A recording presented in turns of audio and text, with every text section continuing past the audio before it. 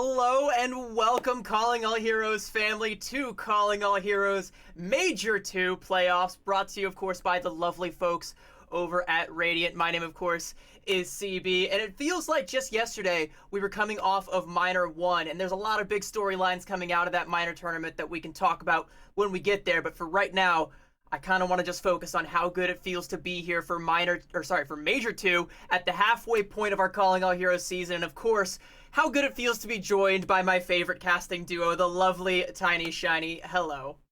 Oh, hello, CB! So glad to be back here on the desk for Calling All Heroes, because as he said, we wrapped up Minor 1. This marks the halfway point within our Calling All Heroes circuit for the 24-25 season. So we've seen a lot of these rosters kind of shift and grow along the way, and that's kind of the nice part about this circuit format, CB, is that these teams have opportunities to look at what components are going into their roster, making changes based on metas, and just the general structure in general. So we are actually only, like 2-3 weeks away from wrapping up Minor 1. So Major 2, very fast turnaround from what we've seen back there, and a lot more to be reflected on. So we'll see some new names and rosters as always, but also a different level of competition than what we've been seeing the past two events.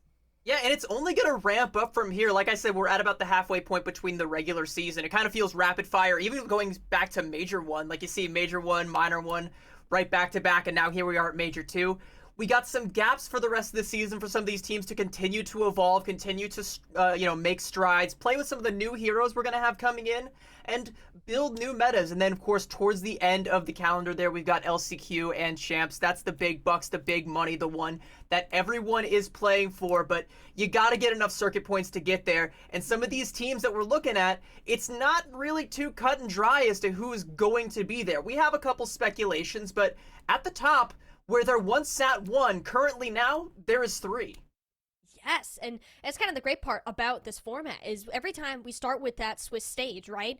We had several teams competing, weeding out till we have our top 8 now. Well, a lot of the rosters that we see are going to be similar to last time. We also have some new faces, or at least some that are starting to reappear that perhaps were absent in Major 1 or even in our 23-24 circuit. So that shows how much this is evolving throughout the course. And of course, it helps that you are playing for these circuit points, as you mentioned, going to be important for those big bucks later down the line, but also getting a little bit of a cash prize along the way too. Yeah, and that cash prize is going to be all important, especially when you consider the additional prizing that we've got from our sponsor today. Be quiet. They're going to be providing some cases and some air coolers to our first place team. Some of these Pure Loop FX liquid coolers to the second place team. I actually have one in my camera background right now. And hey, all that money, first place, $3,500, that's definitely enough to pack one of those cases full of some pretty high-end parts. And of course, you don't even got to worry about the cooler because they got you covered. You don't got to worry about the fans there. They got you covered with some of the best equipment that you can stuff your case with. Yeah. It's some high quality stuff, and you and I, we've both seen it firsthand, but especially with these players looking to upgrade your setups, well, Be Quiet is just for you. But all those things aside, we know what we're playing for. We got all those fancy parts in the background. You have yours, I have mine up. Oh, it's this corner right here. It's right there it is. There it is. Found it. I didn't even notice that it was there until now. Hey, we got it in there. We got to make sure we're representing, But hey, we know what we're playing for. We got all the stakes down. But we promise it'll be more than a PNG file for you guys. It'll be an actual real. It'll be better. I promise. I promise it'll be better looking on. But see, we have our top 8 teams, right?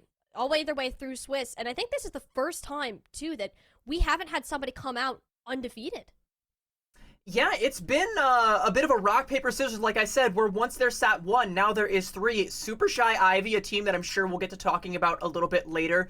Green FN, the remnants of the Timeless team from before that reigned supreme throughout nearly the entirety of Calling All Heroes and did actually come away with the win in Minor 1. And then our Major 1 champions, Valentine, down there at the bottom of the bracket next to Fable currently. Those are kind of our 3 big teams that we're going to see going through the rest of this bracket here that we kind of expect to be in that mix towards the end, that winners final, the lower bracket final, and of course the grand final where they're playing for all the big ones. But today we're going to be kicking things off with an Arizaki and Andromeda Astraeus. That's our top of the game today, but we got a little bit more to talk about before we get there. Trust me, there is a wealth of storylines to unpack in every single one of these matches and every single one of them going forward. But let's talk a little bit about the map pool really quick. Where are these teams going to be playing? What exactly are the strategies going to be for some of these maps? Of course, we've got all our classic game modes here. Looking over in Control, you got Busan, Lijiang Tower, Samoa, and Nepal. None of your Ilios, none of your Oasis. This is where we're gonna go. And then something interesting, by the way, we do have the new push map, Runasapi, not part of the map pool, sticking to classic Esperanza, Coliseo, and New Queen Street. And I really like the escort map pool right now. Circuit Royale, Shambali Monastery, and Dorado. That's an interesting one. It's one way to put it, but you bring up a valid point here, CB, is all of these maps, particularly in the escort section, are going to force teams to be flexible. You're not going to be running through this entire bracket with just one look, with one composition. With how high level that this competition has continued to grow, you need to show us what level of adaptability each of these teams have been working towards. And some of it is going to be a bit more creative than others, as we've gotten a little glimpses at some scrims and what the preparation has been going on behind the scenes. So we have a lot to look forward to as we head off our playoff journey today. And you know what else I noticed with that map pool graphic, by the way? No King's Row. Facts. So pretty much every single map that we're going to be playing on is going to be one that's got a little bit of flair to it, a little bit of spice. We're no longer going back to that default King's Row that everyone likes to go to all of the time. So I'm expecting to see a lot of variety. I'm expecting to see a lot of interesting strategies coming out, especially with where the meta is. It's kind of in this really dynamic place. There's a lot of moving parts and a lot to pay attention to, and you're going to want to pay close attention to all of you in the chat, because we got some drops for you coming on, especially some of the big ones that you guys might have missed out on. Monarch Venture, chat. Any of you guys remember that one? That one's a favorite. Well, it's back. You can grab that one along with some great in-game cosmetics. The player icon that I go with all the time, the Pharah one. All available. Stay tuned for the drops. I don't know if we have a graphic for that. Do we? I thought we did. We got it. Hey, that's what our job. We paint colorful pictures visualize so that we can visualize it for you guys, right? You can paint the picture. Oh, there we go. Look at that. All pretty and pink, purple. Is that orange? That's orange. Yes, I know my color. And some yellow, even with the Venture skin. So if you want to deck out your career profile with some Calling All Heroes stuff like I've got going now, well, here you go. Stay tuned for both today and tomorrow's playoff matches, so you too can be just as cool as Monarch Venture.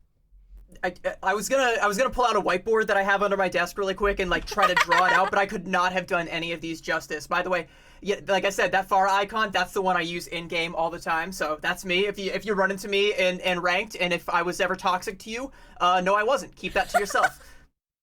Dang, that's wild, CB. That's actually wild.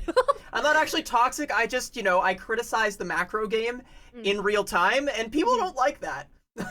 Sometimes, turning on the caster brain on and off, you can see, you kind of see where that goes, right? But hey, we'll do a lot of that today. So by the time you go into your ranked games this evening, then we'll get it all taken care of. So Inarizaki and Andromeda will be our first matchup of the day, our 4 and 5 seeds, if I'm not mistaken. And CB, this has got to be, out of all of our starting matches, two teams that we don't usually hear a ton of, just because they've been stuck at this middle of the pack point. Well, we do see a fair bit of Inarizaki, I would argue, but this is a team that I definitely think we haven't seen much of, specifically because they came together relatively quickly. This Andromeda Astraeus was present in the previous tournament, but not necessarily with this roster. Coached, of course, by our lovely Got Moxie. We'll be hearing from her a little bit later on today, I'm sure. But she's actually been a pretty solid coach for this roster. Again, came together very quickly, according to Moxie, about 4 days before the roster lock. And from what I've observed, they've already put together a really strong macro and some pretty well-developed strats. So they're a pretty solid team overall, and in Swiss, their only losses came to the likes of Super Shy Ivy and Green FN, two of our projected top 3 teams. So they haven't really been tested outside of the tippity top, the apex of what Calling All Heroes has to offer. We're not really sure what this team's ceiling is, but it might be pretty high, and I think Inarizaki are the best possible roster for them to go up against to really get that litmus test.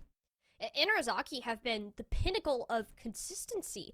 They've placed, believe it or not, 5th seed in both Major 1 and Minor 1. This time will find themselves within the top 4. So steady improvement, but also for a squad that really didn't show us too much life until the LCQ way back in earlier this year, or January, I believe. So this team has continued to grow and develop with their current roster. Very few changes happening in and out. A big one I want to shout, though, is Persona will be returning from their other team. I believe they were on EXO in the previous Minor 1, so now coming back to Inarizaki as this hit-scan superstar that we're very used to seeing just adds another level of threat to Inarizaki's team as they're looking to push their way through a meta that's been a little bit up in the air. We've seen a lot more of this Ramatra, some Junker Queen in it, which we know Santana is very strong at either of those heroes, but where the rest of the team is going to fit in, that's the part where I'm curious about, especially with our little ideas of what Andromeda's got cooking.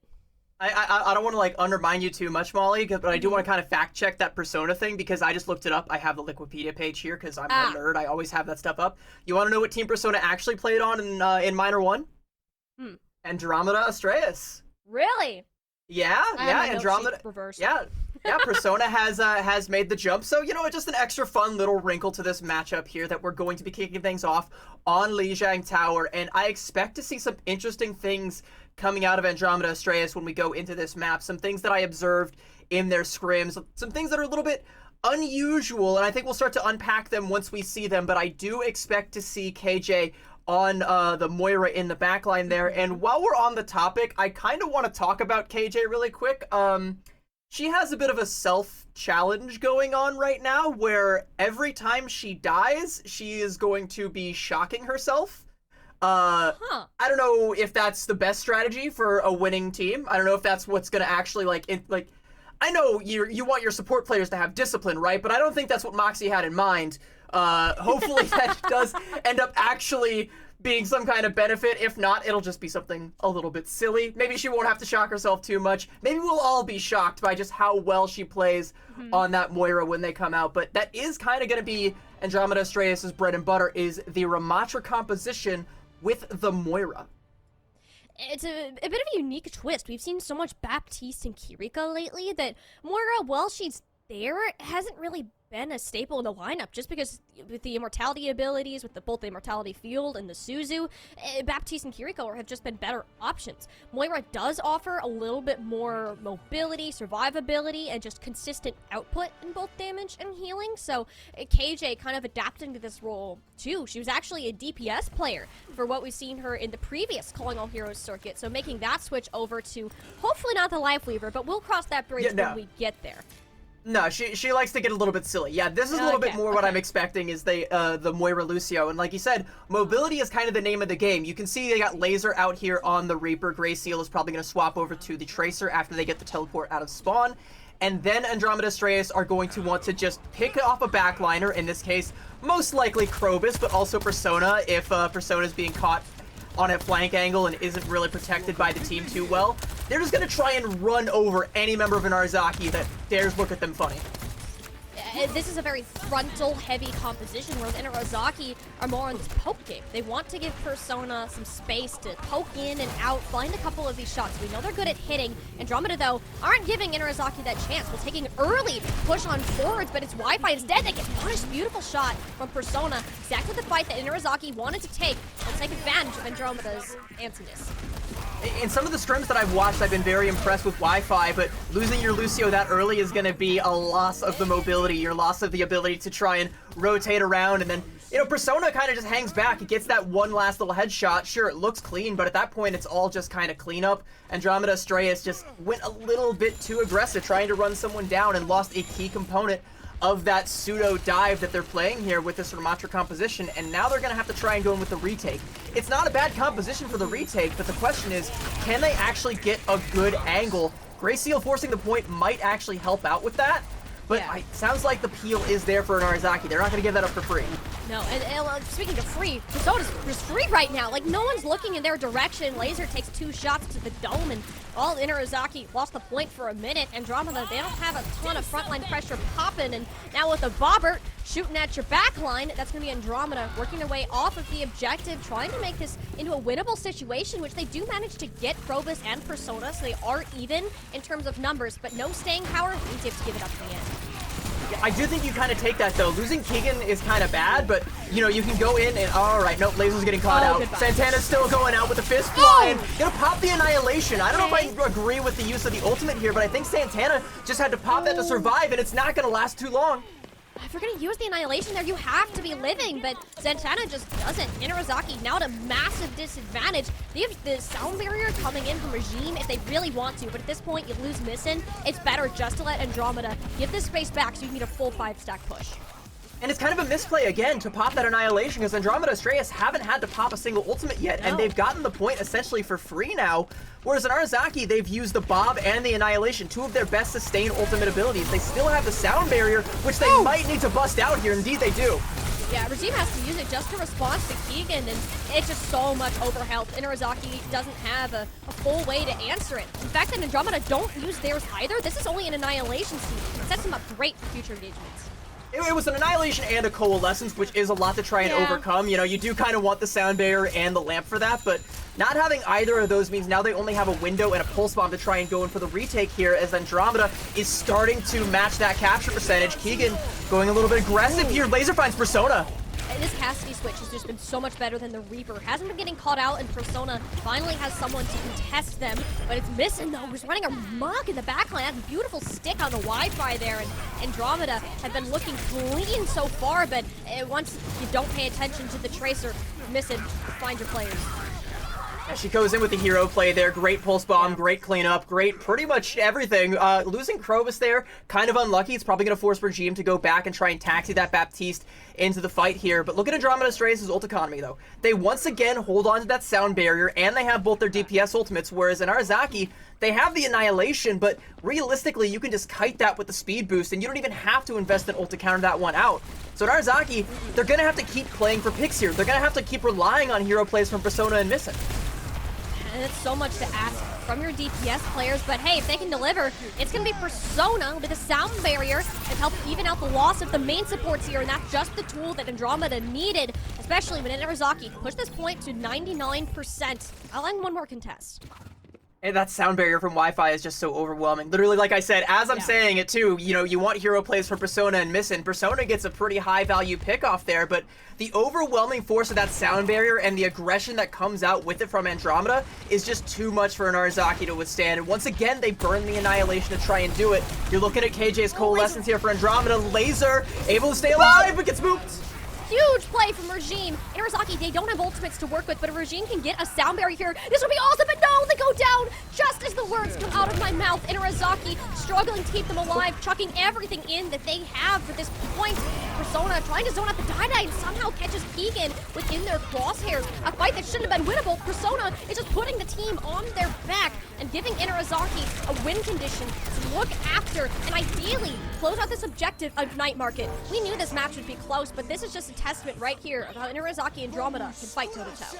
And sometimes when you need hero plays, a hero answers the call, and it's definitely Persona, like you said, getting all of those clean headshots, the pickoffs there towards the tail end. There was so much that like made it go back and forth. There was a great microplay there that came out from Wi-Fi to try and boop Mission as she goes in to try and hit the pulse bomb, just sticks it to the floor, completely whiffs the ultimate. But then you come in with that dead eye from Persona, takes down Keegan, finds the headshots, and the coalescence from KJ is massive. It gets a lot done, but while Andromeda's all trying to commit to that ult and trying to get all of the follow-up damage to confirm kills from that, Persona's in the back line confirming kills themselves. Just taking names, taking numbers, everyone's done. And again, just off of a raw mechanical skill, and Arizaki are able to remain consistent, but 99 to 99 is about as close as it can get. This is new. Santana Doomfist, I'm a fan. I like where this is going. A lot of, just kind of fear with Andromeda playing closer to this edge, and not really anyone to nail down with the Romacha when you're physically getting beaten backwards. So Inarizaki will have the speed advantage to get some capture on this first point, making Andromeda kind of rethink their game plan.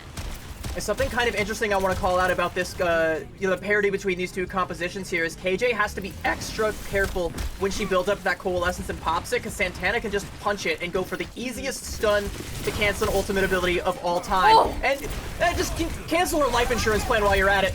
And that was a beautiful play, punching right back to where Misten was standing. Chuck some sticky bombs in, a couple primaries. This Doomfist Echo composition, like just the combo of their abilities, is going to be deadly for any time Andromeda gets stuck. And realistically, CD, there's not a way for them to dodge it.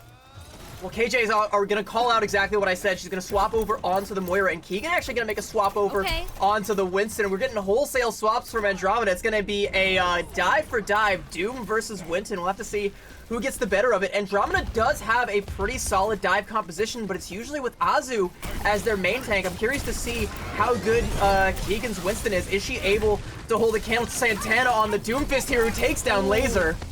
And that's a great start, too. You don't have the echo pressure in the sky, and Andromeda, once again, finds themselves bashing their heads against a wall just because of Missen's primaries. It's just disgusting levels of damage to deal with how good this flying character is right now, especially in her hands. It's such a disjointed, like, slow staggered death there from Keegan there towards the end as well. Look at Narazaki's ult bank. They got a full house, essentially. You know, just a couple scant percentages away from the pulse bomb, and Andromeda Astraeus, yeah, sure, they're about to have a pulse bomb of their own and a sound barrier, but not much else. They can try and take this fight slowly and make it really bloody, really costly for both sides, but that's going to get a Narazaki at least up to 99, if not a map win. They have 5 ults here, CB. Like, Andromeda, if you're going to take this fight, it's not going to be pretty. I mean, Narazaki are taking the fight to them. Saturn goes down, but not from KJ. Loses her life. And Narazaki are in an incredible spot right now. The sound barrier gets absolutely nowhere, and it's going to have to be a staggered touch from Andromeda, and they're not going to have their tank. And they might not even have Laser to be able to do it. Laser does get the mega health pack, and be forced to pop that duplicate onto the Tracer just to try and get a touch. 98% and the contest hasn't come through. It's finally there, but KJ and Graciel are already dead.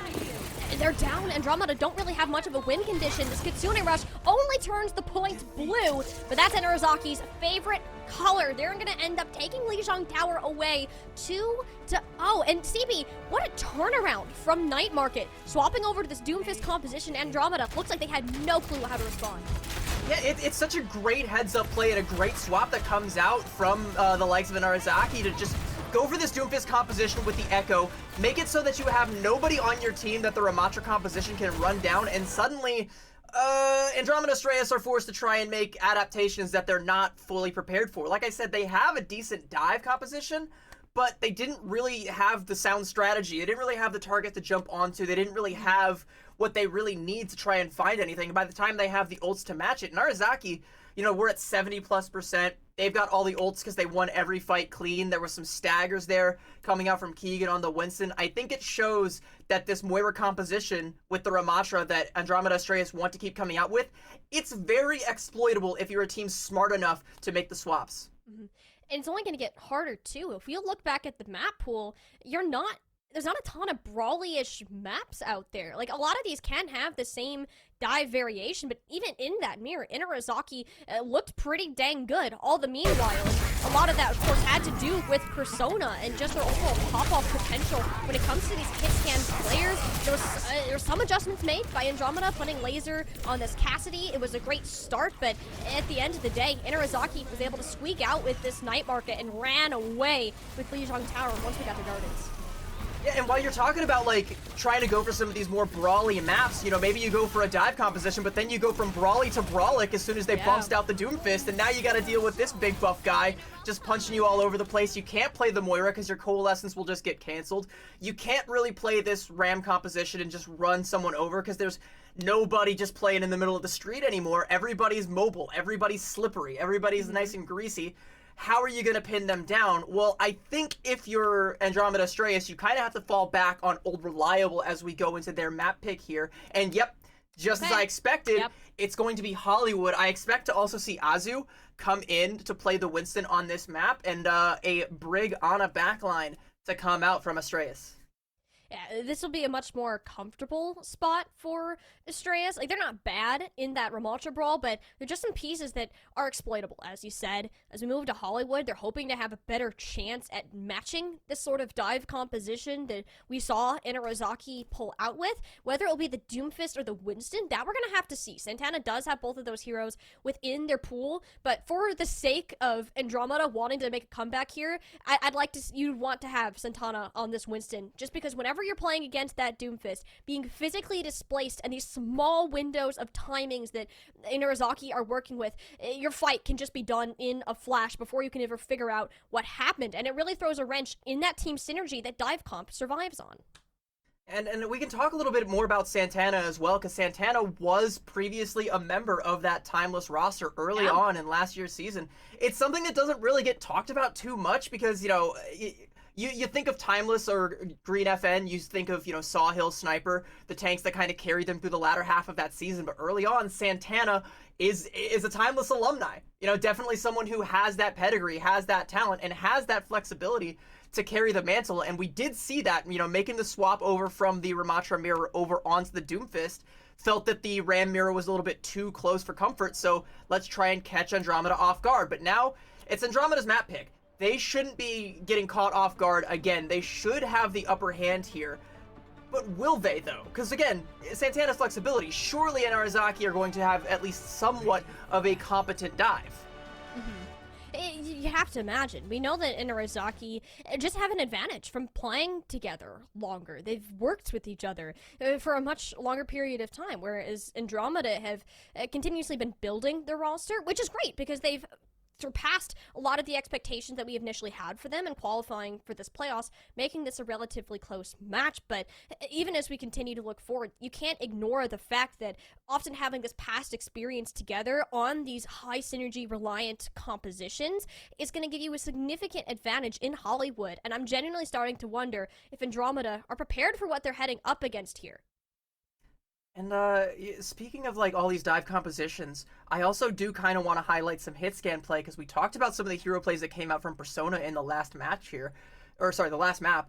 What are we going to do if we see Persona just taking a commanding position on an Ashe, you know, up on the high ground for Streets phase, or even somewhere here on the first point where you can't really get at that Ashe, you can't really touch her all that easily. Like, there's ways that an Arizaki can go for like a protect the president kind of thing and just make sure that Ashe never dies, make sure that she's never under significant pressure. And again, that's going to be up to Andromeda Estrellas to try and break that whole puzzle apart and try and find a way to crack that, or just, you know, circumvent that altogether. Do you just ignore the Ashe and just let her have a commanding presence over the entirety of the point? I think no. I think at some point you have to try and be the one to match that. And, you know, I'm looking at the DPS line for Andromeda Estrellas. You know, Laser is pretty competent when it comes to these hit scan heroes. They do also have What on their roster as well, someone who was a standout previously on the Sojourn, but Sojourn's not really relevant anymore, so how good is What on the Ashe? Are they going to try and commit to like this Reaper? Are they going to go for like a full dive? Maybe they're going to try and play the Echo and just put a lot of aerial pressure onto the Ashe. Like, there's a lot of questions, and I'm looking forward to seeing the answers here. And unfortunately, with a player having DC'd, we're going to have to wait a little bit for that answer. Well, unfortunate to have a DC. This isn't a bad time for it, especially if you're Andromeda. I can tell you that Gardens match just came at a shock to them after being as close as you were on Night Market, just to get absolutely steamrolled on Gardens, and that's not a feel good. A longer reset that you can get mentally here is going to be even more important because you're likely seeing a very similar setup to what you saw on your previous map, and we'll have to have a level mind in order to approach that. We do have to trust, though, that when we're looking at this, we're expecting this dive sort of composition. It will be Laser on that Ashe, a lot more of that hit scan presence that you were really talking about, and that's going to be ever the more important. It almost looks like we're getting an exact mirror. Yeah, and it is also going to be Persona on that Ashe, so I'm curious to see where that Ashe is going to be posted up, and I'm curious to see how Laser is going to be getting in there. And there's a Santana getting right in your face, and there's a wall, buddy. Gonna have to go around a little bit. Big early spawn nade coming out from Krobus. Hey, you know, gotta chuck it in there. Miss every shot you don't take, you know. Yeah, this is exactly the approach that we were looking for. What dive target do you go after? Are you looking at laser? Are you trying to get yourself onto this backline? They're all kind of sitting in the same spot. Regardless of that fact, Estrays has to move together. If you go by yourself or just let Missing shred your backline apart, that's a bit of a problem. Inarizaki are happy to play this as slow as they want, as Andromeda are a little bit hesitant to approach. And it was another nade from Krobus, by the way, that took down Wi-Fi. KJ, goes for the nade, but obviously too little too late, was trying to wait out that anti-heal cooldown. And right now, she's completely vulnerable. Wi-Fi's coming back, so the protection is now once again there. But you're trying to play for a big dynamite, a big nade, or a big headshot. And you know what? If that one comes through, now's your go time. And Krobus is in trouble. The sleep dart misses. Regardless, however trades Inarizaki get, being down there Ana here is going to be tough. Thankfully, they do manage to grab KJ, so a somewhat winnable situation if Inarizaki want a soft regroup.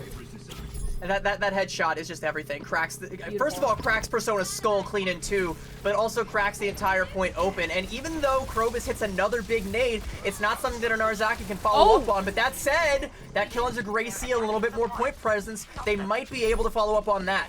And Krobus almost has nano boost here. Like, one more healing shot, you can chuck that straight onto Santana should you need it. That'll be the Winston set straight into the backline, but not before KJ makes Krobus pay for crime. Santana can't really find a window in. It catches Wi-Fi a little bit out, but the sleep dart from KJ keeps this backline afloat. Santana now built up to this primal rage after having that boosted ult charge off of the nano boost. Is just kind of beating around KJ, hoping to get somewhere, has Missing for a little bit of follow-up, but Andromeda are fully committed to this. They're not even going to use that nano boost. It's only that pulse bomb as well as the rally that's needed, but Persona was never accounted for. The one thing that Inarizaki had in their back pocket caught Andromeda again. Oh, I mean, it's also just kind of cleanup kills from Persona. The big play is obviously going to be Santana going in deep with that nano boost and then eventually that primal rage. Everybody is focused on trying to worry about the monkey in the back line. They're not worried about the one in the front line, so they lose Azu, who doesn't pop the primal rage. I don't know if that was online or not, but it's definitely online now, and so is the nano from KJ. Oh, it's the nano boost. Azu looking at these supports, but there's nothing more annoying. Trying to get healers that are healing each other in the process. Azu's damage might as well be doing nothing. In this case, the Winston is getting absolutely shredded. Azu wants to get back to safety, but Persona will grab that final blow. Andromeda down a tank and down to just 1 minute left to push this point. And the Bob was also invested from Laser as well. I'm not sure where that actually landed, but it definitely wasn't anywhere productive. And Andromeda Astraeus, now they don't really have a whole lot in terms of ultimates. And have a look at Krobus, once again coming up on another nano boost. And KJ just used hers. She can't match that one. They have to try and isolate this Ana if they can in some way, shape, or form. You can see KJ still looking for nades onto this backline, but it's not, the cleanup's just not there. No, like, it's small executional pieces that Andromeda are missing out on. Even if they have the right idea, the shots aren't landing, and Personas very much are. Inarizaki, it just looks so clean when it comes to this dive composition. Krobus can care less about the big scary Winston right in their face, and Santana can just leap into the backline, clean this up, and Andromeda are left to struggle for an answer in the final 30 seconds. 23 seconds, Laser's gonna die there towards the end. 20 seconds left now. Andromeda have to try and get somewhere on point to trigger OT, but they're gonna lose Wi-Fi in the spawn, and Arizaki know if they just stuff Astraeus here, they're not gonna get another opportunity here. And a kill at the Gray Seal, there's no chance they can touch now. Miss is feeling herself right now. She's in the spawns, taking names, taking heads, and Andromeda nowhere near this final objective. We'll have to settle for just over 2 ticks, but you gotta be honest, CB, if you wanted to pick a dive map, I wanted to see an Andromeda who was confident in this comp, that was ready to execute on these players, but just the small pieces that went awry are putting them at a spot with a very high win con for Inarizaki. And I think it goes back to an Arizaki, like, understanding their win conditions throughout all of these fights. They just go in with that nano boost onto Santana, who can just build up to that primal rage, use it in the backline, and while that Winston's got 3 people looking at him, Azu just falls, and suddenly your attack that you invested everything into, the nano, the bob, you didn't have the primal either, but you invest all of these tools to try and get the win, and sure, you get 2 ticks, but it's not enough to secure you that whole point that you need, that you were so close to getting. And I think a lot of it is also coming down to Krobus, who on this Ana has been phenomenal. Like, I talked a lot about some of the big plays that KJ was making, but it was blow for blow, and Krobus, I think, just got some of the heavier hits. It just seemed that way. Krobus has been a support player that we haven't seen a ton of lately, but as I was watching their Switch stage maps, Krobus, especially on the Ana, was a key to Inarazaki's success whenever you're attempting some sort of dive composition. Just think about how many times those sleep darts, those bio nades started and ended fights just like that. Inarazaki, a deadly team when it comes to this execution that Andromeda hasn't been able to match, but to avoid going up onto that match point, Andromeda gotta show us all that they have on this defense. Well, they are not going to make any compositional swaps on this defense, so the question is KJ going to be safe from the wrath of Santana and potentially an errant nade from Krobus? And Arzaki are smart. I suspect they're going to know that KJ's looking for a nade. They're going to go for an angle, doesn't quite hit. Wi-Fi, though, really low. They have to invest everything to try and keep Wi-Fi alive. And that's expensive. Santana can just leap out, knowing that Inarazaki, they have all the cooldowns. Andromeda just use a lot of their supports so Santana can re-engage relatively quickly here. Krobus gonna look for a nade momentarily. Sleep start on Azu all the meanwhile, and that bio nade forces both Recall and Azu to go ahead and dip right on out of there. Just be pancaked by Santana in the backside of this point. Little help for the Winston, but hey, that's why you got some hops. Krobus has got you covered, and Andromeda need to find a way to stabilize. Azu will be back shortly, sure, but this is gonna look rather risky. Great pick off into Santana. KJ and Gracio on the same page. This is more of the correlation that we need to see. And it's just anti-nades from either Ana that's dictating the entire pace of these fights. Like, Santana is playing so scared because there's the constant threat of KJ's nade, and every time she hits one, that Winston has to play safer, try and get back to LOS, so once that anti-heal wears off, you can get that healing coming out from Krobus, but it's just, you know, which Winston is under the most pressure from the enemy Ana at any given moment. Right now, Santana under a lot of pressure, can't engage, but should be going in with that leap here, especially once Krobus builds up to this nano boost, 2% away. Expect that and a big nade to be coming out, but the pressure from Azu. Azu takes the initiative first, the nano boost from KJ. It works out key, and that takes all the support away from Santana. Santana couldn't do anything with both of the supports freaking out about the Winston tickling them down in the backlines. Wonderful initiative from Andromeda. And the play was 100% to try and put the nano onto Santana, but Azu called that out, went in with the bubble, blocked off line of sight from the healers, and Krobus just never gets to pop it. So they just completely take the wind out of Inarazaki's sails. The downside, though, is that Inarazaki didn't invest anything because they weren't able to. That nano Winston is still on the table, but Wi-Fi with a whip shot knocks it right off. Krobus is dead though. Santana doesn't get to the high ground as they want to, and with how much healing there is available, and then Santana's just playing CC Simulator, grabs laser somehow throughout all of this chaos, and will look for KJ nonetheless, but it's all to stall. Inarazaki want to break the door open onto this point, whereas Krobus hoping to return earlier on the Kiriko instead, so Inarazaki rallying behind Regime literally, but Azu still manages to grab Santana here. Inarazaki have not been having fun with keeping their main tank alive with how much distraction, the pressure Azu's putting on the backline. And it's the same story we saw in Inarazaki's defense. Anything you can do, I can do better. While Santana's going in to try and secure those kills, Azu goes in with the Primal Rage and distracts the entire backline. There's no help for Santana. You lose your Winston, you can't confirm the kills, and Andromeda Strayus are still holding strong. A minute left and they haven't given up a tick, and now they have the nano boost. They have the initiative. They just need to hit a big nade and go in with it and bleed a little bit more time off the bank. And they need to take this initiative quickly. If you do so, Inarazaki won't have a chance to engage, but instead they are going to allow Santana to leap in first. Azu doesn't have the sightline of their Ana player, has to go back passively. This is not an ideal situation, and you're down laser. Andromeda had everything set up for them, but it's slowly starting to look like it's fumbled. Something needs to happen quickly to help clean this up, but Azu was nowhere near the fight where it was happening. The bio nade from KJ, while it looks pretty, there's no damage follow-up. It was so close to happening. Andromeda had it all up until these final seconds for Inarazaki to take themselves up to match point. And it was such a good defense from Andromeda Strayus throughout, but it's actually just a couple of errant shots that get KJ into low HP. She has to play passively, has to go safe behind that wall, take a little bit of cover, and suddenly she's broken LOS from Azu. Can't get the nano onto the Winston when you need to, and then, you know, when you finally do get that nano onto the Winston, it's as he's jumping back out with the rest of the team just to try and stay alive. You're not getting any value out of that nano boost, and that is what Inarazaki are able to collapse on. I think overall it's still a really, really close matchup here, and there's definitely a world in which Andromeda Strayus hold there strongly and get, you know, the full hold, but that is unfortunately not the world that we live in, the one in which we currently inhabit, has Inarizaki on match point. It's once again Andromeda's map pick, but they're only going to have one more chance to cement themselves here. This is rough too. I mean, we talked about how Inarizaki are just the pinnacle of consistency, and this map was no shortage of it. Where Andromeda was able to find an advantage was because of the initiative they took way back on this defensive position, and all it took was one small push from Inarizaki to kind of isolate these players, just like Andromeda were doing to Inarizaki, and it all just flipped completely on its head. Andromeda, is it their first test against one of our stronger teams that you're going to find within Calling All Heroes? And so far, it's been close, don't get us wrong, but they're missing that final spark to actually set them above what we've seen. And they're putting it up to one more map in push in order to flip that direction around, but you're going to need a reverse sweep in order to do it.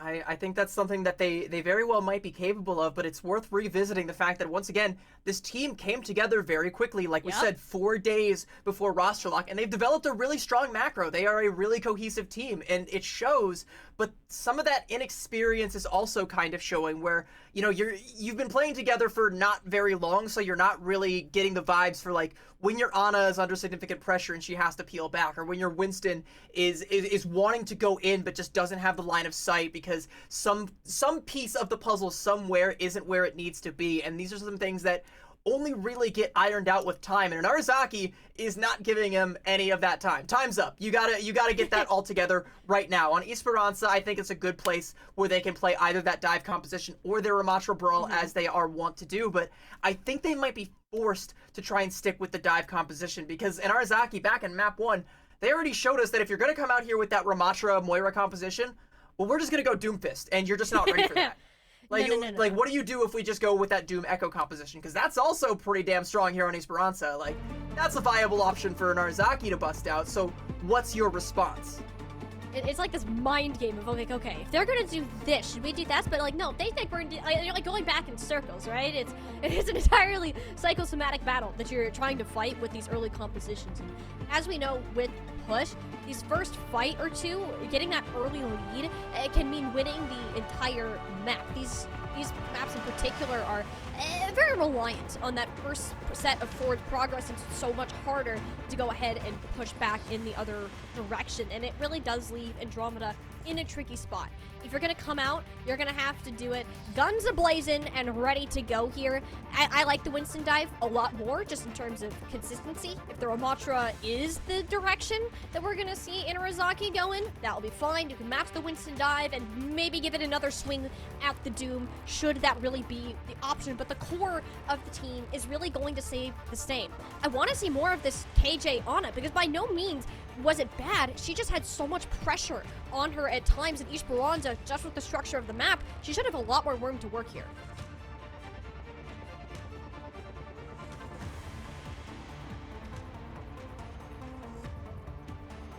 Yep.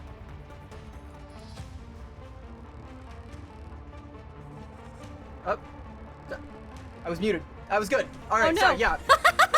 Got muted in VMix chat. Technical difficulties. All right, No, let's talk a little bit more about KJ, because we keep putting her under the microscope. Let's continue to do so. She was previously a hit scan player that played for the likes of Drainers in the past, and we've highlighted her as a really, really strong hit scan player. So it seems natural to be able to transition over to the Ana and still have a lot of that prowess, because you're still playing an aim-based hero.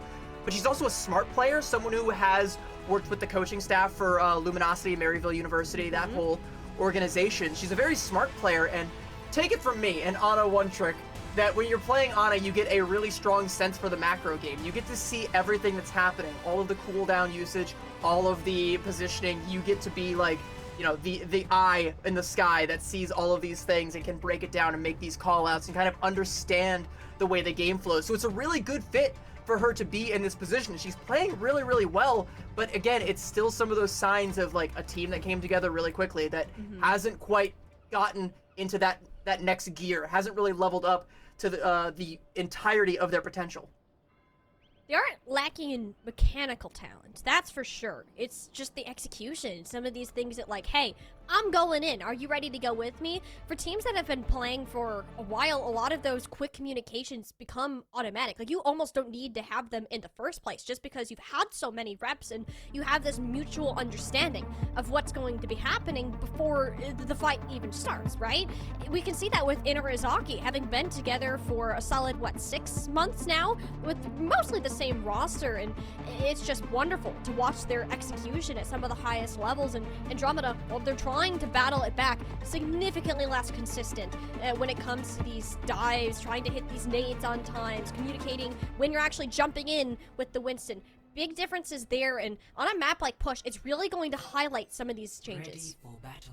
And we've talked a lot about Andromeda and how they haven't really been tested, how Inarizaki is a really good test for them. Let's talk also about Inarizaki as well, because they've been, like we've said time and time again, one of the most consistent teams that we've had since their inception, but they've never been quite in that top tier, that upper tier. And if they want to get there, they do have to be able to take on challengers like an Andromeda Astraeus, one of these young upstart teams that has come together quickly and is suddenly, knocking on their door. If Inarizaki wants to start punching up, they're gonna have to start punching down. And right now, they're gonna be able to use the Diva to do a little bit of punching right now, which is an interesting development that we have seen rearing its head in the meta as of late. It's been very diverse as far as tanks goes, but it's the first time in a while that Diva has been a pretty solid option, and one that I think actually counters out Andromeda Astraeus pretty well. I don't think I've seen Santana's Diva yet, so I'm very interested to see what they've got cooking on this particular hero. It's great for taking duels. If you leave somebody out by themselves, oh, just wait. Santana will be there to blow you up in half a second with those micro missiles. It's okay to take some of this space or forfeit some of this space. In the case of allowing Inarizaki to push up, you also can put Krobus on this Kiriko, which is very strong. Gracieel's already hit deck a hot second ago, and Andromeda can't really find the moment to execute. They're scared of Santana. Keegan doesn't really want to play near a Diva at all, and is just trying to use this bubble to gain a couple inches at that. And it's been very difficult to push on through. Inarizaki just had such a big advantage when it comes to this Diva in the long run of these fights. I'm curious to see if there's going to be any swaps that come out from Andromeda Astraeus as Inarizaki just kind of goes through for the cleanup here. I'm wondering if this Winston composition is going to stick, and it looks like, just based off the ult percentages, they're going to want to try and keep it because they do have a relatively competitive ult bank coming up online. But Inarizaki, because of some of those early kills, that early pickoff onto Gracieal, are just that one step ahead, and they've got the sound barrier, which is the all-important one, which means there's nothing Astraeus can throw at them that they can't respond to. It'll be the Kizune Rush on the high ground first. It's a nice space buy out of Andromeda, but Krobus easily has the response. Andromeda drops straight back down to this low ground and are kind of playing this little game of chicken against Inarizaki. Both teams still have these sound barriers, not too much committed otherwise, but Regime, Wi-Fi, those are going to be the two main points that we're looking out for. Once this fight continues to unfold, or Missing can just continue to beat Gracieal in this Tracer one that we've been seeing all day long. Very rarely does Gracieal come up on the winning end of that battle, and not having that little bit of extra pressure onto Missing puts the rest of the team at a disadvantage. You have no Kiriko, and Inarizaki are just walking this robot away from you. It's just Missing walking the robot in, no one coming in to contest. Keegan comes in at the midnight hour, but is likely going to pay with her life, and yep, it's a pulse bomb to take Keegan down, and the checkpoint for Inarizaki. And the saving grace for Andromeda Astraeus is that you hold on to your sound barrier, whereas Regime invested, but you kind of would have liked to have that to prevent the checkpoint from ever being captured in the first place. You're a little bit too little too late right now, so if you're Andromeda, I think maybe you invested in the next fight just to try and regain some control and stop this bot from getting too close to your spawn door. But, I mean, you're losing Keegan.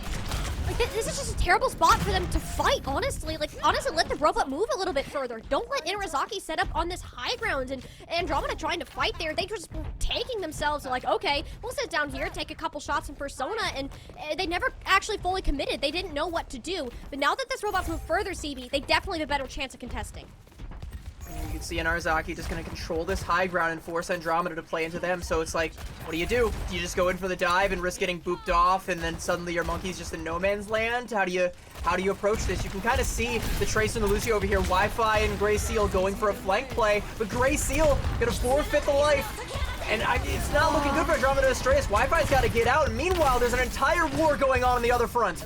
there's so many different little skirmishes going on right now, but the ones in the front line, we're missing in particular Krobus. And I get it, Krobus has been popping off, sure, but Inarizaki as a whole, missing in particular, has been leading the charge when it's come to this damage, the Tracer, the synergy with Santana, you name it. She has been there for Inarizaki and Andromeda. You're about to reach a point of no return here. And I can tell you precisely what school she learned that one from. It's the Uprising Academy. She's a very seasoned player, been around the scene a long time. You're gonna have to get up pretty early in the morning to catch her off with a flank. And right now, even still, she's able to live despite the pressure coming out, and Laser falls. She's already down, and Persona, too, is been going crazy. Keegan takes care of that, goes ahead and gives him a 1-2 smackaroo off the edge of Esperanza. That's a much better start, but that's another pulse bomb, courtesy of Missing. Just likes to play Pop the Monkey, apparently. Inarizaki are still moving this robot forwards. Missing cleans on up. CB, we might be seeing a full cap. We very well might be, and Krobus, by the way, still has not died. There's going to be the remake coming out from Santana, so there's an ult down the drain, one you would have liked to hold on to. Andromeda have the tools to be able to retake this, but they're going to need to invest at least one of them, and any of them right now, when you're this far behind, you want to hold on to as long as you possibly can. I'm expecting the Bob to try and come out to make a little bit of space here. Yeah, Laser going to go for a backline Bob there. It's pretty well placed, and it's going to force the disengage from Inarizaki, but for how long? Well, that's actually Santana out of mech and taken care of. That's a great pickoff. If Inarizaki have any sense left, they're going to just run for the hills. Give up that space. You have the ultimate. There's no need to invest in this. You're gonna hold on to both your support ultimates, but Inarizaki can match that, and they're about to have a Bob of their own, so you're gonna have to try and make sure Inarizaki are never in a good position to use it. So Keegan right away gonna take this high ground, which is so far ahead of where the bot currently is. LOS from the healer is gonna have to come out. KJ in position to keep the healing going. Keegan trying to hold on to this position, but Inarizaki, like, they know better. They're not gonna give this up for free. No, and that's Kitsune Rush is placed under the bridge. All the more chaos. The battle of sustain that so far Inarizaki seem to be winning. They have the greater tools, and Keegan just topples on over with Persona's Bob amplified with that Kitsune Rush. A full team life now for Inarizaki, and they're going to get right back to where they started at this point. It was such a well-placed Bob. We saw the explosion of support ultimates coming out, both sound barriers, both Kitsune Rushes all at once, but that Bob was so well-placed that even when Keegan tried to disengage, she was still getting peppered from behind by that Bob, and Santana comes through with the cleanup. Then the Bob picks up 2 more kills. It's so massive from Persona, and now we got a pulse bomb on either side that's really going to dictate the pace of this fight. And Missin is lurking. She knows she can put it on a backliner right now. Wi-Fi spy checking, but you might want to be careful. That spy has got a bomb in her back pocket. Especially with how consistent she's been. I think every one of these have gone on to Keegan, and all of which have been successful so far. And thankfully the Winston will this time have a primal rage to hopefully take that. Should it happen? But Brigitte, where are you going, dude? Just yeets themselves into the back line with no plan whatsoever. But at the end of the day, I guess it's just a little bit of bait out. Inarizaki still get the robot moving, and all that's happened, CB, the progress is gone. Everything Andromeda wanted to get here is just gone. Yeah, it was such a good play from Andromeda because it was just an assassination and it just snowballed into 2 or 3 more. But again, like you said, while all of that was happening, Missin just snuck away with the bot and nobody checked her. So yeah, Andromeda Strayas, despite that incredible dive that came out from them, they're not going to get any bot progress out of it. They're going to be lucky if they even get the bot far enough to break the forward spawn. Santana negating the high ground to make sure that Inarizaki can hold on to that advantage. And now they're back to a full army. Once again, all 5 back in position and ready to take this next fight. You have less than like 2.5 minutes to be able to work with this here. Andromeda need to start winning fights, and they need to do it consecutively. And with his ultimate on board, it's not looking good. KJ has to use the cleanse just to keep herself alive. If anyone on Inarizaki was to look her direction, it's been a much bigger issue. And Andromeda time to work with the plan, and that's Persona down. Great shot from Laser, but at the cost of their own life. Inarizaki pushing on forwards with the Kitsune Rush at their backs. KJ didn't have hers up in time and won't be able to use it in this battle. Inarizaki playing the flipping game once again, and we'll be right back on the road.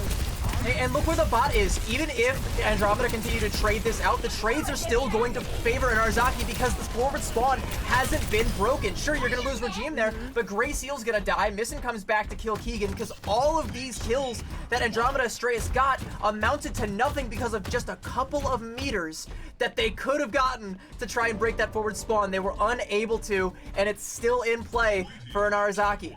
Now they're going to go back to trying to pressure the spawn all the way. They just need to get the reinforcements back in position to do it. Andromeda Astraeus have control, but once again in Arizaki, they have this high ground that Astraeus have to try and find a way to break. And they haven't been able to so far, and you need it. Laser, all right, yeah, just rip Persona's head up. Wonderful. Now I need to see this target focus that Andromeda have been struggling with all game long. Santana out of effect. Great job. That shows you're shooting the same person.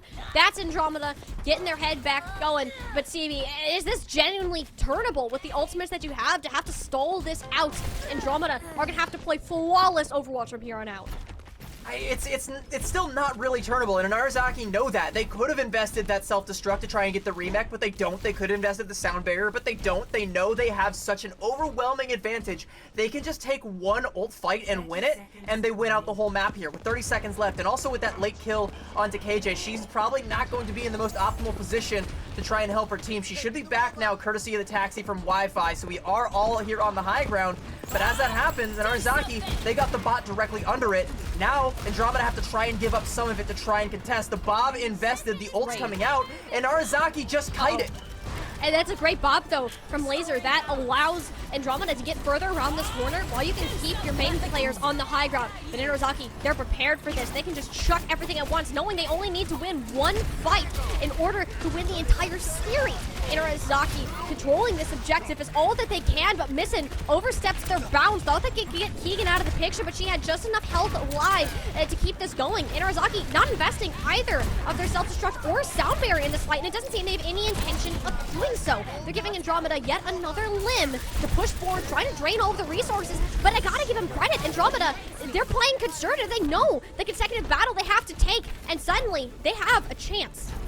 It might be greedy from both of these teams to try and hang on to all these ultimates, though, because now we're in OT. We've got the forward spawns for Andromeda Astraeus. It can start to spiral out of control for Narazaki. Because Andromeda didn't have to invest anything besides the Kitsune Rush, they're going to start to have all these big ultimates. And sure, Narazaki have them as well, but they have to try and get big value out of them right now. That's a great coach gun to deny the dive here from Keegan, but she's holding on to a Primal Rage. She can go in extra aggressive if she wants to. Right now, here's the Kitsune Rush. It's time for her to go in. This is the time to make the chance to make the strike. Both sound barriers on the floor, but Santana's health bar is reeling. They'll have the self-destruct in an attempt to get a remake off, and Andromeda don't have anything to stop that so far. Keegan's health bar inching lower and lower, but is playing so passive against the team. Santana just into the backline, trying to draw some attention away from the supports, and that's exactly what happened. Persona lands the shot that is needed, and Narazaki are trying their best to hang on as Andromeda's health bars continue to suffer amongst these continuous fights. They don't have a tank, you don't have a Lucio, and all the pieces are starting to crumble. Narazaki started this map strong, and they're gonna end it in the same fashion. 3-0, moving on to the upper semis. I want to highlight, though, how close to disaster that was for Narazaki, because Santana's self-destruct was not in a place that it could have zoned anybody off the cart. It was off in a corner just to try and get the remech, and it works out. It works wonders. They eventually lose the mech again later on, but because of that one kill onto Wi-Fi and that support advantage that you get towards the tail end of that fight, that's where it starts to spiral out of control for Andromeda Astraeus, and Narazaki are able to take the advantage and take the 3-0 win. But at no point did it look definitive or dominant from Narazaki. They definitely had to scratch and claw for a lot of that, especially in that last fight. Again, it felt a little bit greedy to hold on to some of those ultimates in the penultimate fight, and then to try and match ultimate for ultimate in that last fight there. One kill is all it really takes, and it's Persona once again that makes that hero play. That's going to keep taking them very, very far. And we talked again about Narazaki potentially trying to punch up and break in to that upper echelon, that top three. If any of our top three teams have an inconsistent day, have an off day, this is an Narazaki that can capitalize on that, and they're gonna have to keep going with performances like that in order to make your Valentines, your Green FNs, and your Super Shy Ivies start to fear having to face this team in the lower bracket if they end up down there with them. Matches like this draw our line breakers within our tier list of teams, and Andromeda have they tried to keep up, right? We thought that they could be at the same level of Narazaki, but they're still working on developing a lot of these team-based skills, being a newer roster, and later on down the line, even later within the playoffs, CB, we can see this team start to punch back up, and I won't be shocked if we see that, but Inarizaki is consistency and their overall experience playing with each other. It just proves to be superior. Their understanding of how they can play in both a dive competition and even a little bit on this Ramatra certainly has to be respected as they move through towards their next couple of matches, which are going to be a lot more challenging. I mentioned, by the way, a lower bracket run. You don't want to run into an Inarizaki in a lower bracket, but that's purely a hypothetical because they're not going down there anytime soon, or at least not until, you know, they run into someone who can definitively put them down there. And so far, no one has. Andromeda Astraeus will, however, be down there, and I think they're also going to be an interesting team to keep an eye on in that lower bracket, because now we kind of have an idea of where their ceiling is. They are still in below Inarizaki in the hierarchy, at least for now, but they do have a chance to reestablish themselves, and we're going to have a chance to talk to one of the members of Inarizaki as they continue to establish themselves as a dominant force here in Calling All Heroes. We're going to cut to a quick break here, and we'll be right back with an interview. Don't go anywhere, chat.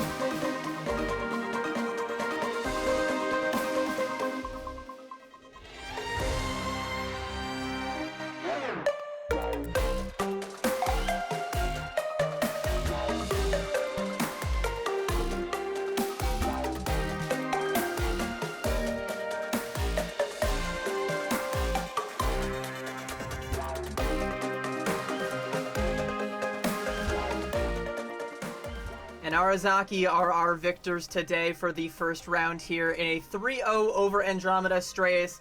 The scoreline might appear to be pretty dominant, but it wasn't the most dominant. There was a lot of times, especially early on and towards the very end, where it felt like it realistically could have gone either way. You're looking at it here on Night Market where, you know, we had that 99-99, the tail end of Esperanza where the fight could have realistically gone either way, and it's just that one kill that comes through. And it was Persona a lot of the times coming through with the big kills at the big moments that Inarizaki needed to secure the win here. Inarizaki know exactly where they are supposed to be, what they're supposed to be doing at almost every turn. And despite a few struggles on this Hollywood attack, really, there wasn't too many other goal spots for Inarizaki throughout the course of this series. Of course, Persona being that superstar of the team. Andromeda, a team that knows how to start fights, sure, but once we get into these later games, when these battles get really drawn out, it's like the wheels slowly start to fall off the bus, and suddenly you're just skidding along the highway, praying and hoping that you're going to be all right. And while they're a team that can chalk up to some of our better squads here, they'll have to prove themselves in our lower bracket, whereas Inarizaki can continue moving on in our upper semis. And to hear more about Inarizaki's journey, I believe we have Regime with us here for an interview today. Regime, how you doing? I'm doing good. Hello. Well, I can see like how big that grin is. Like you've got to be feeling pretty good after that win. Oh yeah, no, this is my first interview too. Like I'm excited. A little bit nervous, but I mean, I'm here now. Don't be nervous. We don't bite. But first, we're gonna ask some of the biting questions here. One thing that I definitely notice about this iteration of Inarizaki is you guys seem to have a really strong, flexible core. Like you're able to make some pretty decent team composition swaps and feel really comfortable. I want to ask you guys about the Doomfist swap on Lijiang Tower and the Diva swap on Esperanza. Like, what was the thought process leading up to these particular decisions? So I think a lot of the time in scrims, like I think this specific major, we were actually experimenting with a lot of different comps. Like at the start, we were playing a lot of Queen, and then we wanted to play Ram, and then I think after EWC, we wanted to play Diva because we just saw like how broken she was with all like the small buffs that she got, and Santana also really likes playing Diva. So we were like, okay, we'll play Diva, and then we hard practiced Diva for the past week, and I guess we're just a dive team. Like we're really good at dive. And see, that's the great part. We said it before we saw any of our games actually happen today that flexibility, adaptability is going to be a big part of this weekend, and especially with you guys having both Santana as this tank who can play pretty much everything that they set their hands on, but also you, Persona, everybody else there that has been able to work with these different styles of gameplay. And we've been talking about Inarizaki and your ability to work together as a team with how long that you've been playing and continue to be consistent with that. Do you really see these kinds of consistency in the same level of output? Is it just these dive compositions you're wanting to focus on, or is that kind of going to vary as the weekend progresses? I think it's honestly gonna depend. We got some pretty flexible people. Persona's really good at like all the hit scans, so we kind of like base a lot of our comps off of what Persona can do because we have a really flexible DPS. Santana plays every tank in the game. If I have to go flex support, I can. And Grovis, bless her, she can play every flex support in the game as well. So honestly, it's more like just flexibility around Persona and then just whatever we want to do. And I think the fact that we can keep like a consistent core and then only swap out like one or two pieces now and then, it really helps with our synergy. Sorry about the loud noises, chat. My cat's just knocking things over here. Cat chaotic gremlin that lives in my room. Continue. Oh my god, hey, we love chaotic cat moments, right? They throw a wrench in our plans. But speaking of that, your next game is going to be a bit of a different challenge. Inarizaki has been a very solid middle team. Y'all have been in the 4th, 5th place spots and made it to the lower finals, right? And you've been doing really well. But the Super Shies, Green FN, Valentines of the world have thrown you for a wrench anytime that we've seen you come up, and even in the Swiss stage. Now, looking ahead, if you are to stay in this upper bracket, you will have to face one of those teams going in later today. So I want to get your thoughts on kind of how we're feeling against some of these teams that y'all have had a bit of struggles against in the past. Honestly, me and Santana have another team along with Grobis. We scrimmed Valentine and we scrimmed Super Shy Ivy. They're beatable. That's all I have to say. Like it's not like that it's not gonna be like the hardest uphill battle in the world, but it'll be a fun game. Okay. All right, they're beatable. I kind of have a similar question as well, but I think you've already kind of answered it. But I still do want to get your thoughts on this. You know, you say that they are indeed beatable. Like, looking at Inarizaki throughout the history of Calling All Heroes, they've been pretty consistent, like we've said, kind of that like middle of the pack, looking to break into that upper tier. I want to hear you flat out, straight up. Is this the time for Inarizaki to finally break into that top 3? Oh, for sure. Like what? Without a doubt. All right. For sure, without a doubt. All right, yeah, all right. Well, if that's the case, with that confidence, we'll see you in grand finals. Of course, we'll definitely see you there. You know. And in the meantime, anything else that you want to say to the chat before we ship you off?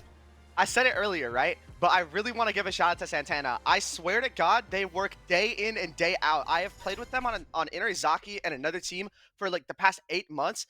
She wants it more than anyone. I'm so serious. Like, actually, shout out to Santana. Her work ethic is insane. Shout out Santana. Like, we love the dedication that we see all of you have to this game, and just hearing the passion in your voice, Regime. I mean, that just sells it even more. So I love competing. This is like the best moment ever, honestly. And we're happy that we can have this platform for you today. And, thank you. And we're looking forward to following Inarazaki's journey. And hey, with that level of confidence, maybe we'll see them back in the finals. If you're a team, like, you know, if what Regime says is true, and this is a team that wants it that badly, then you know what? I believe when they say that this could be the top 3 tournament, maybe even a grand championship here for Major 2. Wouldn't that be an interesting storyline if we could have 3 tournaments in 1 year and 3 different champions? That's something that I would be very, very interested in seeing. But you know what else I'm even more interested in seeing, and something that I'm super extremely excited for, chat? We got a little surprise for you all. How do you guys feel about some Calling All Heroes merch? Because we got some for you. You can scan that QR code, support some future events, and buy some merch right now. We got three different tops there for you, and a cute little cute little pink Calling All Heroes trucker hat. I'm looking at that like cropped sweater and I'm like, that's gym wear for me. And of course, like the cat shirt, right?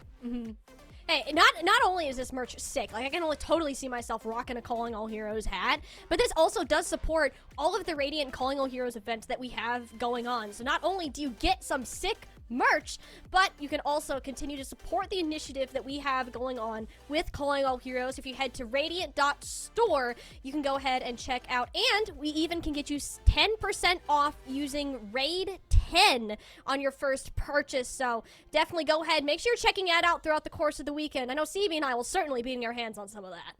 Yeah, I mean, I would be wearing that like nearly every day if not for the need to like wash laundry and, you know, keep cleanly hygiene. You know, that's definitely a thing that, you know, as you become an adult, you have to get a little bit more on top of. But like, if I could wear those every day, I absolutely would. And if you run into me in the gym, I think you're definitely gonna see me rocking that cropped sweater right there, or even that Pharah hoodie, because like that Calling All Heroes logo Pharah hoodie, like it's gas. Like that stuff's also great, and I can't wait to get my hands on some. I wasn't scanning the QR code. I was too busy like sitting here giddy like oh my god, it looks so pretty. I forgot to pull out my my camera and scan it. So hopefully you guys in chat, you didn't miss it. Hopefully you guys get the chance to do it.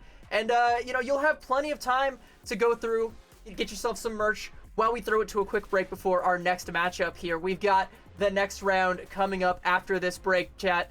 Don't go anywhere. We will be right back.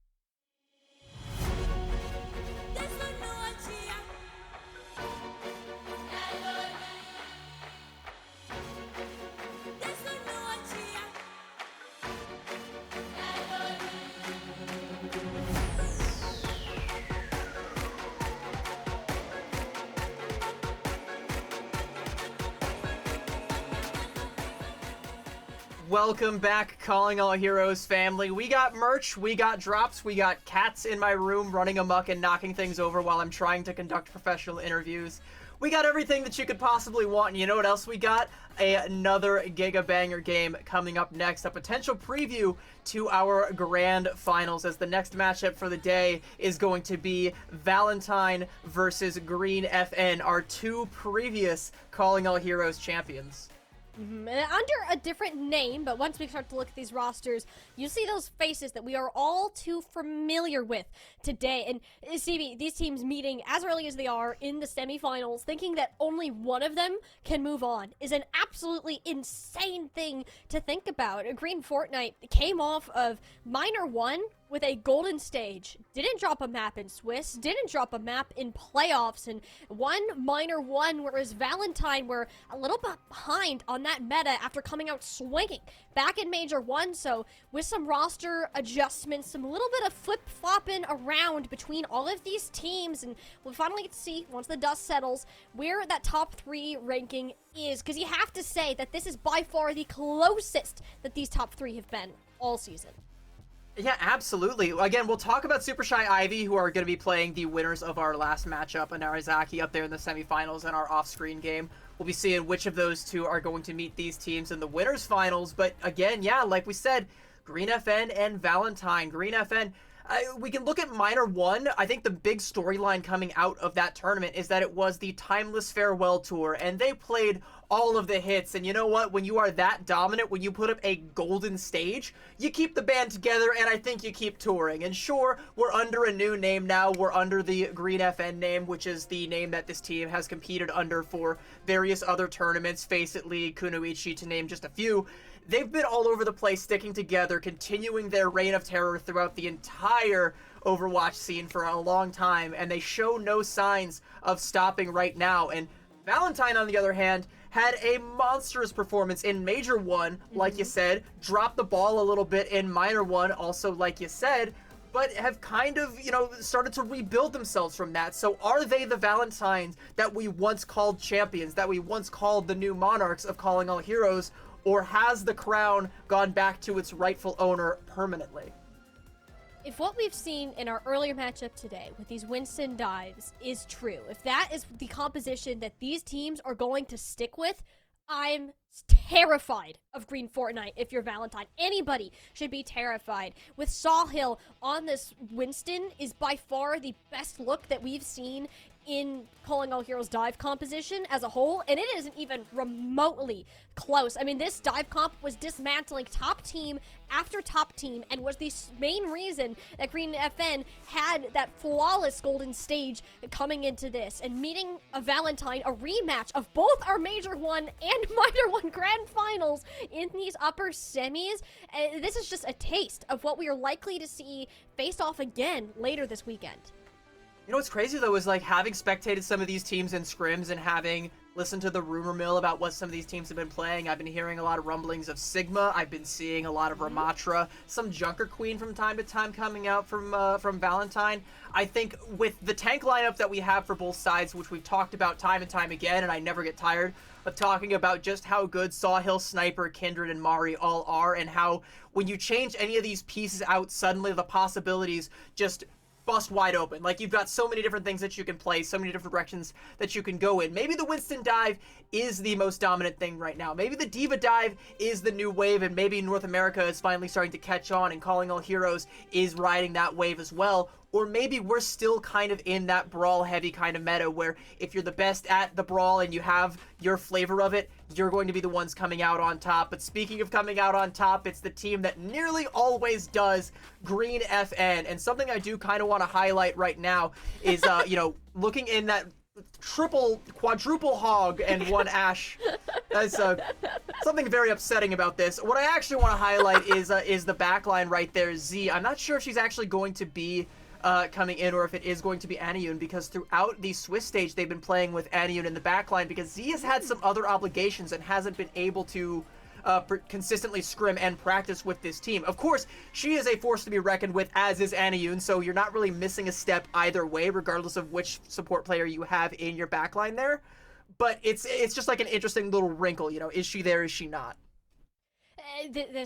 Doesn't matter. I genuinely, Green FN have the most consistent line of players. I look at this and I'm scared. But we do have a new face though, which I think is good to bring up. Joining Senna on this DPS line is Peace. Peace was on YFP Pixies for both of their third place runs so far, and after that team kind of disbanded and regrouped in some different forms, Peace has found their way over to Green FN, performing very strongly on a Pharah, a Genji. A lot of these flex DPS heroes are looking to make a name for themselves with a team that has been at the top and will strive to be there once again. And don't forget, this team also has Bun as well, who we consistently touted as the top flex DPS player in Calling All Heroes. You've got Bun and Peace, so that's 2 of the top flex DPS. And then Senna, arguably the best hit scan. How do you compete with that? Well, this is what Valentine is showing up to the dance with. It's the same roster that we've come to know and love, but with one notable change between Minor 1 and Major 2. It's that hit scan DPS. We no longer have Wisps on this roster. They are now fielding Kuna, which is a little bit of an interesting wrinkle for this team. I think that gives them a lot of flexibility because I typically think of Kuna as a flex DPS player. I remember them being kind of a standout for me back when they played for an Arzaki playing on the Tracer. I remember that being a big thing, also some of the Genji play that we saw coming out of Kuna. But they're coming in now to fill this hit scan role, and Wisps, what more do I have to say about Wisps besides Circuit Royale Widowmaker? That's big shoes to have to fill. And while in what I've observed, Kuna has done a pretty solid job of filling those shoes, but will it be enough to stand toe-to-toe against the absolute juggernaut of a hit scan player that is Senna? It's not going to be easy, and if I had to pick a single one-on-one matchup to watch this map, it's definitely Kuna on Senna here. Hitscan has so much definition of how these series are played. We've seen it with Persona in our last series alone, and then you add these two into the mix, it's only about to get more crazy. But you also have 2 incredibly flexible tank players that can come out. I believe it was Mari in that starting lineup, known for her Sigma and just about anything else in that tank hero roster. So Samoa being that first map selection, offering a lot of variety, a lot of options. Both of these teams coming out of the gate, and I'm very interested to see where this direction is going, because as we've heard from our teams, our players, that there hasn't been one thing that's being screamed. We're in this realm of flexibility where the meta currently stands with a lot of these tanks receiving buffs, allowing for a wider variety of playstyles. Let's talk about some of those playstyles, because as we go to, we're going to have a little bit of a tech pause here, so we'll have plenty of time to yap. It's our favorite pastime regardless. But as we go to maps like Downtown and Beach, I think the dive is playable, but, especially here on Downtown, you're probably going to be looking for more of that poke kind of composition a little bit, something like a Sigma might be able to get a good advantage here. And then we go to Volcano, where it's just claustrophobia and cramped spaces, where you're probably going to see, the Ramatras or the Junker Queens start to come out. I think Samoa is a great litmus test for these teams to kind of see where their flexibility really lies, especially if we go to all 3 sub-maps and we get to see a little taste of what all 3 of them has to offer. I think Beach is probably going to be the most interesting of them because it's the one where I think the dive is the most playable. We do see a lot of Winston and a lot of D.Va coming out on this map to try and, control the high ground around this point here, try and pressure some of the hit scan players that want to post to their back and not give them any room to breathe. And again, we talk about these hit scan players, Kuna and Senna, and we talk about what tanks we're going to be playing. Are the tank compositions going to be putting any additional pressure on one or the other? Because if that D.Va does come out, some of us Overwatch 1 old heads will remember just how awful it was trying to play hit scan back when we had 2 tanks and D.Va was one of them all the time.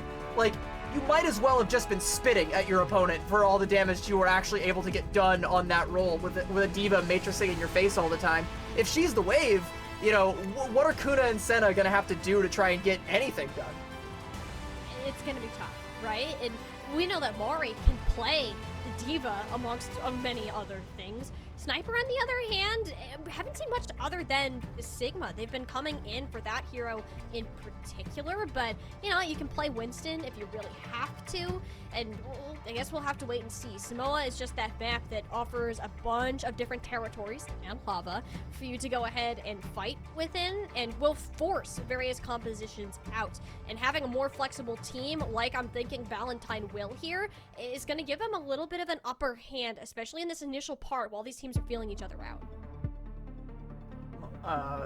Sure, right now they're still feeling each other out in the lobby, yeah. throwing some barbs, throwing some mean words at one another, and that's about all they can do until Mean words? we actually do. I mean, it's not mean words. It's usually just, you know, a little bit of playful joking, a little bit of smack talk, and probably a lot of meowing in the chat back and forth. But you know, these aren't always the nice kitties that we're used to here in Calling All Heroes. These two teams are definitely the kind of cats that Carol Baskins would throw you to if she had the choice. I definitely would worry about, you know, facing either of these teams. And again, one of these teams is going to the lower bracket.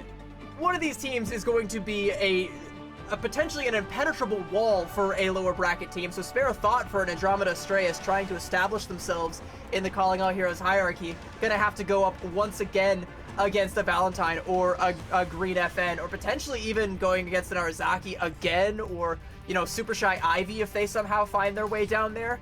It's gonna be a nightmare for either one of them, but the other team will be coasting on to winners finals, as we kind of expect from these rosters pretty much any time they don't run headfirst into each other this early in the tournament. We also, this is actually interesting because we had a bit of a rock paper scissors matchup in Swiss, right? Where if I can list this off the top of my head, Green Fortnite beat Valentine, Valentine beat Super Shy, and Super Shy beat Green FN, right? So they all kind of went in this circle. But if we're going on past results and the majority of results previously, Green FN has handedly dealt with Valentine, right? Both we saw in Minor 1. That one exception, of course, is those grand finals of Major 1, where Valentine was able to grab that upper hand. But ever since then, it's been Green FM that has found the better side of this team, but that's also when a meta was much more favorable to them, and we didn't have as many of those moving parts. And once again, I'm going to be looking at Kuna for what they're going to be able to pull out in this particular matchup, because it's going to have to be strong to match someone like Senna.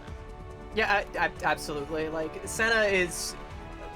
I don't want to give, like, I don't want to say she is the best hit scan in Calling All Heroes, but she definitely makes a strong case for it. Like, the only other two that I can think of that really go toe-to-toe with her are X10, who is, I believe, not currently an active player, and Wisps over on Super Shy Ivy right now. So outside of that, it's like she's kind of uncontested, and it is a tall task for Kuna, like you said. And we also, I also kind of want to touch on the fact that, you know, the top three teams sort of rock, paper, scissors each other in Swiss. I want to go ahead and give Green FN a pass here because I did mention they weren't playing with Z, they were playing with Anyun throughout the entirety of Swiss, which isn't like a knock on them. That's not a step down, but it is kind of breaking the synergy a little bit from that starting roster when you're coming in with a sub player. About as strong of a sub player as you can possibly ask for in Anyun, good lord. But I think they might have also been playing with some other subs and some other off roles. Sometimes in Swiss, these things tend to happen. You can't really show up with your full team at full strength. Things happen, life happens. And especially, again, when these teams are all playing on other rosters outside of Calling All Heroes, keeping their skills as sharp as possible, sometimes other obligations come up. You're not always going to be able to play with a full deck, and I guess on one occasion it was stacked up against them, but outside of that, Valentine have been, relatively consistent. They did drop a couple of maps here and there, but did look to be the most shaky of the top three teams, so there's a lot of different, moving parts here. It's not really clear cut in any direction, and even if you're trying to give someone the benefit of the doubt, it's still are they really the better team? Are they really what happens when the playing field is even, when it's level? One thing, as good as Valentine is, I was a little bit concerned after how Minor 1 went, because it didn't seem that they had a full grasp on what other teams were playing and how to work that out.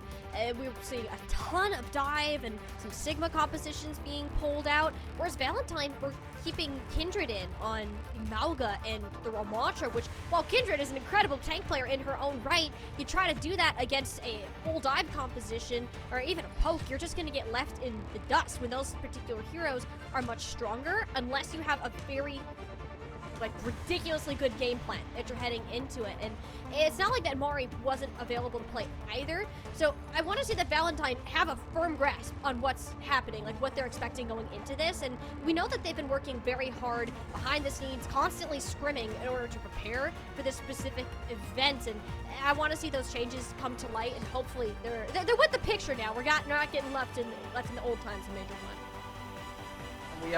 We are still left in the current times, the current purgatory, where we cycle through Samoa like 3 or 4 times. You know, tech pauses do happen.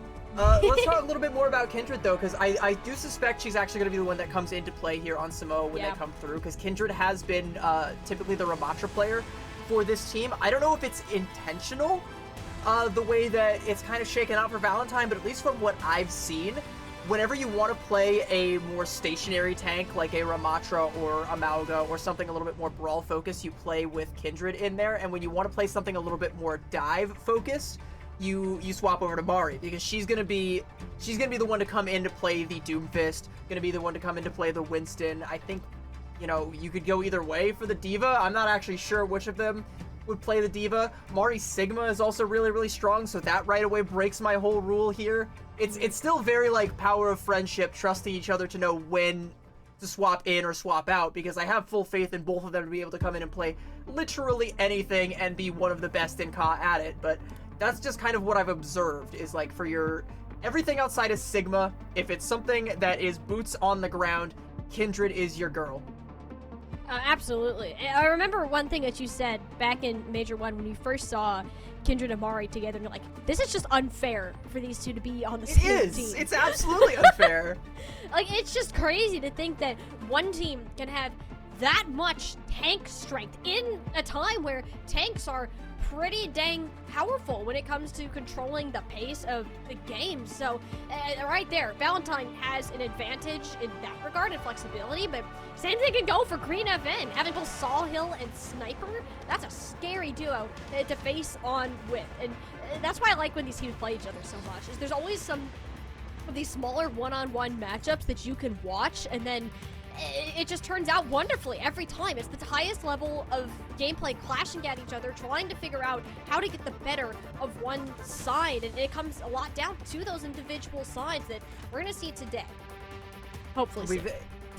all these one-on-ones and head-to-heads, like when you're two of the best teams, when you're this evenly matched like nearly across the board, like that's kind of what it comes down to at the top levels, right? It's like who is the best at either role. And I think, you know, the only player that I can look at in this entire, you know, both of these rosters that has the capability to just completely take over the lobby and, you know, trump everybody else on the entire field is Senna. So, like, once again, we come full circle to talking about just how dominant of a force she is and how long she's been for quite some time. Like, we can talk a little bit about how long you and I have been following her specifically, since way back. Like, the first tournament I think you and I ever casted together was I remember, I think it was Altior Trailblazers. Yep. Yeah, Trailblazers was what it was called, and it was a team with Senna. And by the way, her tank was Mari for that, so they were a pretty dominant duo. By the way, you know, chat, just peeling back the curtain. By the way, almost everybody here in Calling All Heroes is like really good friends who have played together and scrimmed together and been on various teams with one another, and that's kind of why you see some of these roster changes just coming through from time to time. Just 'cause, like, everybody's chill with each other. They all like playing with each other. They're like, yeah, maybe it'd be fun to play with, you know, maybe it'd be fun to play with this person that I haven't spoken to, or not spoken to, but I haven't played with in like months, you know? You know, maybe it'd be fun to, like, run it back. Yeah, like, that's one of the best parts about Calling All Heroes too, is the sense of community that it builds up. Like, you might be enemies on one day, but the fact that you can go home outside of the game, can still be friends and do all of these great things with each other, that's truly one of the best parts that Calling All Heroes has, is having all these relationships develop between players. And I hope the relationship between Sniper's internet connection and their PC starts to improve. It appears they're still having a little bit of difficulties, so we may be starting with a Sawhill on tank should this continue to progress, which would certainly turn a couple things on its head. Absolutely, it definitely would, and it might kind of lend a little bit more credence into my dive composition. By the way, real quick, you touched on the Calling All Heroes community, and I think that's also a good time for me to shout out that you there in the chat can join the community. You can join our Discord if you haven't already, and even if maybe you're not a player of the echelon of a Valentine or a Green FN, which not many are, that's okay. We still have Calling All Heroes Rising. We'll be having, the grand finals of the Calling All Heroes Rising tournament on broadcast tomorrow. Definitely be on the lookout for that. That's something that you yourself, as a viewer, can come and get involved with for future tournaments if you want to hop in. But it seems like we're finally getting to hop into the map here, or at least an overhead view of it. And it is Sahil. Okay. And Z as well. We do have Z. Okay.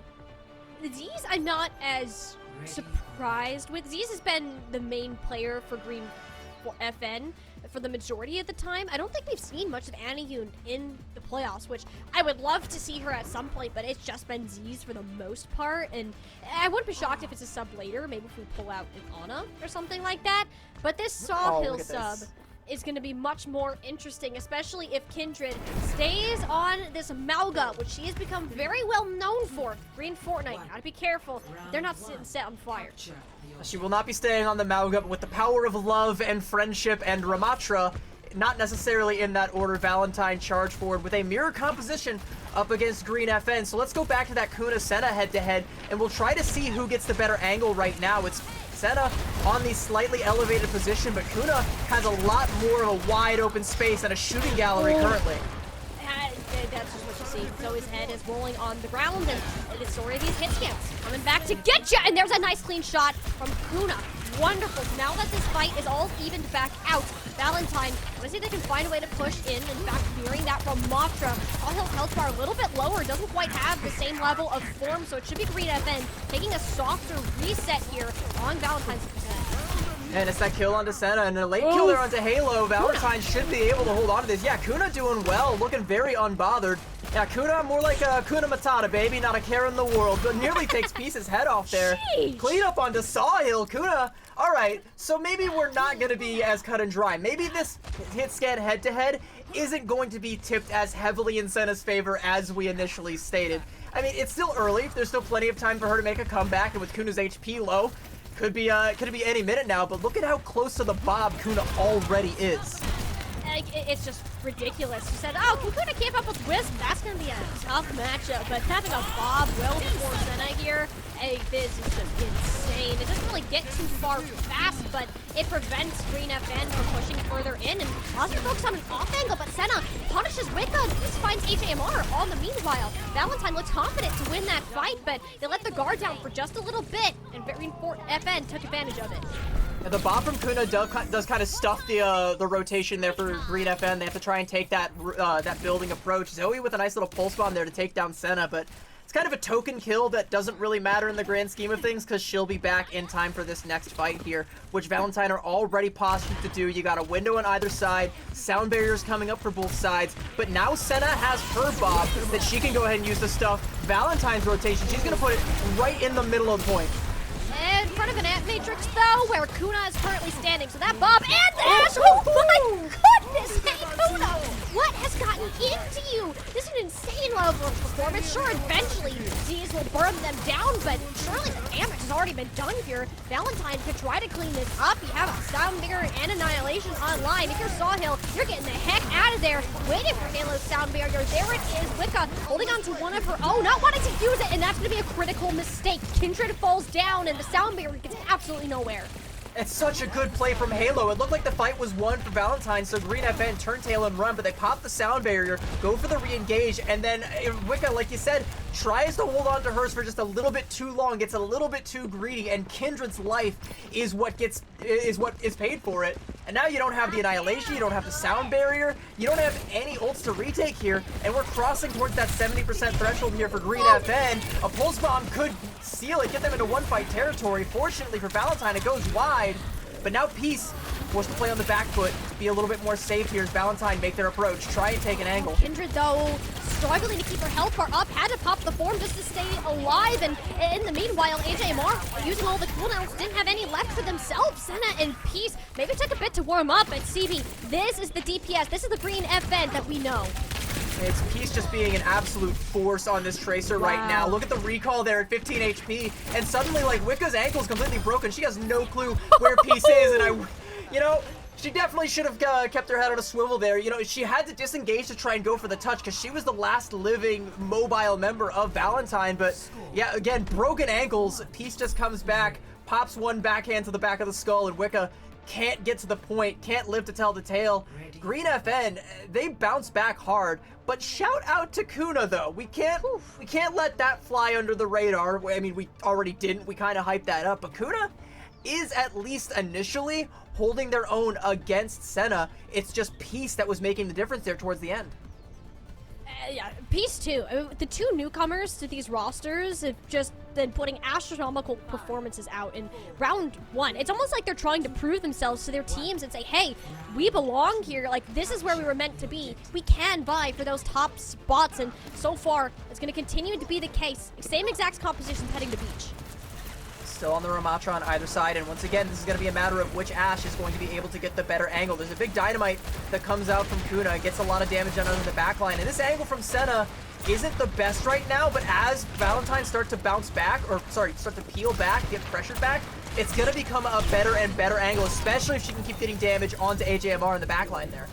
Oh, Senna needs some healing though. Woo, that came in at the nick of time. Thank you, Baptiste. Green FN, and we'll take a little bit more space. So Senna eventually gives up that angle to try to fight more head on and put some of that damage pressure into Senna, or just rip Kuna's head right off. Disgusting level of shots that we know Senna is capable of. Allow Green FN that first capture and leaves Valentine in a position where they're trying to decide whether they can keep pushing or try to back out of this alive. And so far, it's been the fight this out method that is not going well for the team to lose to Baptiste first. Well, both teams did lose their Baptiste, though. Z not currently on the field. Halo might not be able to heal back to try and get her back in too quickly. Yeah, Zoe with an assassination there onto Senna. Gonna find Peace as well. This is starting to look really good for Valentine. They have the ults. They're gonna have their Baptiste back a little bit quicker. Wicca's even out here to try and help Zoe. Valentine can just go in here with ults and try and get the win here. Pulse Bomb goes out. Z's breaks the ankles. Not able to find anything with it. Yeah, Matrix comes out. But like that whole time distracting Z's though, like that's all Zoe needed to do was prevent Z's from healing Soul Hill. Now Green FN don't have their tank, and Valentine gets this capture relatively for free.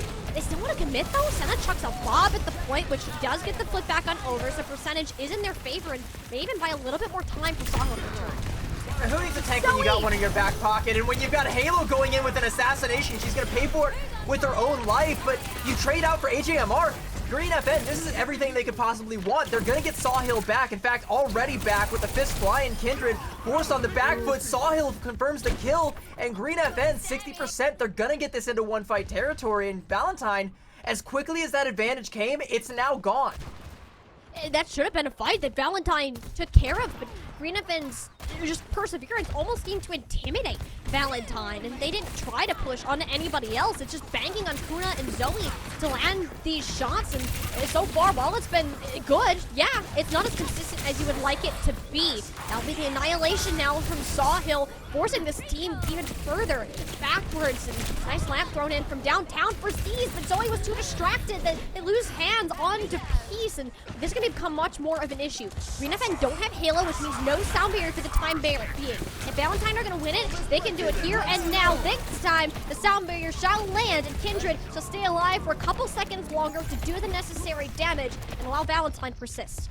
I think the play from Green FN there they were trying to go for was to use the Annihilation to scatter Green FN, and then they just scatter Valentine, and then the rest of Green FN take their little skirmishes. Zoe unfortunately loses hers, but Halo falls with the sound barrier, so Wicca can just go in with an aggressive one of her own and win out the fight, flip it for Valentine. Halo still has hers now with this next fight, but she's got to have her head on a swivel because Zoe is trying to hunt her down, not let her sit comfortably, not let her have that opportune moment to pop it, and the longer this goes, the more in favor of this Valentine's gonna be. And that's why Halo pushes the go button now and just overwhelms Kuna. That was a full send dive straight onto Green FN's, well, really, it's their dive on the Valentine's backline. Kindred even swapping over to the Mauga could do little to nothing in that event. Point flips back over to overtime. Wick burns down with not a single Valentine player in sight. Regardless of a tank swap coming in, CB, Green FN, strong as ever. And I mean, it's just that adjustment. Also, you know, you bring in Sawhill, who is also very prominent on this Ramatra composition. You can tell Green FN, they understand it. You know, they know how to play these brawl compositions. They know if they just set Senna up for success, she'll continue to pump out constant damage. By the way, a lot of the early shots she was hitting, as impressive as they are, you know, hitting the headshots, hitting all of the damage, it's the target prioritization. She's putting a lot of damage in onto the backline. AJMR has to play very, very safe behind corners, around angles, not, you know, have their head exposed lest Senna take it right off. Whereas Kuna is putting out a lot of damage onto the front line, taking a lot of duels with Peace, trying to put a lot of that damage out, you know, help Zoe in that frontline battle. But, you know, your tank isn't going to be able to be as sustained. You're not going to be able to hold as much space if your Baptiste is, like, back around a corner playing with their tail tucked between their legs. We've seen from HMR in season in the past, they have a reputation for being some of the most aggressive Baptiste players, or just flex support players in general. And the fact that you're denying all of that extra output in total is just ridiculous. And the pop-out moments, while they're great and they do happen, it's always a little bit too late. Like, you've lost a support or maybe even Kindred before Zoe or Kuna sweeps in, gets 1 or 2 shots off, gets a player, but it doesn't matter if you don't really have a team to follow up and kind of take their way towards the objective. Green FN just looked far more consistent when it came to these engages and relying on the whole of their team pressuring onto AJMR. And speaking of pressure, it's that sound barrier from Halo at the end that puts the last little bit of pressure to get the 2-0 win on Samoa for Green FN. And I'm still of the mind that in the current landscape of Overwatch 2, as we go onto Hollywood, by the way, where we're probably going to see that Brig Ana backline coming out as these teams try to shift a little bit more towards the dive, or we might still see, you know, the Bap Lucio with Sigma here, because I know Sigma is still something that is potentially on the table, assuming Sniper is able to come into play it.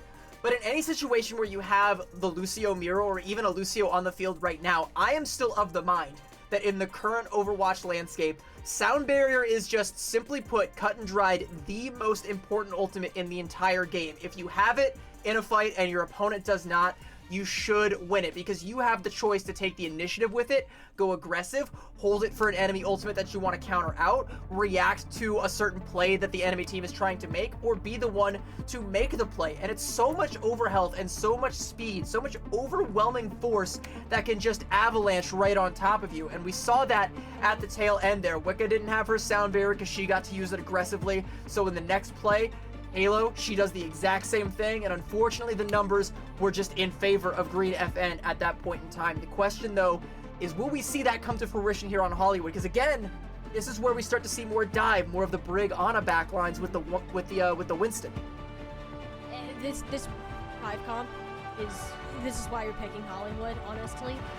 Let's say that Valentine, I think they have more confidence. Last time they played against Green FN's dive composition, it was a 3-0 in for Green FN in the winners finals and a 4-0 in grands. I mean, there's got to be some renewed confidence in Valentine, whether it's going to be on the Winston, maybe you're trying the Diva here. Something's going to have to change, because nobody in their right mind would want to play against a dive comp of this caliber unless you had a good idea of how you're going to react to it going into this. And so far, it actually will be Sniper subbing in after all, so we get that change, and it's a Diva on the defense. Now this is a new look I like to see. So this is what I expected coming out from Valentine. They have Mari coming in to play the Winston, but yeah, you're absolutely right. I would have expected Green FN to stick with Sawhill and play the Winston, but they're going with Sniper on the Diva, and to me that signals that they have their finger on the pulse of the meta right now. Because remember what Regime said in that interview after the Inarizaki win, is they believe that, you know, especially after some of the recent tournaments, that Diva might be the new wave. She might just be the new dive tank, and if you can master her, if your team can play the Diva composition well, it might be really, really hard to touch the ceiling that she can create. These support comps are fascinating, though. I mean, Lucio back for Green FN, and, well, I mean, Wicca is no longer playing Solari for now, at least, and Valentine are taking their own swing at it. You just got to be careful with AJMR, and hope that the Pylon can do the same work that you'll see for Tide, but like, Senna just ain't missing. Like, that's 2 picks down, and Valentine hasn't even made a peep. Yeah, I mean, the Yachty on the attack here, like, I get it. You can put up a good pylon in this archway where you're trying to set up here, but it's not really doing a whole lot. It's less of an effective support and more of emotional support at best. Like, she can still cheer her team on in the comms, but that's about all the Yachty's gonna do here. And by the way, not having the Brig here, I think, is really interesting. It means if AJMR gets jumped on by Sniper, they're gonna be in big trouble. I mean, it's not like Valentine can really find a way in right now. You're farming for a nano boost at best, and Valentine is just trying to keep their heads and watching out for Senna's position now a little bit further back, so the shots aren't nearly as deadly as they were, but she's just in a position that's more challenging to actually get to. Over the Bionade in on the Halo, followed by Amari's follow-up, but it's time too much in the elimination department. Now that nano boost is what we were waiting for. Mortality field down, Z's is turned into a electrified pancake, and Mari is free to take control of the rest of this objective as soon as they find Senna, who's still getting Wicca. Senna still has that elevated position. She's actually going to rejoin her team here. That should be a tick given up to Valentine, but it's not definitive. It's not decisive, especially if Sniper gets the remake here or Peace is able to live, which they just might. There we go. Zoe finally going to clean up that kill. 2 ticks now. Bob coming out from Senna here, no. So Green Fortnite, they can still contest. And Mori stays in way too deep, was expecting to get the Primal Rage, but was just a couple percentage points away. Green FN will take advantage of that little play there, and the Bob will zone out the objective. 2-tick gain for Valentine for all their troubles. That's not too bad. The Staggers, on the other hand, I'd say otherwise. That's a great position for AJMR to be in while the fight is still ongoing, but once it's done, like, that's just a free stagger there. We've got the Captive Sun up for Wicca. We'll see if she's able to get any good use out of it, but Sniper, I imagine, is going to have the defense matrix up, looking to try and get a big eat on that. So where does she put it? Does she just go in and try and get Mari to follow up on a dive there? You don't really have the nano to augment that. You have a Bob to maybe put some point presence, but I think you can only really leverage that once you actually have some feet on the ground. Well, they got some good old Winston O's on the ground. Whether that leads anywhere, unlikely, given the sound barrier from Halo. Ton of ultimates being committed, but that right there, Z's out of the equation, is the best pick that could have been asked for. But Sniper and Peace quick to answer back, so an even 3v3 right now, with no ultimates on the table, and how quickly D.Va is able to maneuver would have been great had Sniper had a little bit more help to fight against this Mori Winton, where these ultimates are just so overwhelming to deal with. That pulse bomb, though, makes it much more winnable. Mori has to leave, and Green FN can hold on. But you can't confirm the kill with that pulse bomb. That's just a ton of ult charge donated over to AJMR. Look, Valentine have the nano now, and Green FN, they have nothing. This should be Valentine's fight to win. They've made the swap off the Yuyari onto the Brigitte, so now they can protect AJMR as they go for this nano. It goes out onto Mari. Can she find anything with it? They're gonna have to do so soon, given that Kuno's already hit the deck, and everyone is so far away from the Winston Mari, practically ineffective. Halo is causing havoc, denying Zoe from reaching onto Z's, and Green FN, that's a fight that we just said they didn't have anything. You had no resources. Valentine should have won it, but now here they are, 10 seconds remaining, and about to get denied on a first point capture. Green FN had the right idea of how to approach this objective and played it dang near perfectly. Wonderful hold from Green FN, and Valentine, my goodness, are going to have their work cut out for him. And it's just that one headshot there. It's Z's with the shot that comes through, finds an early pickoff, and just completely just slashes the tires of Valentine as they try to roll up onto the point there. They're not able to get it done, even with that nano. There's also a really great coach gun from Senna that pressures Mari back so she can't fully commit to try and confirm that kill. And she didn't have the Primal Rage either, so she couldn't get that extra little bit of oomph to try and secure that kill. And even though some kills do inevitably come out from Valentine, it's too little too late. They don't have the manpower, they don't have the staying power to bully the rest of Green FN back and try and win that point outright. So it's starting to echo a little bit of our previous series. 2 ticks is all Valentine is going to get, and they're gonna have to try and find a way to go for an even fuller hold if they want to come out of this and put us to 1-1. But right now, it's looking like Green FN are, they're already, counting themselves as being on match point after a performance like that. You gotta be. You do. This is Green FN's strongest composition, while Valentine were close. Just like in our last series, they're missing some of these key execution pieces where Green FN are just a little bit further ahead in their game plan and have a better idea of where this fight's going to go, resulting in them closing out fights, and Valentine are left in the dust. These are the same things that we've seen any time that these two squads have faced off. It's been Green and FN lately, and Valentine are looking for a chance to fire back. But if this is what we're actually rolling out with, Stevie? You know, I don't know about the efficacy of it. I mean, there's a lot of counter dive potential here, and Sniper's already got themselves placed on the point there. A big anti-nade from AJMR. Probably going to put a stop to that plan there. Green FN, you know, might be a little bit too big for their britches right now, unless Senna can hit a head quite with the grapple. Yeah, Sniper going to make the swap back over onto the Diva, and honestly, you know, a quick little silly play there, but it's not going to amount to much, but a waste of about 30 seconds for Green FN. Yeah, you've got 3.5 minutes. Surely everything's okay. I mean, Halo's already in there looking for a boop where as Senna is being harassed in the backline. Everyone is playing very split, trying to find an entry point. Senna, the main target for Valentine, where it's going to be Mari in this case, oversteps their bounds. AJMR was zoned off, didn't have that same LOS. Green FN took advantage of it. And now without a tank here, there's no real point presence outside of players on Valentine just touching in and out, or Kuda landing the shots when it's needed most. That's that same player that we saw back on Samoa, and Zoe popping off and clutching up when Valentine needs the most. There's going to be a DMAC and hopefully a stagger as well onto Sniper, who gets a melee kill onto AJMR at the tail end there. So, no, you have to stagger Sniper out. You cannot let them get back to their team now. You need the time for AJMR to come back because they're getting close to that nano boost, which you're definitely going to need here. Green FN, by the way, making the swap off the Widow onto the Ashe to mirror Kuda. So we're back to that head-to-head. And looking at the ult bank now, with AJMR back, Valentine have a pretty competitive ult bank here, but Green FN, they have a couple good ways in here. I love some ways to go into this objective, but I want to see initiative out of Valentine. If they let Green FC take this initial push, it's much more difficult moving forward. So with a nano boost on the Mari, does spot that Senna's isolated, but doesn't actually commit onto her. She's out of fear of getting bursted, and that's a rightful fear. Z's amplification major could have very well done that, and will instead zone the rest of Valentine's support and DPS into the small room. One tick is now gained. Bob thrown in to prevent any further ones, and that's actually really great. And we can see Valentine start to get some of their feet back under them. A little bit of this downtime between this battle.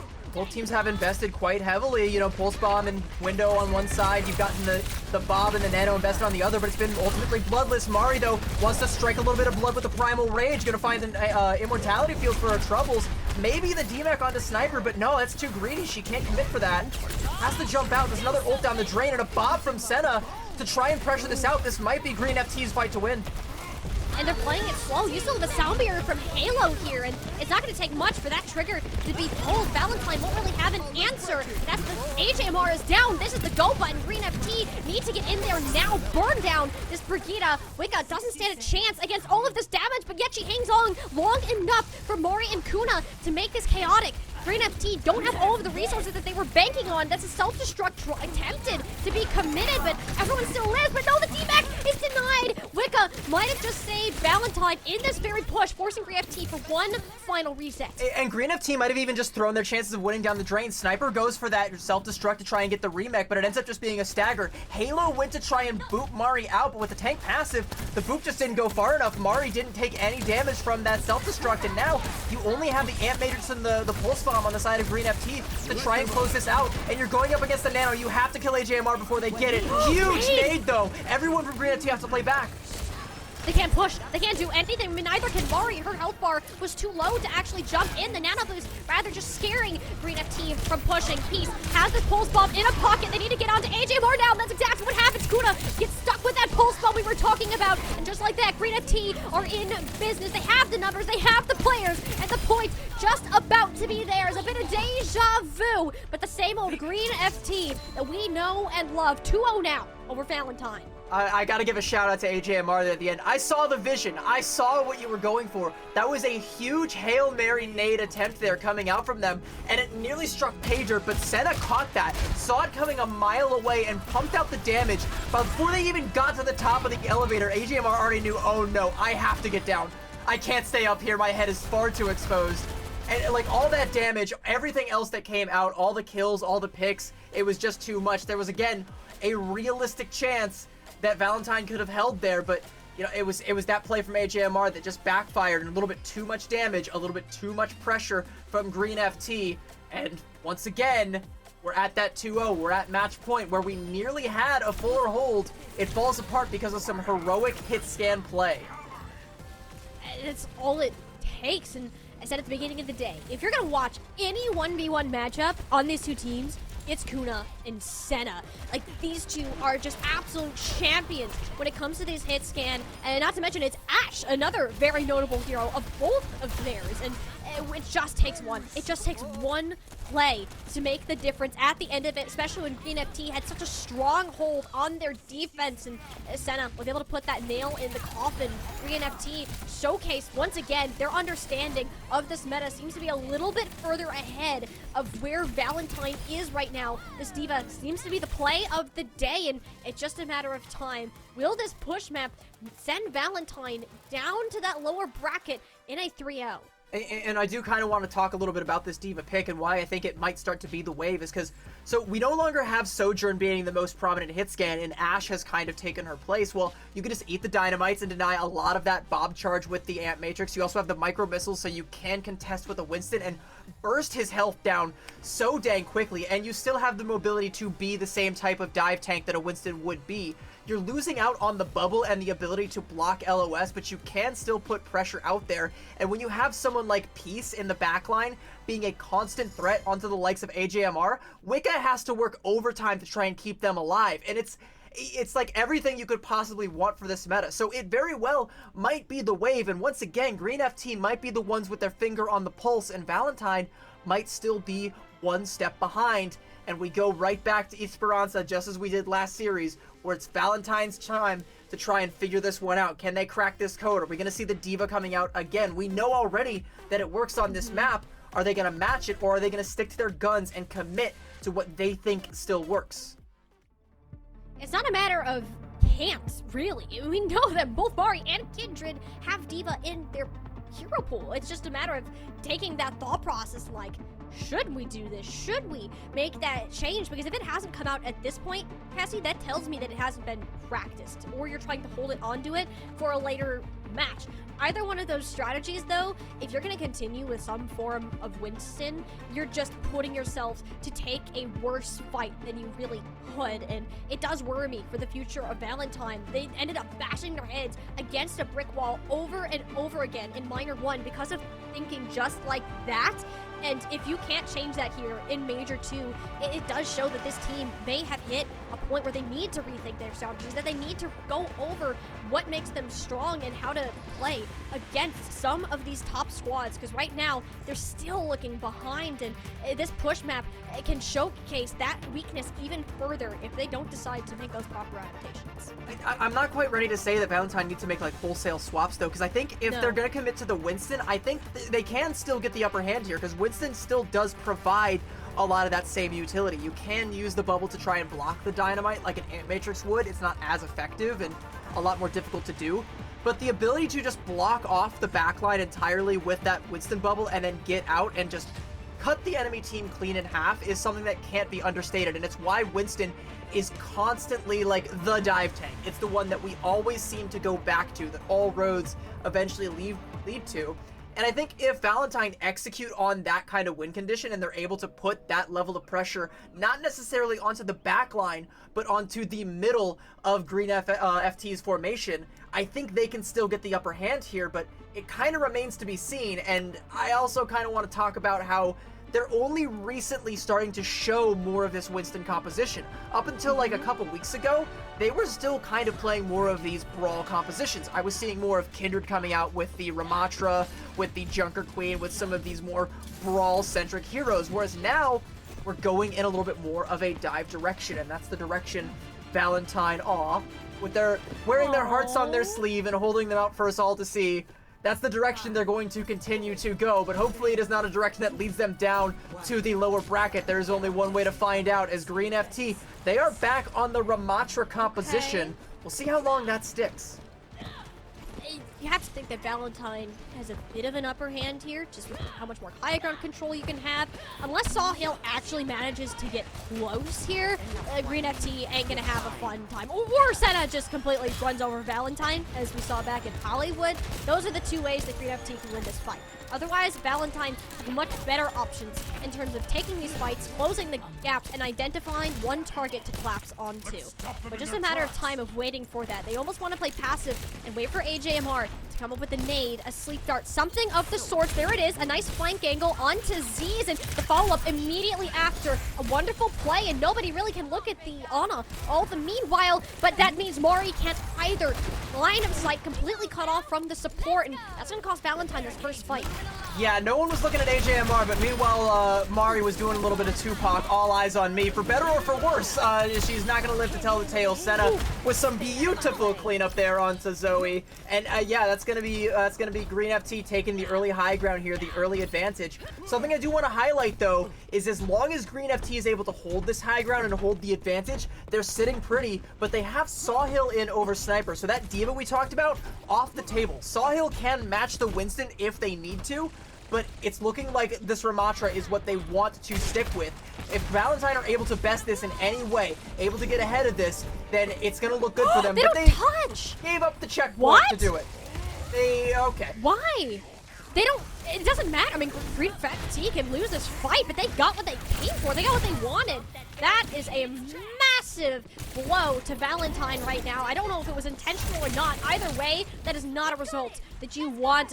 Currently being down 2-0, Valentine at least have some sort of run back to this, but Green FT will be back here any second. I guess the silver lining for Valentine is that, you know, Green FT, because they got what they came for and you didn't have to take a fight for it, they can, you know, they're going to concede the high ground and back up to this other one, and that's going to give Valentine the way in, but what are they going to realistically do about it? And Nano goes out onto Mari. What can he find with this?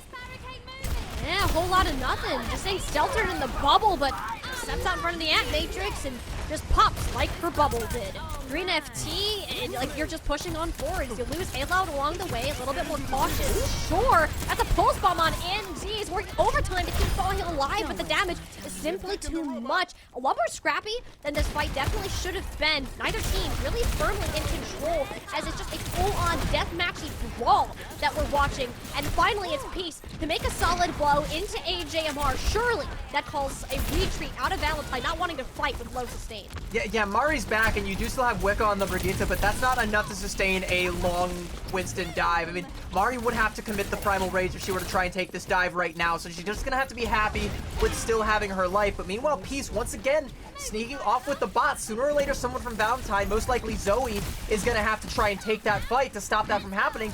And while she's doing that, she's not putting any pressure onto Halo or Z, so this dive is gonna have no follow-up.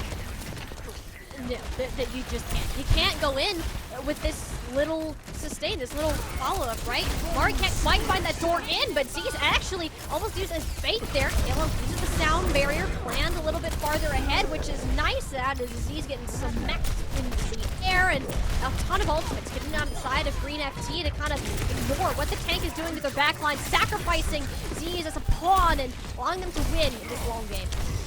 Mari, she's got no help. She's got no help. She's got Zoe there, but she can't quite clean up the kill. And Peace with the final blow there. Zoe gonna fall as well.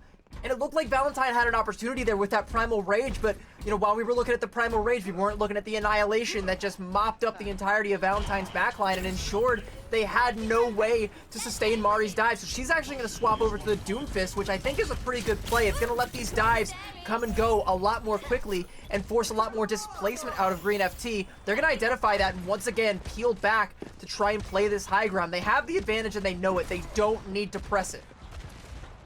No, that's the best thing about Green FT is because they're so experienced in what they do. They know when to push and when to hold back, and push as a nature is very good at responding to these smaller decisions that you're making in the process. And Green FT know that they have the better position, but now it's Mari on this Doomfist. Nano boost in, but isn't going to commit. Know that she won't have LOS from any of the supports and offers to keep her life instead of going to take away that of Green FT's Bob now into the backline. This is going to spell an issue later on. Senna knows that everyone's looking at their Bob. No one looks at me. That's 2 shots, 2 kills, and Green FT are going to extend their lead even further. It's such a good Bob, too. AJMR puts the nano onto Mari. She goes up, wants to dance with the entirety of Green FT on the high ground, but they just evacuate the dance floor, and suddenly, you know, she's out there all by herself. She has to peel back because her backline gets low, and as she's coming back to get the heals, the Bob comes in, gets the cleanup damage, and now Green FT are going to get all of this push progress. Kuna, currently on death's door, needs to stay alive to keep the pressure onto Senna, because if she's not pressured, oh boy, she is going to keep putting on the pressure herself. We've seen that. Kuna hasn't been able to answer Senna much in this game at all from what we've seen in the past. She's been allowed to run wild, and Valentine, once again, having to take a couple steps back just with that Ant Matrix, especially with the Senna placed behind it. Doesn't even matter. Sawhill is pushed up so far with Beast. There is nowhere to run or hide. Valentine have continued to topple on back, and it's Green FT now knocking on their door. I mean, Green FT don't really have any ults to try and keep this going, but with all the progress and all the lead they have, it really doesn't matter. Valentine, they have the rally, so they should be able to win this fight with that sustainability. They can double down with a Nano or a Bob if they have to. Ideally, they shouldn't. But, I mean, if you're Green FT, you don't care. 340 in the time bank and you're this close to the enemy spawn, you're happy with whatever happens this fight. Sawhill tried to get a little bit aggressive there, knowing that Mari was in the back line, but didn't really get too much done. Bionade from AJMR doesn't land, except that, okay, it's a little bit onto Senna. Key thing here, support ultimates, AJMR, Wicca, and Halo coming up. Valentine need to work fast before that sound barrier hits the ground. But Halo has the reaction time down perfectly, but can't get there just in time for Z's. Valentine have to close this out now in order to have any chance of making this 100+ meter comeback in 3 minutes. And I talked about how important the sound barrier is. Even though that's a lost fight for Halo, look at all of the resources that sound barrier forced out. AGMR popped the nano onto Mari early on. That was their tool that they wanted to win the fight with, but because Halo pops that sound barrier, Wicca has to respond with the rally. Kuna even doubles down with the Bob, and suddenly that's 3 big ultimates out of the tank that Valentine have just thrown away. And now Green FT, they have all the time in the world, all the space in the world to build back that sound barrier and then some to try and hold here. It's up to Valentine to try and snowball this out of control while they have the opportunity to. They gotta go in with something big, and assassinating Halo would be a great start. Well, that was a long shot from Zoe, and it doesn't quite land. The meteor strike, though, touches down rather successfully, at least in the sense that Mari just to hang on to her life. Man, like, this is bad. Like, you just used 2 and you get no value. Green FT like, all right, that's chill.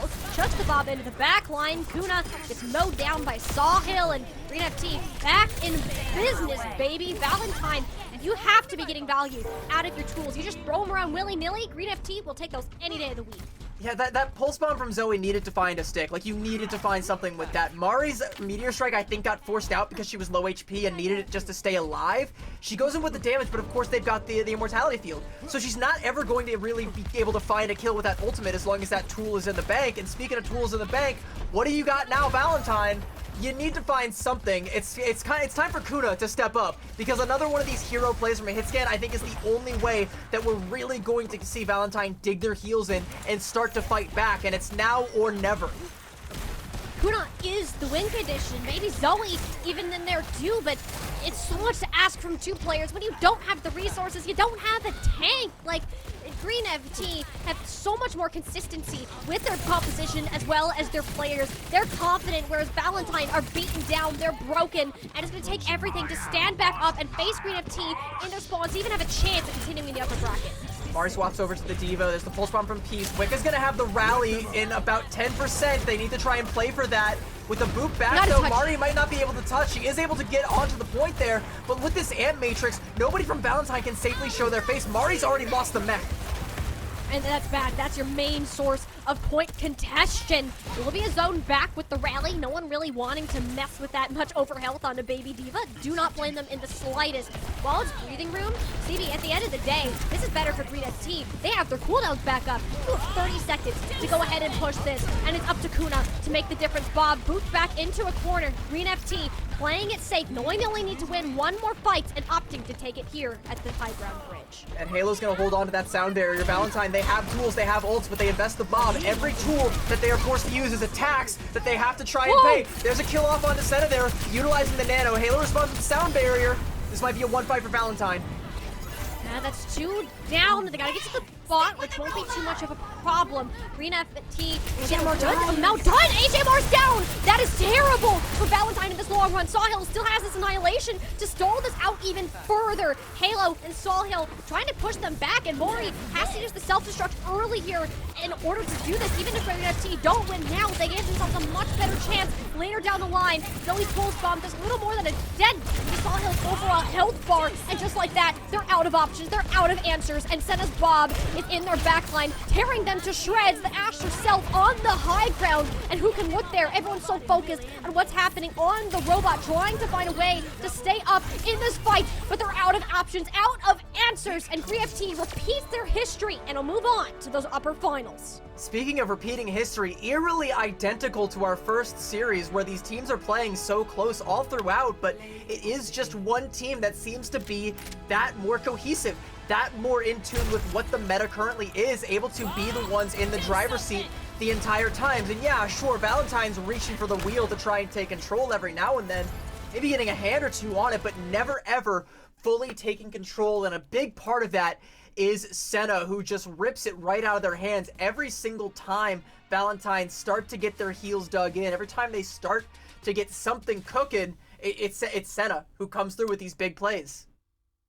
It's been Senna. We've seen her since the very inception of Calling All Heroes. Some of the first times that we casted together. Like, we've been following her journey for such a long time, and to see her grow as a player to now this near unstoppable force that leads Green FT to a further victory is insane. And it shows that Green FT has taken no steps back. The addition of Peace has been working out gloriously, and Sawhill can continue to do whatever the heck that they need to do on this tank position, and there's very few gaps. There's very little weakness that I can find within this roster right now, and they're going to be looking to run it back against whoever they meet in those upper finals, whether it's Inarizaki or Super Shy Ivy.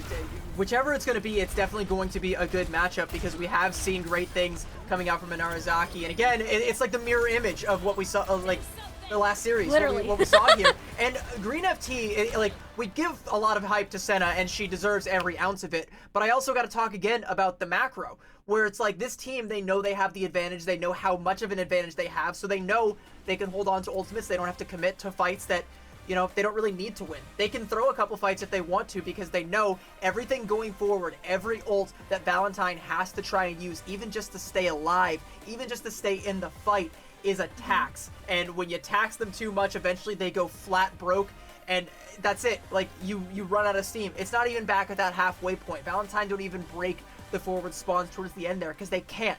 Everything they had to use just to keep their feet planted on that bot.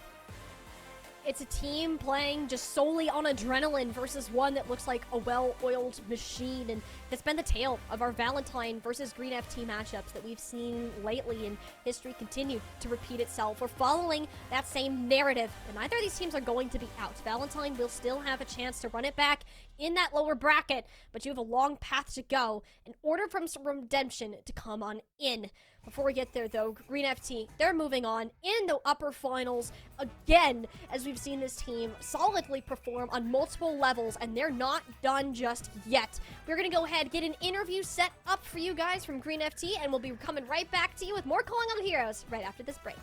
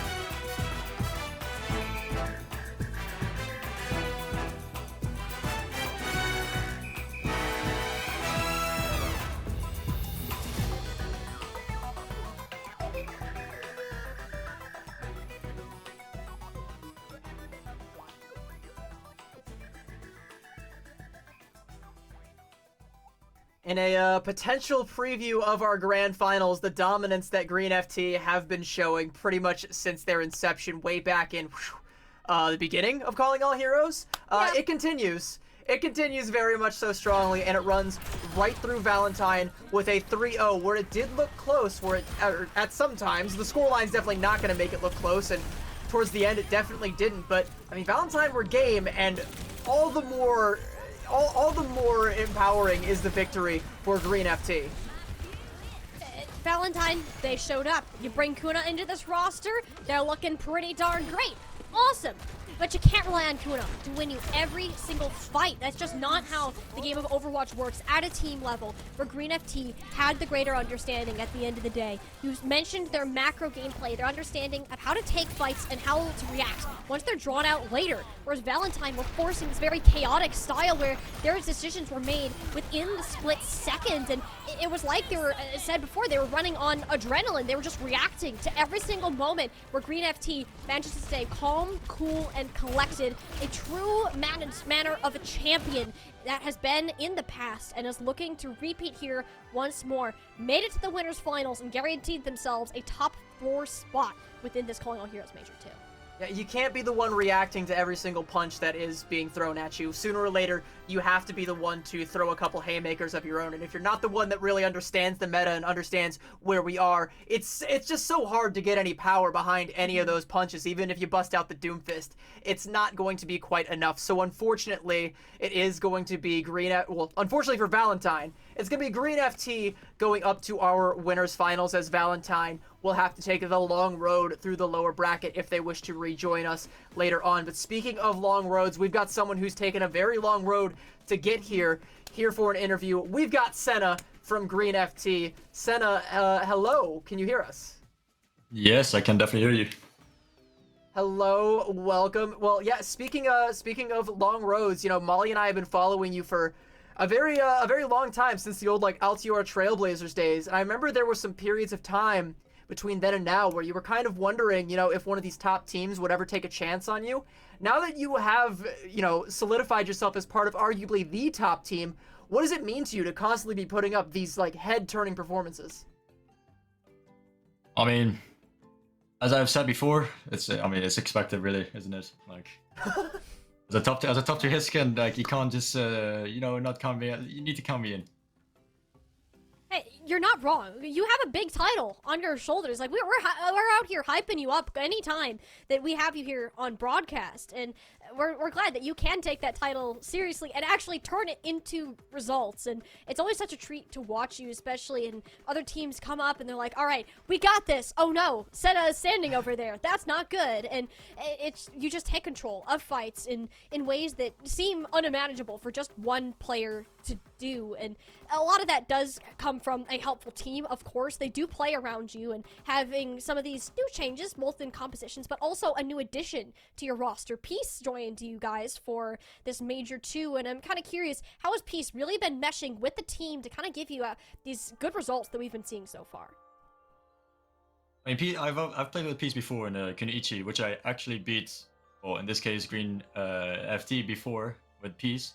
Very easy to play with, but Peace was more of a sub for this tournament because Bun couldn't always play on some days, including today, for example. Bun is still the original player, but Peace definitely is an awesome sub, very good player. I love to play with them, very easy. Yeah, and we can see that Peace also had a great performance today as well, and we kind of made the comparison a little bit where you guys, Green FT, looks like a very well-oiled machine when you were playing. There wasn't really many moments of panic or hesitation that went out, where as Valentine, it seemed a lot more scrappy, that they were reacting in the moment, which isn't completely uncharacteristic for them, but something that you definitely exploited as this series continued to go on. Is that a main thing when we see Green FT move forwards? They're looking at these upper finals, facing either Inarizaki or Super Shy Ivy. Is this initiative a major part of what allows you guys to kind of take down these teams who may have a similar mechanical skill level, but kind of extort this level of team coordination you have? I mean, I've said before, meta, as long as it's not Mauga, we're the best players. I'm just saying it. We should always be good, as long as the meta isn't Mauga. Which is good. Mauga should never be meta. Yeah. I agree. Though meta or like scrims recently haven't been like gone like well like playing like not calling a heroes team, so I don't know how to scale between these people. But teams we have been scrimming sometimes we're a little bit struggle. But you know, after seeing what we just did, maybe also because we're playing with Z again, it's you know. I can tell it was just you know, as long as it's not Mauga, we're good. We're just good. Yeah, I fully agree. I honestly, yeah, like I said, Mauga should never be meta, and when Mauga's not meta, we get a lot more of this diversity where it feels like you guys can play anything, but no matter what you guys are playing, it's almost always you on the hit scan, and nobody really being able to consistently step up to you on that role right now. I want to hear from you. Do you think that there is anybody in Calling All Heroes that can take that 1v1 with you on hit scan and come out on top? At the moment, no. I wouldn't say so. Ooh. Like Okay. the only person I was ever scared of when playing against my role is Accent, and she is currently taking a break. So if I'm being 100% honest, no, I would say no. I'm inclined to agree until someone proves otherwise, and so far, no, nobody has. Like you definitely look to be like the undisputed GOAT right now as it pertains to the hit scan role until somebody can challenge you. And I guess also a follow-up question, by the way, you're not currently in the hospital right now. Like you're playing from home. You're not like back on that scuffed hospital setup from before. I'm just at home. My girlfriend's sitting next to me watching me play. So. Oh, you got all the advantages. Aww. Yeah. You got the home buff, the girlfriend buff. Like, what more do you need? I mean, also got a new mouse. I guess that's another buff, I would say. So. Well, with only so many buffs, I mean, you're pretty much unstoppable at this point in time, I guess, unless somebody wants to start to step up or get a couple buffs of their own, maybe try and take some of those away from you. But, you know, in the meantime, we'll have to see if anybody is game. But before we send you off, is there anything else that you want to say, any shout-outs or anything that you would like to say to the chat? Obviously, a shout-out to the team. Always very fun to play with, always very chill, very good players. And obviously, a shout-out to my girlfriend who's next to me right now, always watching me play. Well, you have to shout out her. She's right next to you. Just say hi. Yeah. Just say hi. No reason to shout out her. She's right there. Well, she can say hi as well. Did I say hi? Oh, No, okay. She doesn't want to say hi. Okay. All right. Well, yeah, she's a little shy, and it's okay. Senna, you're the girl of the hour right now, anyway. So, we'll I'm sure we'll hear from the maybe we'll get her in to sing your praises when you guys hoist up another crown potentially here towards the end. But that is going to be it for our interview today. Thank you so much for joining us. Yes. Bye bye. Have fun.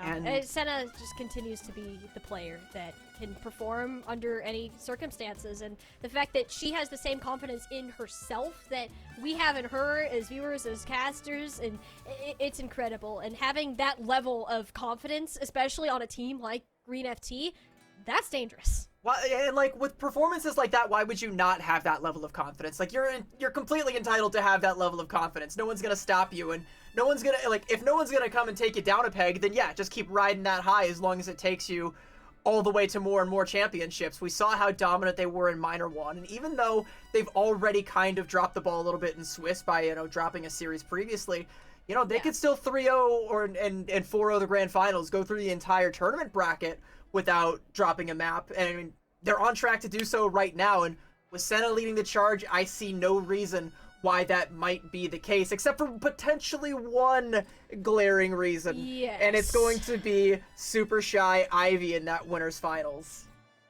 Yeah, Super Shy Ivy 3-0 over in Arazaki. Not too shocking, knowing how freaking good that team has been in Swiss. And any other time that we've seen them, it's like a further boosted version of what YFP Pixies has performed in the past, and clearly are still ready to deliver. Green FT, the one team that they lost to in Swiss, will stand in their way in the winners finals. And I gotta tell you, Cassie, that's a game that we're all gonna be watching later.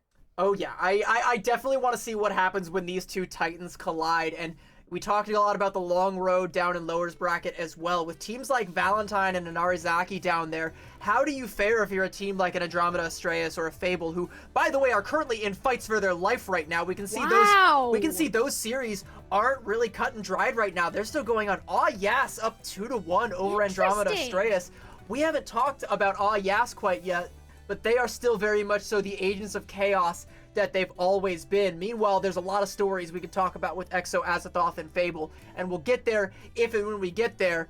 But for right now, for you and I at least, we're gonna have to join you guys all in the audience because we have spoken our piece. Our time is up. We are gonna have to throw it over to Got Moxie and Rich Rad for the rest of the day. I have been CB, joined of course by Tiny Shiny. Thank you guys so much for joining us, and be sure to stick around for the rest of these games because oh boy, it does not get any more. It doesn't go downhill from here. We only got the world to go to.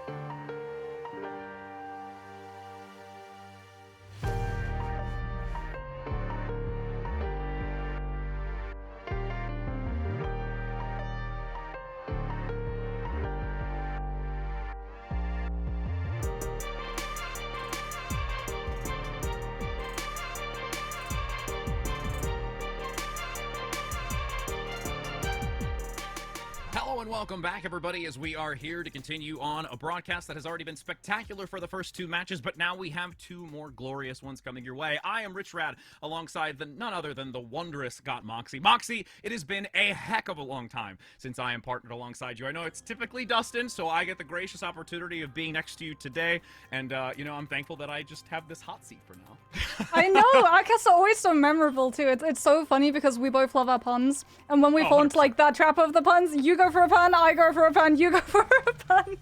Nothing but puns. But we are going to have an absolute blast today. We are treated to so many cool teams, getting to see a lot of meta get fleshed out as well. There's a whole discussion currently going on about which dive variant is the strongest, whether it's the Winston, whether it's the Diva, and I think every single team has their own sort of personal opinion on it, and that's before you even go into talking about whether it's the Ana break, the Ana Lucio, the Kiriko Lucio. It's really nice to get to see meta for the first time in a very long time. It feels not just be a static rock, paper, scissors, there's 2 things that you can play, and that's it.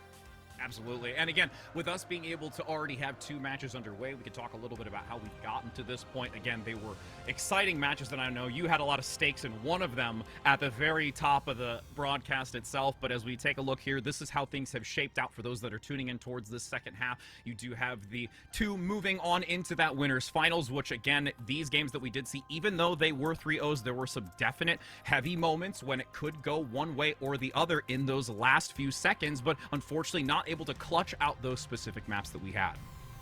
Yeah, Inarizaki unfortunately losing up against Super Shy Ivy means that we will get to see them on broadcast yet again, and we're going to be seeing EXO Azathoth as well for the first time. I personally love this team name because both you and me, Rich, we don't just play Overwatch in terms of Blizzard games. We also have a stake in ours in World of Warcraft, so it's always lovely to get to see representation from that 100%. game come on through.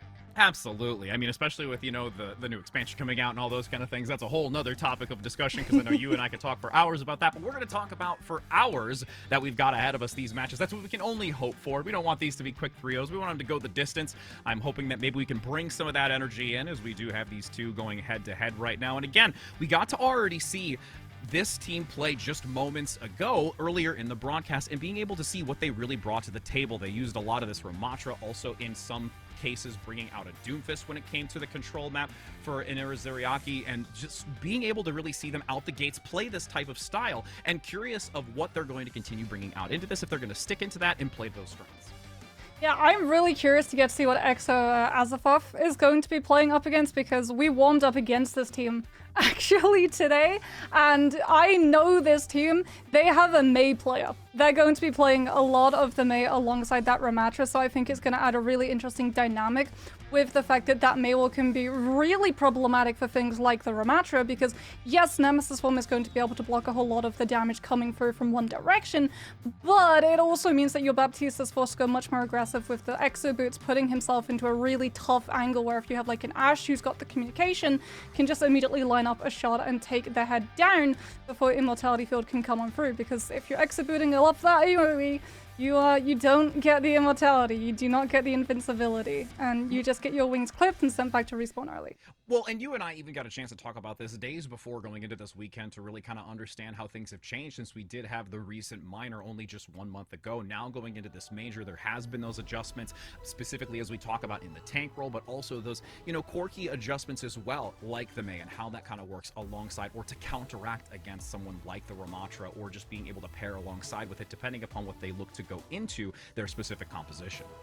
Yeah, Ram has a lot of really good strengths, but he has one major glaring weakness, and that is he can only control one lane at a time. So unlike the Sigma, who has that 2-second shield cooldown and can essentially just go, I shield over here, I shield over here, I shield over here, this entire space is mine to control, Ramatra is a little bit less lucky in terms of the space that he can control, so seeing a lot of teams pair him with the Mei for that exact reason, being able to use wall to just block off an entire lane entirely and sort of funnel them into the place that your Ramatra can just immediately pummel and cleave through, is a really big strength of a lot of these brawl compositions as we're getting to see Inarazaki's roster. We know that all of these players are incredibly gifted. Nissan very, very strong on the Tracer, Persona, a absolute adept hit scan to come on through. We've seen them come through for OWCS, we've seen them at the World Cup. Santana being able to flex onto all of these other different roles for the tank lineup has really allowed this team to find a lot of flexibility for all of these control points where you're playing different compositions. Well, and to build on that even further, there was just that discussion when it came to the interview with Regime that they look to focus on the composition that surrounds Persona and the way that Persona plays, and how is it that they can continue to elevate and lift up and put them on this pedestal so that they can do as much work as we were able to see with them. So that's something I guarantee you that in discussion going against their opponent, they'll be able to recognize that Persona is a serious force to be reckoned with, and that the rest of the team is really going to work cohesively with them to make sure that they can be very oppressive. Yeah. I mean, if you want to build a team around one player, Persona is absolutely the person to go for. There it is, by the way. I teased that May, and right out of the gates, Rara is showing her adoration for this character. Benevolence also a very strong Tracer, so watch out for those two playing absolute havoc in terms of the timings, as we're also potentially going to get to see a little bit of the Reinhardt maybe come out. I personally think it can be very strong against the Ramatra, given the fact that the Ramatra doesn't have the answer to the Rein charge. The problem, however, is if Inuyasaki are building a team around Persona, they're going to be playing to have that spacing for the Ashe. So if the Rein doesn't have that Symmetra, getting to actually cross those open spaces without just being cloaked down is going to be incredibly difficult to do. Well, and building on top of that, before, you and I've also discussed about when we do see the Reinhardt specifically going against the potential composition that we're going to expect from their opponent, is that you need to make sure that you try to find value with it, or having the Ramatra play aggressively. You don't want to give space and time to the Reinhardt to find this setup, to get those positions, and to also land some critical charges that can really be a dampening on how the team enters into either a point or just overall in the fight. If we're starting off on Control Center, though, that is an immediate feather in the cap of Exo Azothov. If there is any map where Mei is incredibly strong, it's this one. I swear, when they were actually developing this map, one of those developers had a tape measure and went around measuring wall to wall to make sure that that Mei wall just covered every single little bit of space without leaving any room, so you have to break the pillar and immediately free your teammate. And as a result, it can actually be really problematic. A lot of these teams, if they're worried about running into a main, aren't going to be taking that main rotation for White Room. Instead, they're going to be breaking onto the point first, putting the pressure, baiting the main wall, and then committing once they know that they're not going to get isolated. So the real question is do they measure it in like inches or meters like we see in game, or is it really because you're in game? Is it pixels? Is it like you know, how does that work? I don't know. I'd like to know. What does chat think? Chat, what do you think? How do they measure in game? I'd like to know that, because realistically, I have absolutely no idea. So we're gonna be heading in. I would love it if it was kilometers. Could you? Well, yeah, you would know it in a heartbeat, being from across the water. For me here, I gotta be going to Google, and I gotta start like asking, like, what's conversion to this, and then we send off from there. But we're going to be heading into Gardens here for Lijiang Tower first, seeing what the comp's going to be, as we do have these two unleashed onto the battlefield. As these seconds dwindle, we'll see what they lock in. Yeah, no Ramatra here. This is just going to be a dive for dive. We're also going to see the Mei, because that is Rara's hero. But this is going to be really interesting, because Doomfist into D.Va, and crucially that Echo adding a little bit of complexity, making sure that Defense Matrix doesn't just get to keep a squishy alive for free. Sonata looking to play towards the pillar. Getting some decent shots until they find an entryway. Looks for one onto the support. Has to abandon ship, though. Denies that incoming fire. Still plays closely towards this objective, wanting to gain it, but heavy damage coming into Sonata. Has to be very cognizant as the supports top them back up, looking to try and push back in across the bridgeway. Great pickup early, and that's Exo taking it first. Yeah, Exo have a much brawlier, tankier anchor position in terms of this dive composition, which is why they set up a point that Mei being so stalwart on the place means that Inuyasaki just don't really get an opportunity to set up a dive on one of these players. Who do they try and dive? The D.Va always has boosters and avoids it. If you go for the Cassidy, then your Doomfist is just going to get hindered, and the Mei is going to make it even more problematic, because Krobus has to go for the teleport to make sure that you actually are there with your tank. As a result, we've got the Doomfist gone. Now it's going to be the Winston. Diving up, high ground, bubble active to deny some of the frontal damage, as there's a reposition to the right side near the pagoda. Has to abandon ship, though. Can't quite overstay their welcome, as it's 37% in climbing, but they take a moment of breathing before re-entering. Yeah, Inuyasaki have to go for the full commitment. I think they're waiting for some of these ultimates to come online, the rush being one of them. But losing your Echo early means no more pressure on that D.Va. Now moving through on the outskirts, needs to be cautious. Ra gets the elimination, so it sends the tank packing, and once again, it is consistent advantage here for Exo. Yeah, EXO have so much space to work with. Inurazaki, every single time this team wants to actually commit onto a player, all of their cooldowns have already been forced. Bridge is just so open, but unfortunately for them, it's the easiest way to close the distance. Now Blizzard active right as the jump comes through. An attempt to boop it back so that Winston is mitigated and instantly taken down by the micro rocket. 75% and climbing. Couple of pickups do come through from Persona, but at this point, it's crumbling underneath them as there's only one last fight opportunity here against EXO.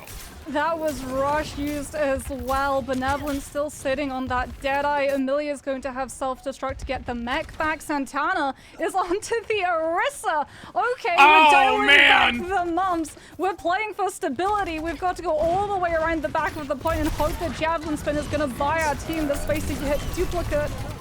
Oh, Deadeye down below. Immortality Field is there, plus a sound barrier. More than enough protection to keep that alive and allow them to get that frontal damage onto Santana, who unfortunately, as the Orisa was mentioned, is not going to be long for this, crippling all 4 legs, and now looking to have that self-destruct up front, deviating away and rounding the outer corner. This is now going to have to rotate back into this to try and keep it into the overtime, but everything's fallen apart, and they are so few of them that there is not enough to be able to contest against this, as this is a 100-0.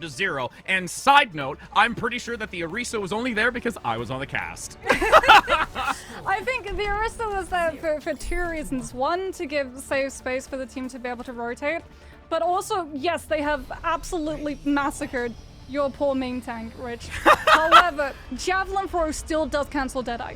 And I think a large part of the reason why we saw the Orisa swap to come through was because the entire team was worried about having to walk into a Cassidy setup with Deadeye. You saw the Echo went for the window angle, tried to put pressure on the Cassidy with stickies into focusing beam. Orisa was just running it down main with that Javelin, but Inurazaki unfortunately not able to find the cancel. We head instead now to Control Center, and this is really problematic for this team because that's a May. Amelia's on the Orisa, which is going to be coming through as extra Azapoff are going to play to stabilize yet again. Inurazaki going for the full brawl composition with the Ramatra, and the Venture is going to be trying to dive on that Baptiste. Happiest camper in the world here on the cast, as you do see a great wall looking to get the spear, collapses onto it. Cassidy sent back to spawn.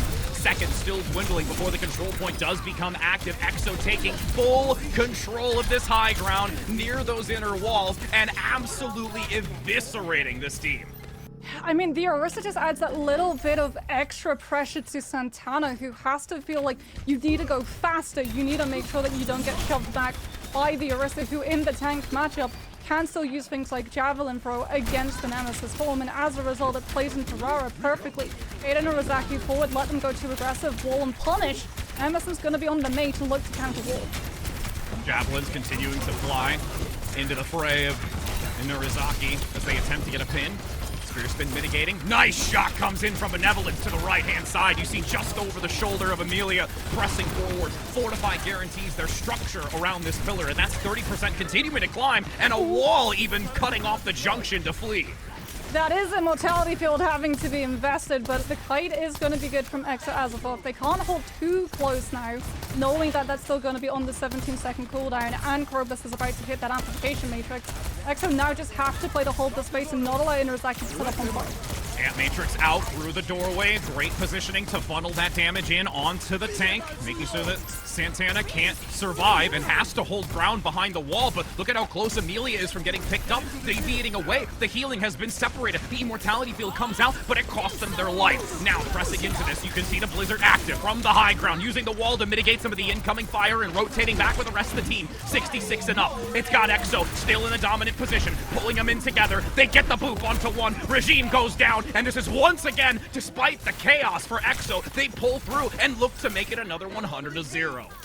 That Terror Surge was absolutely beautiful. It doesn't confirm kills, but it confirms the space for EXO. It allows them to stabilize so that the May can just start hitting headshot after headshot. And now they're stuffing the choke and not allowing Inurazaki free passes without burning their entire ultimate economy. That's the Deadeye. Does it get cancelled? No, it does not. The speed is perfect from Regime.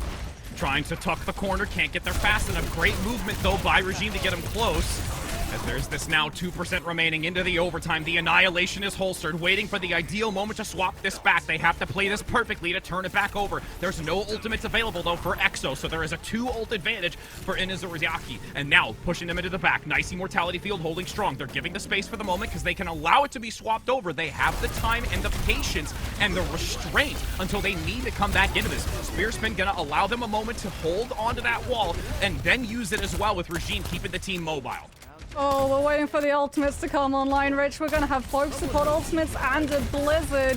Razaki with that 99% difference have to actually equalize. There's the amp for amp. The Immortality Field already being burnt, but Krobus is so incredibly low, has to kite all the way to the back, and that means that EXO can go the next time they actually hit point. And that Immortality Field being so early is a real fright. But you see now, the little hesitation, EXO being very understanding of how this tempo has to go. Blizzard is active, now for the second. Simultaneously as Regime gives the sound barrier. Extra protection onto Santana up top, who has the Annihilation. Attempted boop to reposition them out of the rest of the squad so that they don't have the incoming healing from the back line. Now, a rotation. Unlucky, going in the back, attempting to give some mobility to the Orisa, who needs that speed to come in close. The Terra Surge pulling them into the center, getting a 2-piece with a Javelin into the wall. And that's going to be EXO being able to eliminate the remaining few and take this with a 99 into the overtime. There's only too few left, and it's only one player standing. And once that Ramatra sent packing, that's going to be a 2-round control win here with EXO taking the first map victory. I'm telling you, they may have gone after Orisa's cooldowns, but the fact that you can still spare back the Nemesis form and prevent that Ramatra's burst window from coming up is so crucial. And it means that they just got so much more space to work with, so much more time for you to set up your Maywalls much more calculated, much more carefully to be able to catch these players on their rotations or isolate. And that is one of the problems when you have that Ramatra, right? You have to have someone actually... I'm sorry, I had to, I'm sorry. I was wondering if you'd gone back into your just bag of many things and rifled through and picked up your Javelin, because I know you have It's it. somewhere I over there. know you That's still somewhere have over it. there. It's hanging over the fireplace 100%. In the next break, Rich is going to be skipping over that, being like, oh, I can finally pull this out on broadcast again. But it's the exact same way that you sort of counter the Ramatra with the Sigma composition, right? Sigma with Accretion whenever Ramatra is trying to hit Nemesis form and go after and chase down one of your squishies. It's the exact same idea, just shove them back, give that CC, so that your team has a little bit more time to react, and as a result can set up a punishment, as opposed to getting caught up in the tempo and team comps just falling apart, because that's something that Ramatra really does do against some of these teams. The speed that you suddenly go to, Blizzard calls him a tempo tank for a reason. You're thinking, we're in a poke fight, we've got all of the time in the world to do our fight comms, and then suddenly you're fighting for your life because he's just running down main, punching you left, right, and center. Oh, 100%. And I mean, especially when you've got 4 legs, that just makes you naturally faster, I guess. I mean, that's it. It just trot in place. Trot in place. All those out there that know that reference, I love you. But that is the conclusion for our first round of Control. There are, again, potentials for many more maps ahead of us, but EXO coming out really, really dominant here. Just having a full understanding of the methodology behind playing this and really introducing this Orisa composition, which is a little unorthodox from what you and I were talking about just only days ago. Yeah, and I mean, she can really struggle, especially up against the Mei. Like, we saw the Mei come through from the other side looking for that mirror, looking to try and put more pressure on the Orisa, because Javelin Spin is not effective. Well, Javelin Spin does not provide you that defensive boost if it's up against something like Mei's Endothermic Blaster. So if the Mei was able to close up the distance, that Orisa would have been cooked. That's where we would see all of the nerfs that Blizzard put into place so many weeks ago that meant that Orisa, who was top of the meta for one of the longest times, suddenly just got kicked to the entire curb because they just changed those couple of precious seconds between Fortify and Javelin Spin, so she couldn't just 24/7 protect herself.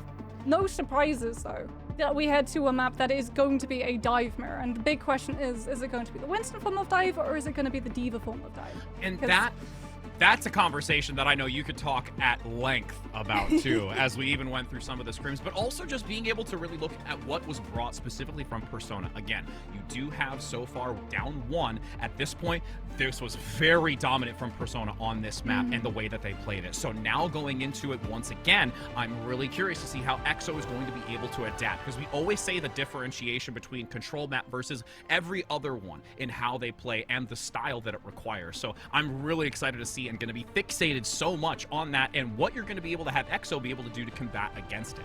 Yeah, I think like Hollywood is definitely really comfortable for Inurazaki. If this team said that they wanted to build a team around a DPS, Hollywood is the map that you can do it.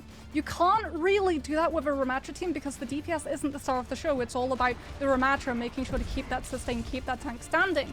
However, on Hollywood, it's all about playing for the spacing, making sure that your Ashe has the most comfortable time without just taking oodles of pressure. If you drive into their backline, that's the green light for the other team to also hit the backline. So it's going to be interesting to see whether or not Santana is going to go for the hard dive commit, or if it's going to be a little bit like pulling the punches. Maybe not on Ramatra, but going for the fake out with the Winston in the hopes of catching Emilia second. Alrighty, Inarizaki on the Ashe. Persona gonna hold that high back position. Nade lobbed in. Deja vu moment from what we saw earlier, it seems, is now with EXO pressing in forward, seeing how Emilia's gonna maneuver onto this point to potentially dive onto the high ground and gain access to the DPS. As you can see, Benevolence being very cautious. Playing the corner, gets a decent shot onto the body, but can't quite get the full elimination. Forcing back a couple of dashes, but not the recall just yet. Now, Brig underneath, shield, blocking the fire. Nice dynamite comes in, really accelerating that ultimate charge here for Persona to get that Bob active to hold the point. Yeah, but this is the problem with the D.Va. You can't go first. You have to go second. That's why they've gone for the full wrap rotation. They're trying to pressure the point and force Inarizaki to jump in. But unfortunately, Matrix isn't going to be able to stop the Winston primary, and Benevolence just disappears. Yeah, that was a beautiful coordinated play from the three. The Tracer, the Winston, and the couple of body shots that come in from Persona really just absolutely break down any attempt to find a coordinated entry. Yeah, and Rara, because you're always going to be playing the Mei, you're sort of forced into having to use that wall to just block Persona's angles initially, which is going to be pretty problematic, as it does seem like we're having a little bit of a pause to go through. So now Rich, I get to pull out my, my PowerPoint presentation. Here we go. On the Winston versus the D.Va. Okay, so Winston can be incredibly strong, but so too can D.Va. D.Va, because she's able to use those boosters a lot more frequently than the Winston, can sort of feel like she can go all over the place and be in two places at once. The thing is, she can't. The way that you have to deal with the D.Va is by baiting someone super far away and making that D.Va make that choice. Right at the moment, that's what EXO are actually trying to do to Inarizaki. Make them make that choice and just jump on someone so that Emilia can go for the peel. But Inarizaki are doing a very good job of just sitting in the space and allowing Persona to farm. Misun now getting a couple of shots in the back line, so there is knowledge of the positioning. Still holding the high ground with the pole spot. Wow, what an icicle comes in from the stairway. Not even aware of it, so now that's a numbers advantage playing into this. The Ant Matrix now going to start funneling damage onto the point, dropping down from a pop, getting a great slow and an elimination. This was so well executed, and honestly, a little bit perplexing for Inarizaki because they just had no idea that it was going to turn that way. I bet no one expects the May Ice Piccolo lobotomy. Oh, that defense matrix from Emilia to make sure that Rara is safe too. The problem for EXO is that they do not have a Tracer, which means no free car presence. It's going to have to be the Mei that tries to anchor their space while the rest of your team tries to push that high ground and keep Inarizaki occupied. But the second that Misun is able to, she's going to be contesting that. And Regime, because it's into a D.Va, you're not playing to feel for the Ana as much. Whip shot into boosters is going to do absolutely nothing compared to into Winston jump. And as a result, Regime and Misun can play together much more. I mean, even these shots coming out by Benevolence is just on point. Now attempting to dive in. Great boot to deny the entry once again by Santana. Gets that nano boost as well, so it really doesn't gain much more outside of it as they drop below. Pulse bomb goes wide. Immortality field and sound barrier coupled together once again to secure that EXO can get out. Azafoth will be very comfortable allowing this to reset and go back in for another engagement. Yeah, but the cart wasn't pushing. The entire time that fight happened, Rich, the cart got absolutely no space. And now Inarizaki have the high ground yet again. That's why we saw that early nano boost come through to clear the board and make sure that Persona has the poke angle misses. the catwalk with the Nobody saw costume, that. but is taking zero pressure because the diva is looking at the breaking piano instead. It's okay. We just wanted to see Persona be human for a the moment. nade! Oh, what a follow-up! Gets the double dash forward knockoff, and you do see the elimination. The flail just comes out and completely eliminates Benevolence, and now they've got 3 minutes to work with and have to go back to the drawing board. Yeah, and because there is no card pressure coming through from EXO, Inarizaki are free to just have their entire attention focused on the high ground. That's going to happen every single time EXO takes the elevator. It's going to be the stairway to hell, stairway to anti-nade, into Winston jump, into all of the dynamite follow-up from the Ash. Rara has got to start using either block or wall to try and catch some of these, other than Amelia just having to try and force point and hope that Inarizaki challenge. Down below, Deadeye.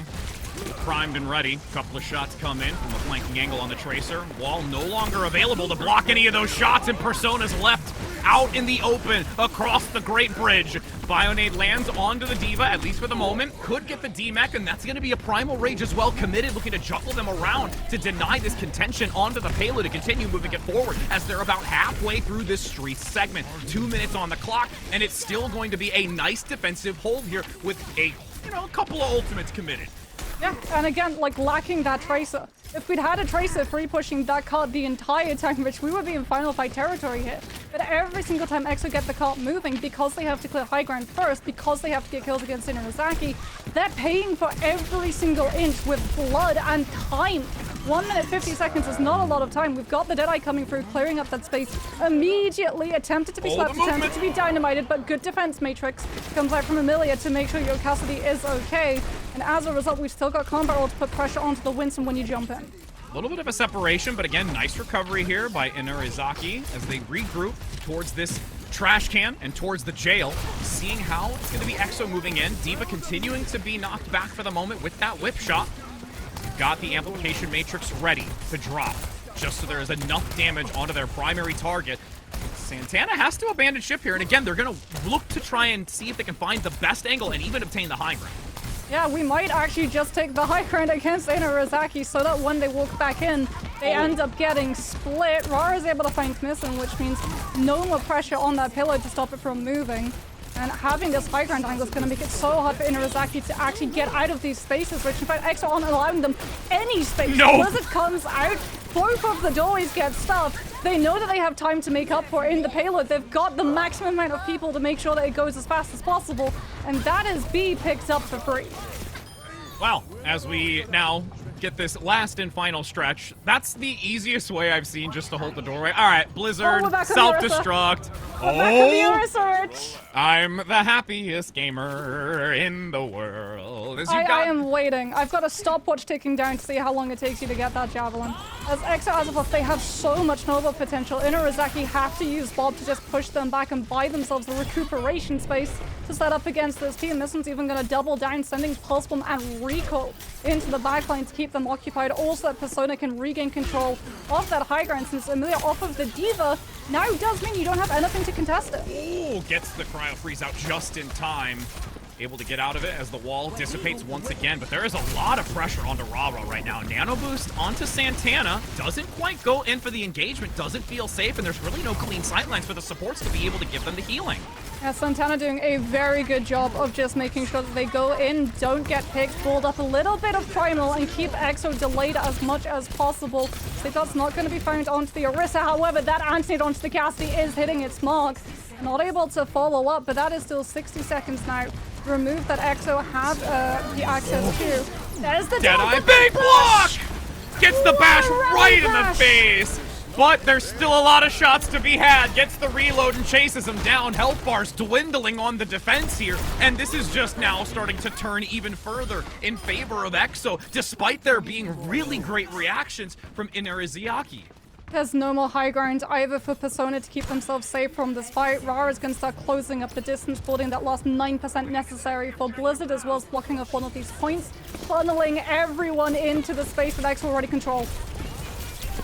Seconds continue to dwindle. Blizzard onto the payload. That's a win condition. They have to dive into it. Santana's going to be frozen to the core. You've got the Brig now jumped onto the point. Immortality Field going to give a lot more restraint for this, but it's actually quickly handled, and you have a huge turnabout right in the last few seconds. That immortality field and a couple of quick picks from Persona make the difference. Yeah, really good identification coming through from Persona that, okay, if you have the Orisa, there is no pressure for me if I take a high ground angle. So instead of going for doors, they actually wrap all the way around to that high ground ledge just there above the camper van. And they get to sit there entirely uncontested for the entire duration because, like you said, it's overtime. Every single person has to be on that payload, making sure that overtime doesn't burn out because someone just walks away from it. So even though Blizzard is out on point, no one can actually turn and look at the Ashe. No one notices Persona until Persona's already been able to kneecap 3 people. And now as we take the swap of sides, those fraction of a meter, or well, few meters in that sense, could be the difference maker. You can see just how close it is to the very important person. I always just love seeing the VIP because I'm just like very important player, but like I know it's person, but I'm gonna say player because they're all players and they are, you know, it all works. Side note, but yes, as we take a swap of sides now on the defense, we get to see that Ra-Ra's gonna come back out once again onto the Mei, and they're gonna keep this diva. They're not wavering away from it, and they really want to stick to this. Oh, that's more interesting though. That's a Bap Lucio, not a Bap Brigida. Yeah. So you're not going to have Whip Shot, nor Rally, nor Armor Packs. I mean, you're not running the Tracer, which does mean that you don't need as many of the Armor Packs. But I wonder if this is in anticipation of a Diva coming through from Santana instead of the Winston. Please do not die to the Widow headshot! Oh, Rara, you are so lucky that Mei has an extended health pool for a DPS. Ra-Ra's just like, nah, I'm fine, fam. Don't worry, I'm good. I still have part of my hair. Is he gonna have 4 minutes on this clock to try and hold? EXO looking to draw back, watching their flanks as Ra-Ra takes the high ground. Might look for a couple of decent icicles. Deny an easy jump out, but Santana's gonna drop below looking for a regroup. A little bit of a divide and conquer here. Big distance from the Ana as well for the support position. Oh, we're dropping on the Winston, putting pressure with the endothermic blast. I mean, the Winston can't bubble this. If Santana uses bubble now, she has to back off to the rest of her team, and as a result, she just has to pull back out. Because if she does go in first, Yuya's just going to counter dive. Not on the backline, but specifically to peel for her players. There's no echo follow-up. Up top now, taking the counter side. Big icicle comes in from behind. You're just overwhelming, and there's not enough bandwidth here for Inurizaki to be able to handle this. Yeah, they're not playing split enough. They need to have one person in server room baiting the Diva while the rest of them walk high. Otherwise, the Diva is just going to boost past the Winston and hit the backline every single time. And as a result, Persona has absolutely zero space to work with. Now we see the server room rotation, the Dynamite coming through, taking advantage of the fact that there is no shield on the side of EXO's backline. So if the anti or the Dynamite gets through, it is a hit. I mean, Ra-Ra gets another pickup onto the support line. This is the 3rd time now we've seen it. It's unreal how consistent that is, and it's really putting a wrinkle in this for the aggression to come through and try and take this defensive position from EXO.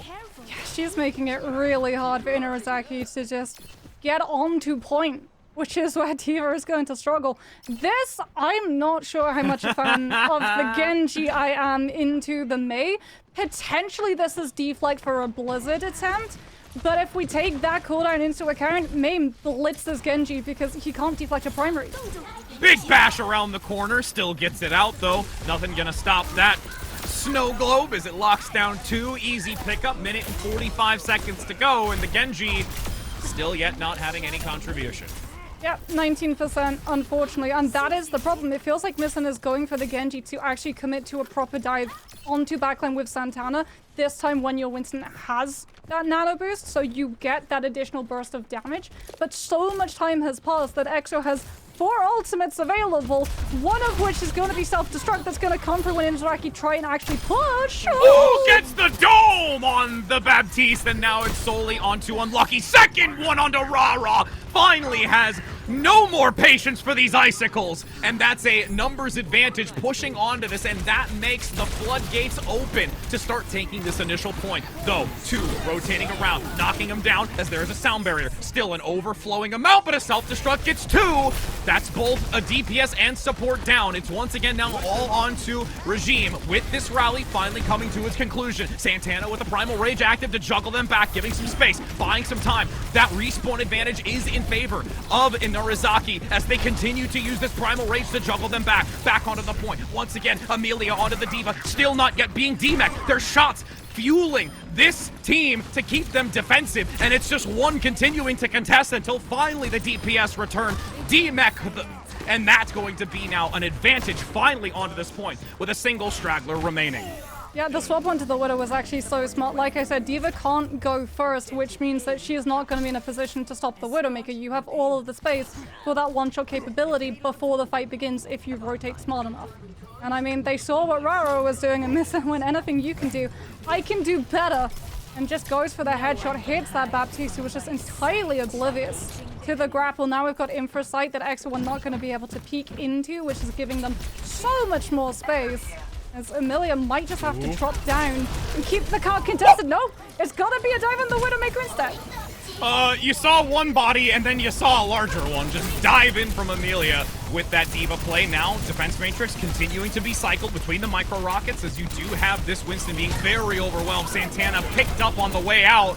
Unlucky gets a lucky boop on their exit, and this is now 2 minutes to go. Persona's onto the Echo. This is Inarizaki showing that they are struggling against the D.Va. We're going to have the Echo come through, the beam and the stickies providing a little bit more intense focus before the fight properly picks up. But that means that Benevolence is going to have an absolute shooting gallery. They're just taking the Echo down mid-fly. Huge pickup as well, denying the D.Va before getting back into the mech. Playing on top of the high ground there. They've got a lot of time. I mean, they have space and time to work with, even though it's still only a minute and a half. Yeah, and they're also making sure to prioritize that payload gets pushed. They did not try and take the high ground the way that EXO did and just like brute force their head into it. Speaking about brute forcing heads, Missing absolutely caps Benevolences, and this Widow is entirely unreachable. That had to be like a pixel in a times millisecond when that defense matrix dropped. Now with a nano up front, Pulse Bomb comes into the back. Ra gets the advantage and removes one of the supports, but there is still an Ana. And you see ring around the meteor right now to get this Baptiste in the back, and Santana does so. Primal still being holstered, not yet dropped. Self-destruct active with 50 seconds now to go. They're gonna cycle back onto the point near the jail to deny this Deadeye, juggling him into the corner as the Widow still continues to get shots over and over on this back line. 2 minutes and 9 seconds, and now Inarizaki is in the home stretch. The body block from Santana as well to make sure that Amelia can't get past her. Now we're going to see the swap over onto the Sigma, as Inarizaki are just going to look to anchor that space, take advantage of the fact that Accretion does not actually have to worry about Defense Matrix, but so too are EXO going to go for a swap themselves. They've gone for a more stable composition too. It's going to be the Orisa. So now using Infra. Oh no! Benevolence yet again. This Widow is unstoppable. Drops down aggressively. Regime's providing all of the space with Rally. No one's looking at the Widow. I'm feeling the tensions are rising. Benevolence now taking their head clean off twice as there's a minute and 20 to go. Still having clean sightlines as they move forward. The Orisa being the shield on the front line. Couple of shots going through. Fortify is active. No longer having that defensive as the wall comes in to block some of the sightlines, but there is still a narrow corridor, and while they focus on the low ground, Benevolence gets redemption. Hanzo up top, now being the choice pick on this final defense with only 60 seconds, as Inarizaki has to regroup and not allow themselves to get any more staggered. Oh, Benevolence went so incredibly close. Regime is able to take the Hanzo down, but the Hanzo being in the composition now makes it harder for Santana to be able to find that same level of space. We're going to see the swap back onto the Cassidy, as Missing is going to go for the Symmetric. They're just going to teleport directly onto EXO and use the Sim Charge Beam and the Echo Beam to blitz through this Larissa's defenses. Disintegration is approaching. As they close the gap, Cryo Freeze is already active. There is an Amplification Matrix, so you have to see A little bit of patience here before re-entering. The teleporter is out for the moment to maneuver between the two positions as the turrets go out onto the point and near the payload. The Orisa having to keep contested. 10 seconds to go. Big pickup with the sticky. Persona deleting the health, especially because it's under that 50% health value as you just continue to see dominance forward. But the Blizzard tossed into the back. It's actually just out of range of the payload, so they can still play towards the corner. Persona gets 2, following up with a quad, and able to completely eradicate EXO on the attack, gaining a victory and making it a 1-to-1 map score. Oh, what a smart swap. That's Symmetra. That's Symmetra. You know that EXO are forced into that really horrible corner where they have to just anchor on cart with that Orisa. So Inarizaki just go, well, Orisa's gonna be javelin spinning and trying to keep this cart in this space. If we just run directly at her with 2 things that have beams, we can immediately just microwave her. She lasted, I think, 3 seconds when the Symmetra was able to get fully charged up, and there was absolutely nothing you could do. And the plan was to have Orisa anchor on that payload long enough for Rara to be able to build up to her Blizzard. Yeah. Unfortunately, that plan just evaporates. It gets steam roomed because the Orisa dies, and Blizzard has 7% left to charge. So when Rara is able to get Blizzard, you pointed it out, it was supposed to cover payload, but the panic from that Mei meant that it actually missed the ship and left the corner, so Inarizaki was still able to anchor the space. Wonderful heads-up play here towards the end of it. We've seen a lot of compositional swaps throughout the game, and there's been quite a bit here, and that really have made monumental shifts. And really just, again, we talk a lot about adaptability and quick thinking, and in moments like these, especially when you're in the lower bracket, they have to come through quickly and decisively, because if you don't make those decisions at the right time, you're going home. Yeah, I almost wish we saw Benevolent stick with the Hanzo a little bit longer. Having the Storm Arrows putting pressure on the Sigma on Walkup to just mince the shield and allow Rara to have much more time to set up for those headshots if it drops unexpectedly when a squishy is behind it, would probably have allowed EXO much better recovery as opposed to the Cassidy, who doesn't really have any value in terms of drop-off poke because Ash just power crept him given the recent nerf to his fall off. And you have no one to hint it because Inarizaki aren't running at your Cassidy, they're running specifically at your tank. As we do see the final few moments, there's the Blizzard you touched on, where it just allows contention for the rest of the way, and you can really anchor on it, even just use it to mitigate some of the sight lines and just crouch down as you saw. It's just like, peekaboo, hi, try shot, look at me, I'm Echo, I'm Persona, na na na na na. As we're going to be going into Coliseum now as our next, which is going to be our push. And we talked about Escort being a little bit later, and I like the fact that we get to see push as early as we do in this, and then also Coliseum, ever since they made the change, I think any and everyone all agrees that this is just a lot more fun. I mean, I would have laughed so hard if they'd done it on like April Fools and instead of removing the glass, they double glazed it. But no, why you put that into the universe? Ever since they removed the glass, even if it was a missed marketing opportunity to have Wrecking Ball like literally swing through one of the panes on patch day, alas. see that, right there. See, that was good cooking. Yeah, absolutely. So we're going to be, again, walking into this map. It's been some time since I've had the chance to be a part of the Coliseum podcast to see who's going to get that initial pick. But again, we emphasize at the top of this match specifically about Persona and their ability to be able to find these clean shots and be able to take out those targets that are just stepping out of line. But we can honestly say that we saw the same thing with a Widowmaker playing earlier and just this swap. So I'm quite interested to see how well EXO is going to be able to try and fight against this, where these shots have really been landing from their opponent. Yeah, I'm really interested to see whether it's going to be the Cass or whether it's going to be the Ash. Because there is like that sort of pincer play that you can make where your tank anchors main and then you send like a Cassie and a Lucio around the side to try and put that pressure on the backline. But a lot of the time it backfires because, as we talked about, Cassie isn't quite that two-shot monster that he was previously, and with a lot of teams swapping to the Ash, having Dynamite and preemptively dynamiting that angle gives you, one, a lot of space, two, means that the Cassidy and Lucio are forced to just pull back immediately. So you get that information, but you also kite them into the main space where Cass is that fall-off hit, and Ash instead gets to hit her stride. As we have seconds dwindle to see what the compositions are going to look like tentatively, with the 24 seconds still to count down, I want to see this. I know it's probably going to shift, but like, you know, it's just still happy. Every now and again, I just get my No, my I'm my really gears happy turning. that we don't have Sojourn on this Yeah. map anymore, Rich. Yeah. You and me, like, we went through the contenders days of literally every single Coliseo was Sojourn, and the only thing that happened on this map was you waited 2.5 minutes for one Sojourn to hit an alt fire Yeah. shot, and that was it. We're getting Podcast it. seal. We're getting it, Rich. It's a widow off. I cannot wait. All right, all right, here we go. Here we go, fam. Here we go, fam. All right, all those in the chat, let's get the W's. W's for widows. That's what I'm gonna say. As now we're gonna have them convene towards this initial neutral point. You can see already positional advantage by Amelia with the Sigma closer towards the bot to contest against it. Shot whizzing by for one, attempting to swivel out into the open. Being still somewhat cautious, whizzing by once again. Amelia with that shield, consistently trying to block that firing rate, but every time it drops, you can see those shots coming in. No one's head completely removed yet, and we still see some patience, as realistically, EXO just taking every small meter at a time. Yeah, and it's like you have a little bit of an advantage in terms of the Echo pressuring that Sigma much more with the stickies forcing shift.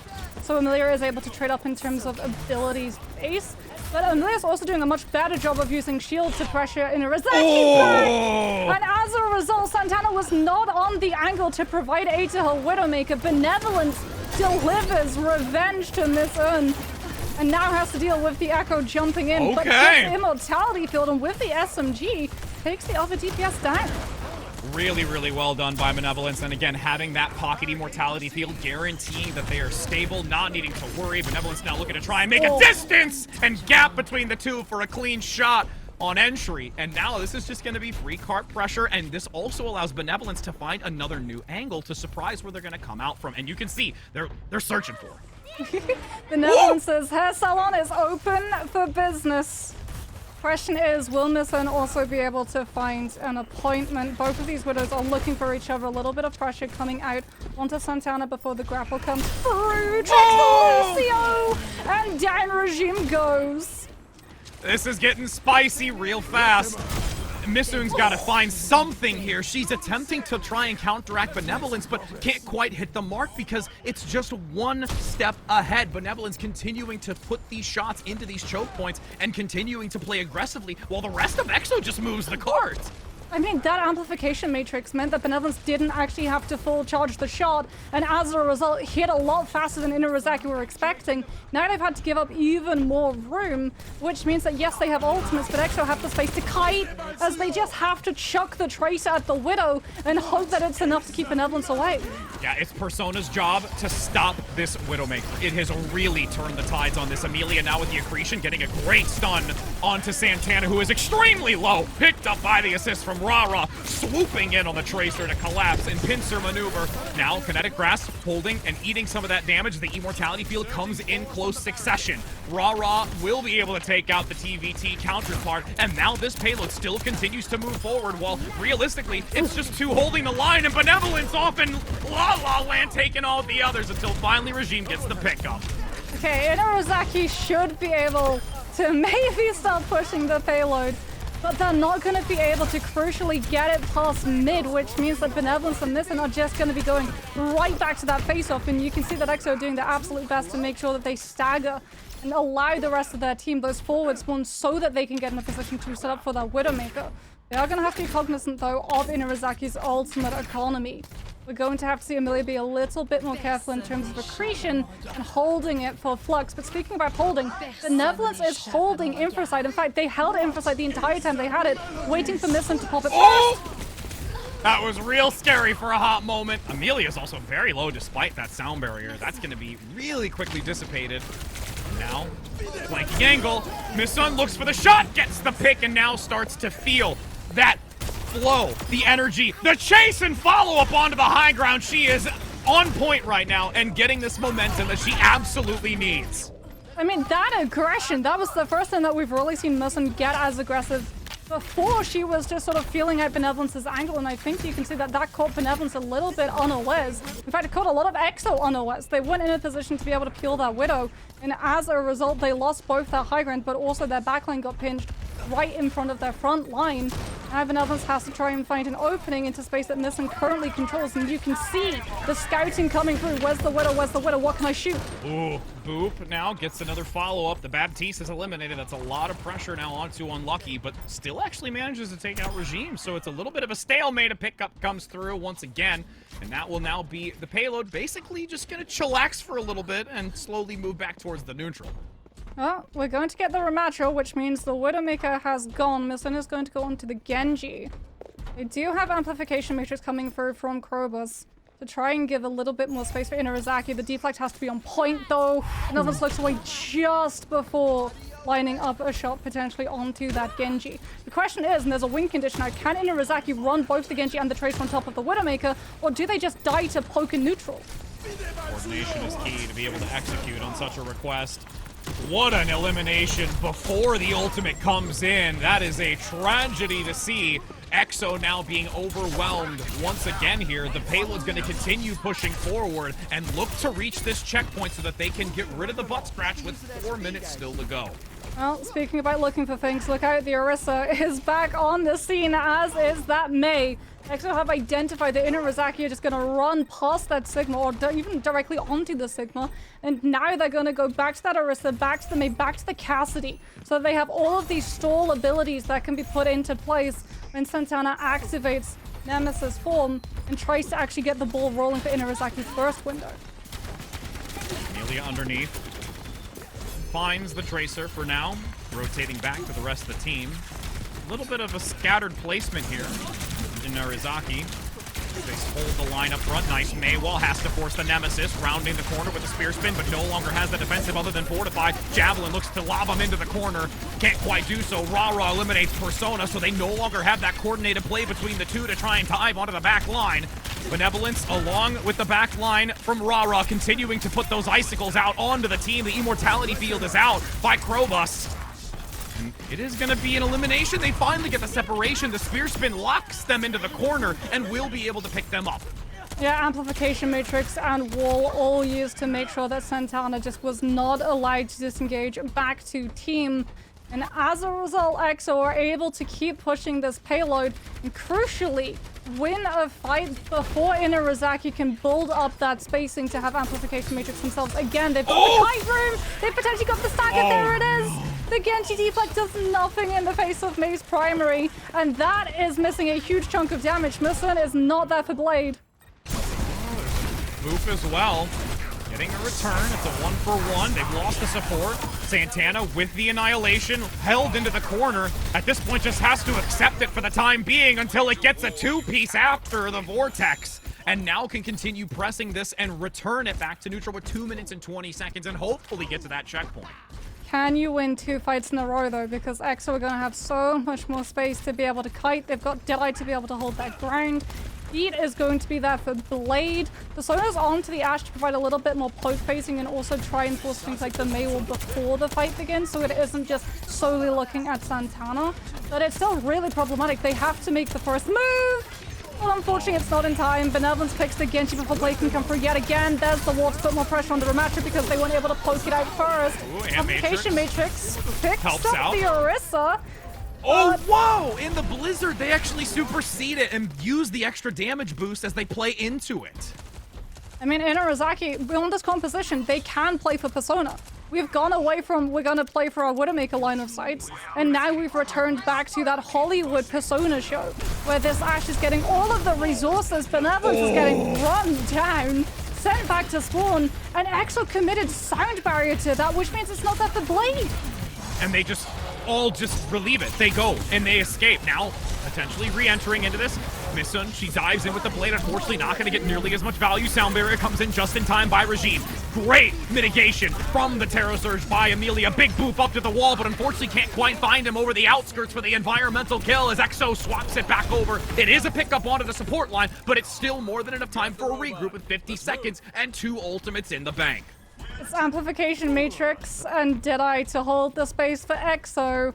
versus Inarizaki, and here we see yet again the Orisa has come through, and this one is onto the Symmetra. It's going to be the exact same win condition as we saw on Hollywood. Do not allow the Orisa to anchor that space and let EXO sit in mid. Inarizaki know that they have to make the first move. With the Symmetra, they have more than enough aggression to pounce on the Orisa.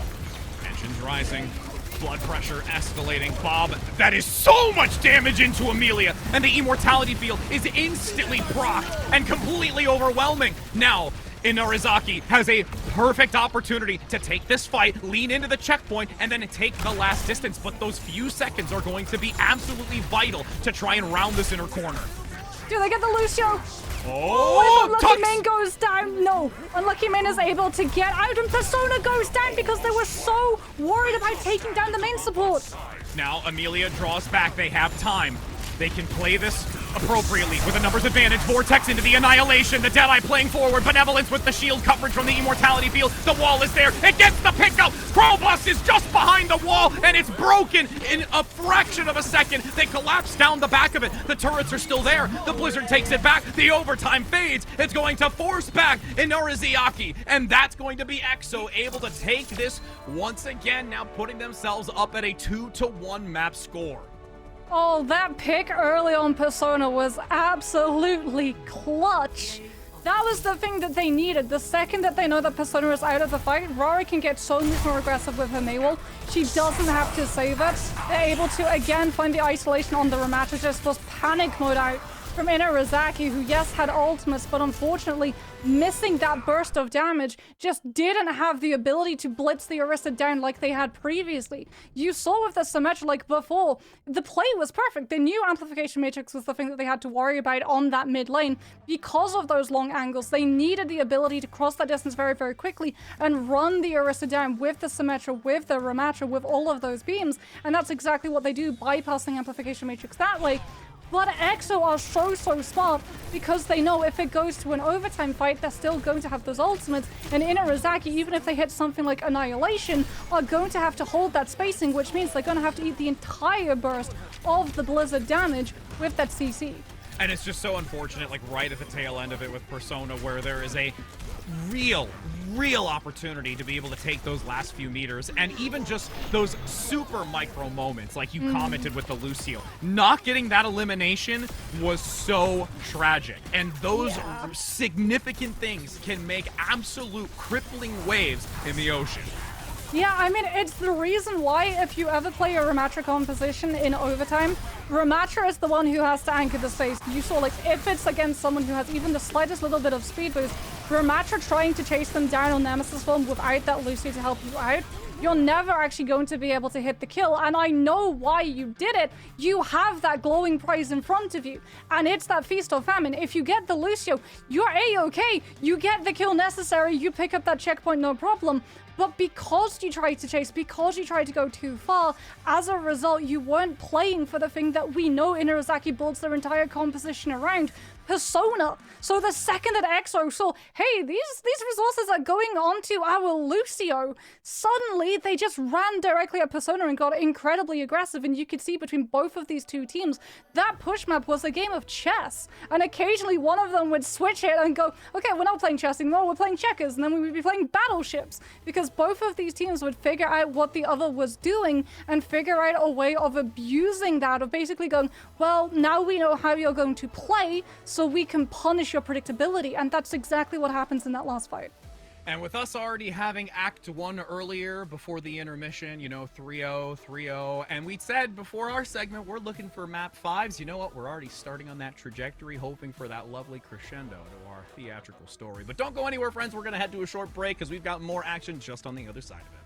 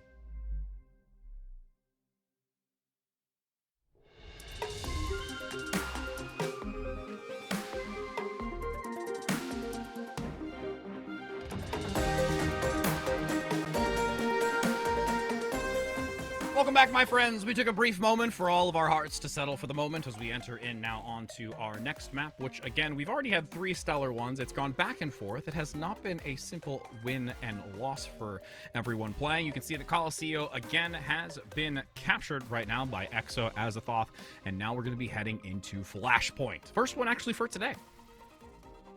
Yeah, Flashpoint we're gonna get to see. I wonder if it's gonna be Saravasa or New Junk City. New Junk City is really good for things like the Ramatra, and that is why we're gonna be seeing New Junk City. And that, like, I wonder if we're gonna get that additional wrinkle of Exo picking the Orisa just like right out of the gates in anticipation of the Ramatra to come through. It's really strong for the Mei as well for that first point. There's a lot of isolation angles that you can find, but the problem of not having that Tracer is going to rear its head on this type of map in particular, because if you're smart, you literally just have your core play distraction and have your Tracer take point. I haven't seen this one in a while either. I really like this one, personally. I think we saw a lot of, you know, other map types within Flashpoint, but it's like, you know, I just personally think this is the best one. I personally like it. As we're going to be heading into it now, as we do have this going to be, again, the possibility for a match point here for Exo. And unleashing onto this, I'm really curious as well to see if that's going to come to fruition. And again, if the Orisa, because we've seen the Orisa come out more so after the fact, and I think leading with it might be an option. Yeah, I mean, if you want to play the Mei, if you want to play the Orisa, it can be incredibly strong on first point, especially because there's just so much rundown space. And that, I think, is where it's going to get, like, really interesting. Because if it is the rundown space, you are just going to potentially see 2 teams running around that circle until one of them essentially decides to go, let's go anchor point. But if Inarizaki are expecting the Orisa, they're going to lead with the Sim. So you have these 2 really fun angles that both of these teams could take that potentially only one of them leads into. Misson is still on the Symmetra. They're expecting the Orisa. And with the Diva coming out, they will instantly recognize that their decision-making might not be as exact as they would have thought from Exo. Nice reposition. They use these doorways to block and mitigate some of the incoming fire. Ring around the Rosie towards the arena as we get that pan overhead to see who might be vulnerable. Maywall locks a few between that pillar. Vortex slows the retreat. Unlucky, needs to be very careful. Amelia gets demech'd. And there's a follow-up by Regime, and now it's going to be dominant pressure forward as Exo has to start retreating, and a wall gets them some distance, but it's still a lot of forward momentum from Inarizaki. It gives them the distance, but unfortunately the slow lob from Santana is more than enough to set up for Persona to hit the shot. And that is Exo, unfortunately, sent packing. We're going to see now the pivot. Even though it wasn't up against the Orisa, Defense Matrix still, unfortunately, having a lot of problems into the beams, meaning that Amelia has to swap off and go for a more brawl-style composition with Rara looking to try and wall some of these players off. Wall active already, isolating.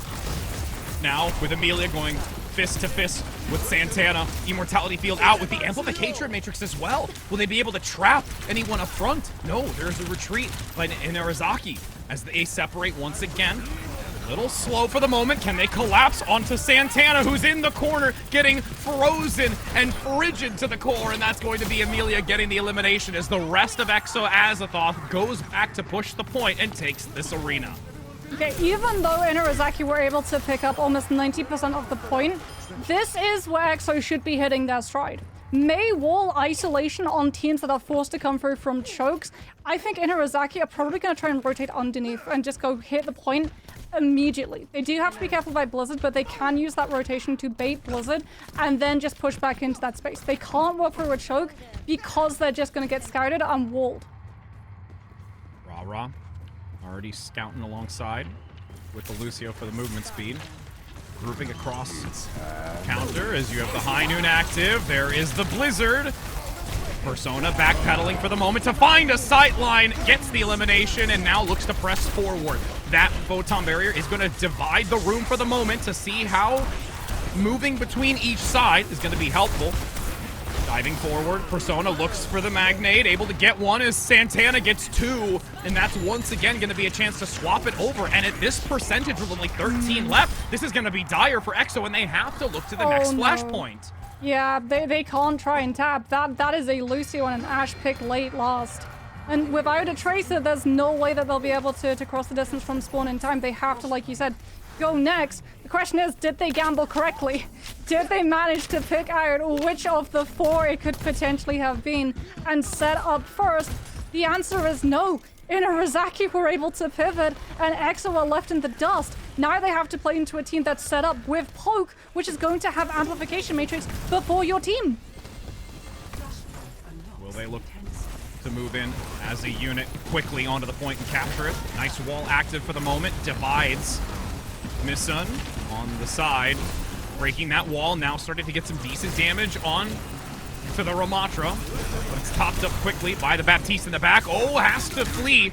Drop below. TP is out and available if they have to use it as an escape. Oh, that's point. That's the problem, because EXO went set up first, the wall came through to divide, but there was no conquer step 2! In fact, there's no step 3. The Mei is sent back, Immortality Field burn to keep the Amplification Matrix angle strong for EXO to anchor around, but Inarizaki are still keeping point in their control and bouncing it off of their players. Sound barriers invested to make sure that this fight goes as long as possible, and EXO are losing. 40% in climbing, and again, this is one of those positions where you've already gotten about 50% from that initial fight. With how fast it's ticking up, you're really only gonna get one last real shot at this. Yeah. And now you have to figure, is it go big or is it go next? You've got Sound Barrier, you've got Annihilation, but Inarizaki are going to have a lot of ultimates coming through in this next fight as well. It looks like EXO are going to commit. We have to wait and see, though, whether it's going to be a real fight or whether they hold back for the point afterwards. See already those Sentry turrets chipping away, giving some intel, knowing that they are removed from the equation. Pressing forward, Photon Barrier now on the side. A lot to work through on the front line as the Annihilation overwhelms and absolutely disintegrates anyone within its radius. Benevolence gets the shutdown on the support, and that is now both eliminated. So it's solely on to the remaining 3, and they will be completely taken back. And you were right, that was almost completely stripped away in the last few moments, but able to capture and swap back at 99. Yeah, but look at what Inarizaki did, Rich. They used Symmetra Photon Barrier, and that was it. They used that Photon Barrier, making EXO panic and have to overcommit on the actual engagement itself, knowing that they have 99% of this point to play around with. EXO, to hold this space, are going to have to commit ultimate after ultimate after ultimate. Inarizaki can just chip and poke until they find a fight that they're happy actually taking, and then properly commit. 50% once again, leading in with the Deadeye. Nice denial for the moment, quickly broken. No one in position. They use the TP, the whole team moving across with 60% now.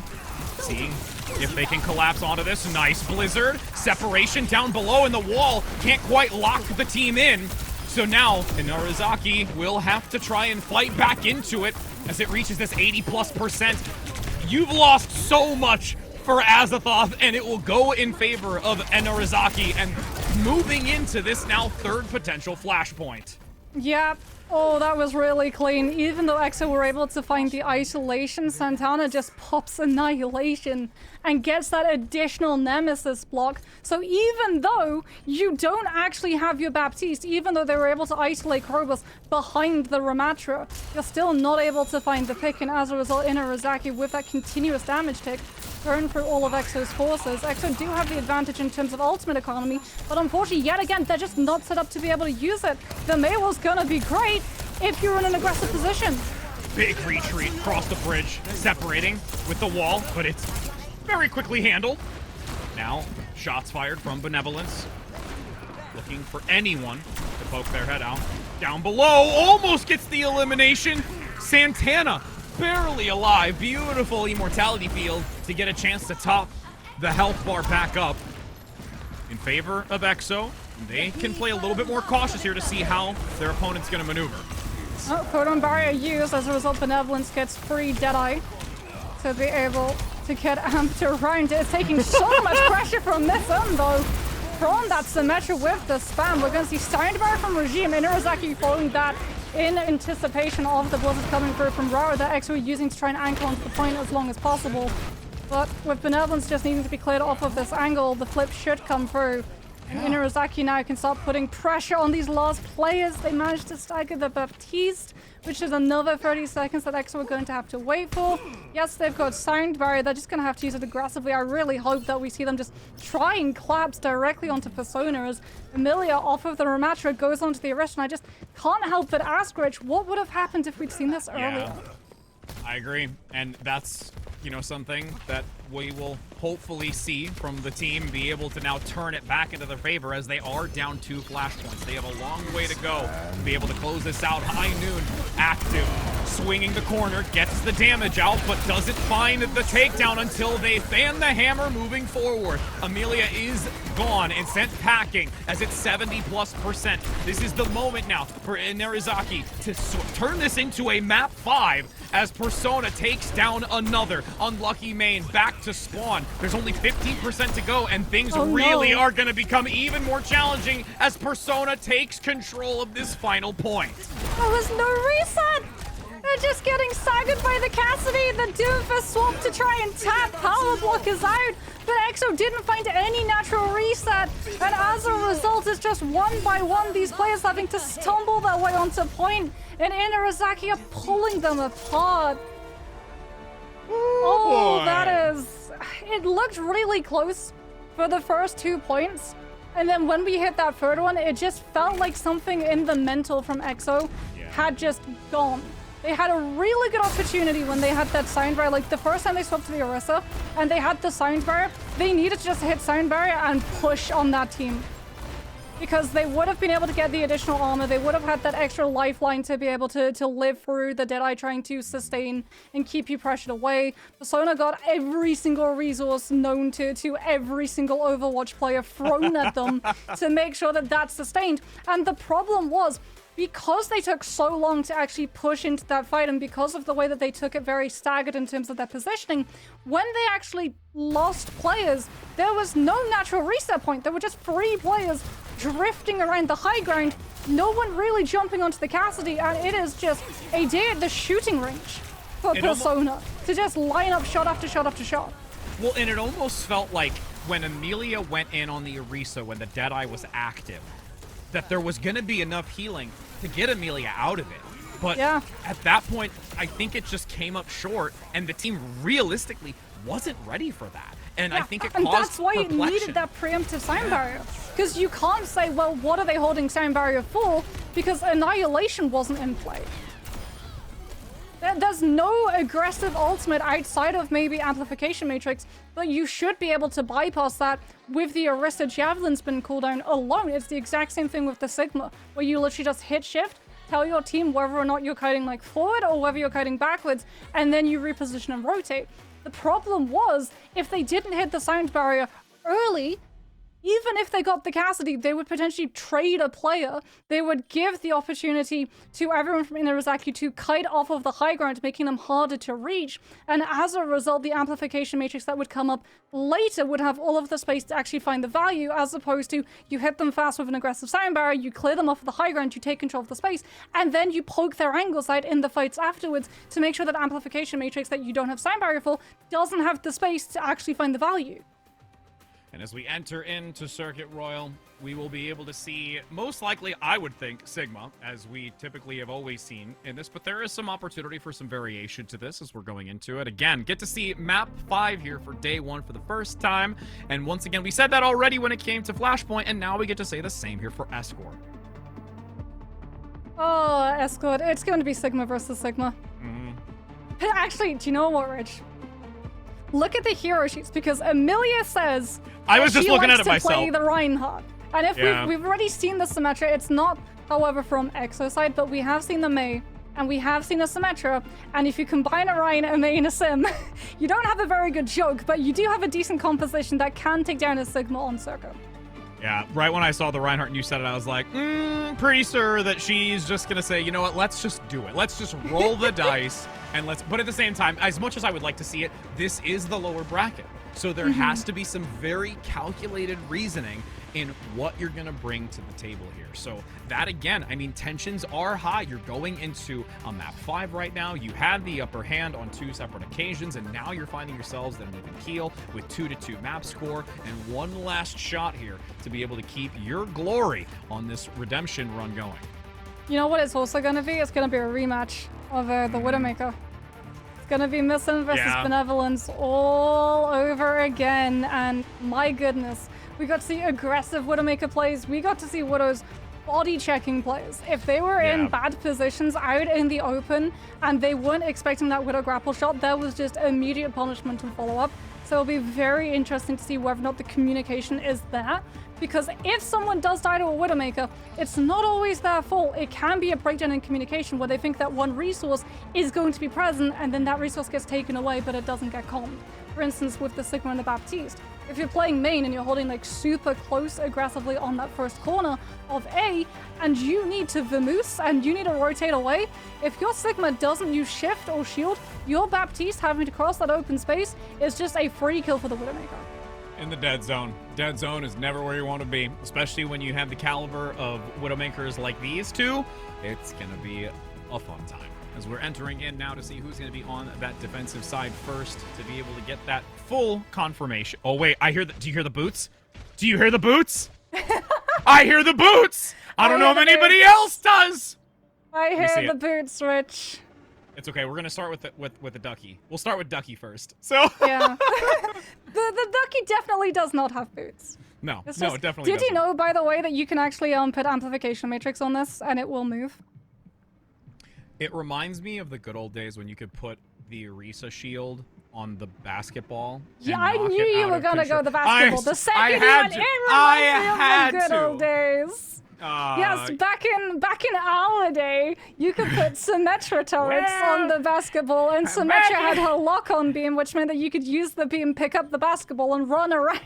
I mean, if we really want to go back in my day when Bastion had a shield and it was in the trailer and we're just having a good old time. Okay, I really need to stop. Everybody in chat's going to be like, what is happening? He is just descending into madness right now. I mean, we can go even further back and say back in our day, Winston used to be the tank lineup. True what was that. Winston, Tracer, and Bastion. Watch, there's probably a lot that's in chat. I was like, what are these two talking about? Just having no record. They're going. You thought that roller coaster was an interesting little bit of tidbit that happened to Overwatch? No, you used to be able to play multiple of the same heroes. Just a little wrinkle, you know. Just something minor, nothing super. And I mean, can your lucky stars that got removed? Because can you imagine base release Brigitte doubled up? Yo. That would be I'd be okay with that actually. I think that'd be fun. Just have 4 of them. Just 2 and 2. I'm pretty sure if they ever went back to that format and let you have 2 Brigittes, you would just find me like I wouldn't be playing Overwatch. I would specifically be in this pool on this rubber duck, just like not a care in the world. I'm done. Could you just? It would be like.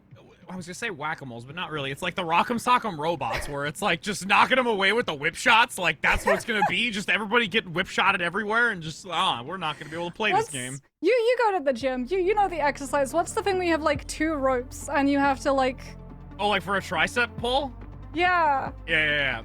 It's I don't actually know if is there a term for that? I mean, I guess I just call it the ropes. See, I was like miming it out on camera, but I feel like that's helping absolutely no one given the fact that they can literally only hear our voices currently. Absolutely. I physically could not make that one out through your inflection. As much as I would have loved to, I'm pretty sure I didn't. I would hope you couldn't hear me doing a mime tricep pull in my inflection, Rich. That would imply that I'm very out of shape. Just start being winded like halfway through. This one! That! Yep! Just completely exhausted as then we take a breather. But yes, for those that are wondering, as we take a lovely scenic view once again to the hotel, before we're checking you into your room, we'll touch base with the receptionist to let them know that a player, unfortunately, is having connection issues. So we are waiting for that to be done, so we can get them back on board. Yeah, we will be able to grab their suitcases from the lobby and get them into the lift as quickly as we possibly can. But until then, we can just enjoy the wonderful scenes of Circuit. Because I feel like we never really get to see a lot of circuit at No, the we moment. really With don't. so many teams like running towards the Ramatra and also diverting over to things like the dive, which never goes out of fashion. A lot of the time we do get to see things like Dorado for escort, especially because like Diva and Twinson, the continuous debate between which of these two is currently stronger. You can play both. Saying that, however, we can see that it is going to be Persona, not Misson, going to be occupying the Widowmaker, as Misson has opted for the Genji, and as a result, Regime is forced onto the Brigida. Grapple shot comes on through. EXO, unfortunately, already having to back all the way behind that first corner. Coming out guns a-blazing, we just lifting the curtain on you, everybody. That's just what's happening. EXO on the defensive side, attempting to try and stop this onslaught, pressing forward as Persona, uncontested for the moment, continues to dish out these shots. Kinetic Grasp is helping mitigate those few, but really has to play this corner, and they finally, just the team as a whole, is able to bring down this Persona play. Yeah, it is not the Reinhardt, it is the Sigma versus Sigma, which means that Benevolence on the Hanzo is absolutely melting Santana's shield if it stays up any longer than 2 seconds. As we are going to see EXO getting a very good chunk of amplification matrix charge that they will be able to have for this next fight. Missin, oh, are we going to see it? There's the Symmetra. It is going to put more pressure on the Sigma on the front line. As Persona off of the Widow now goes onto the Cassidy. Be interesting to see how the damage fall-off affects the long main road sightline, especially since Rara and Benevolence both have much more range to take an effect. And holding this anchor point, first of 2 before that checkpoint, with already half the time gone. Now, with the amplification matrix, Kinetic Grasp gonna hold on for the moment. Amp matrix now second for Azathoth. Will their shots land, pressing all, and Arizaki back. And resetting once again. Really not doing too much here, just waiting for those proper timings. Amelia doesn't have accretion just yet, is going to go for her flux first, manages to dodge the rock cancel. We Nice are going to dash see forward. Santana going incredibly well. That shift and immortality field, but the Sigma up close is going to get absolutely beamed by that Sim. Nice reposition underneath the doorway so it doesn't leave them vulnerable out into the open. Big turnabout here from Azathoth as they overwhelm as a squad. And now have a team kill with 1 minute and 30 seconds, and this payload has not moved that much. Yeah, I love the Bay play as well from Rara, where essentially she said, like, this is my Sigma. You know that you're going to jump on my Sigma. You have the Symmetry. You want to close up the distance. So we're going to wait for you to jump the Sigma, and then we're going to Blizzard. And you don't have the Lucio, which means no amp out of it. And you don't have the Sim for the next 30 seconds either, because Rara, she just ice picks immediately. And poor Missin goes down, unfortunately not getting the calm of when Santana was going to shield corner. Benevolence looking for a log of a shot onto someone willing to turn the corner. Nice intel gathered for the moment. Got the press into the bridgeway. Underneath is going to be the position to hold for the moment. Ready to pivot with 45 seconds to go. Up top, intel gathered once again here. Benevolence, Dragon Strike through the wall. Will they clip anybody? It's a divide and conquer for the moment as it finally passes by. Benevolence has to leave. Persona gets the counterplay and now has the Deadeye. Dropping low, isn't even gonna need it, and just overwhelms both DPS as the rest of the squad dives forward with 25 seconds. All are gonna push to this checkpoint. I would much rather Benevolence have waited for that Dragon Strike and used it in reaction to Krobos. As we talked about, EXO Azathoth cannot just face tank into Inarizaki. If they try to use the Dragon Strike to split and provide them the space to walk forward, Emilia is going to take so much more pressure from Missin than Santana does from Rara and Benevolence, and as a result, EXO just did not have the damage to be able to burst the front line down in time. Now they don't have checkpoint A. They've got to play into B. Symmetra wall comes on up from Missin so that she can close up the distance and start charging up Emilia again. This Sigma goes so low in the first couple of moments that immortality field has to be used. Deadeye active, Persona. Gonna thread the needle here. Finds nothing with it. Nice stun for the moment. Rara goes forward. She gets the pickup onto the support line, and everyone falls in suit, along with Azathoth going to take down most of what's remaining here from Inarizaki, and able to hold, and is in a great position to do so and can really maintain this high ground before anyone from the team can move up to even get to the cart. EXO have Blizzard as well as this high ground position, which is going to make it a little bit harder for Missin to apply the pressure that she has been onto Emilia previously. Especially since if the team tries to TP onto high ground, they are just going to get accretioned, which is why we do see the low drop immediately. Wall active for the Blizzard. Great tech to come through and get it onto the back line, but it's actually just far enough forward that the two can skirt outside of its radius, so not locked in place. Accretion goes whizzing by, denied almost the flux, but it's still an opportunity here for Inarizaki to dominate pushing forward. If that rock lands, that's a different outcome, but right now it's smooth sailing for this last few meters with a minute to go. Oh, it's gonna be a race. Amplification Matrix and Dragon Strike. If Krobus is able to get that ultimate online, Inarizaki have so much pressure to stop Exit from being able to tap, but likewise Benevolence, if they're able to charge up the ultimate in time, will be able to send it dead through the maps. Setting up now with the turrets, pulling the corner. Needs to reach this checkpoint with these 35 seconds to go. That fusion just damage is accelerating, though. There is already the tank down. Amelia has to retreat and is waiting to regroup with the team. 3 meters to go. It is lighting up orange in the kill feed, and that will be an easy take as the home stretch gives a minute and 50 seconds. We said it was a race, and it absolutely was, and Krobus was able to hit that finish line before Benevolence. Amplification Matrix came up, and unfortunately Dragon Strike was 8% away, which allowed Inarizaki all of the confidence to push forward aggressively and get Missing into a position to just melt Amelia down. Good news for EXO, they will have Dragon Strike still available to try and put a stop to Inarizaki's momentum, especially since they can hold that high ground and really put pressure onto Inarizaki if they try and just anchor cut. Now up top, holding the high ground. Nice accretion, but the Dragon Strike comes through. Another pickup onto Amelia. Deja vu from only moments earlier at the checkpoint, able to do the same. That beam is absolutely disintegrating anyone within range. And now a flanking position is not going to do anything by Benevolence as it's 55 to go in this last few meters. Yeah, Dragon Strike is either too early or too late. It's not quite been that Goldilocks moment so far. And now you don't have it to just send from spawn onto payload to guarantee you get a little bit of stall time. Another's onto the Ash. The symbol's going to make it really hard. Inarizaki having 2 angles that they can play between. Flux comes out from Amelia, but Demi is in play from Persona. Oh, the accretion! Able to find the rally bash to cancel it. This actually look to stabilize with the Blizzard. Is it enough? Oh, locking down. Amelia is low, gets picked up once again. 3rd time's the charm. It's going to be beams all day. With 20 seconds now, again, you've got the completion with 18 seconds to go. A team kill bell tolls in the distance, and that's got to feel real good for round 1.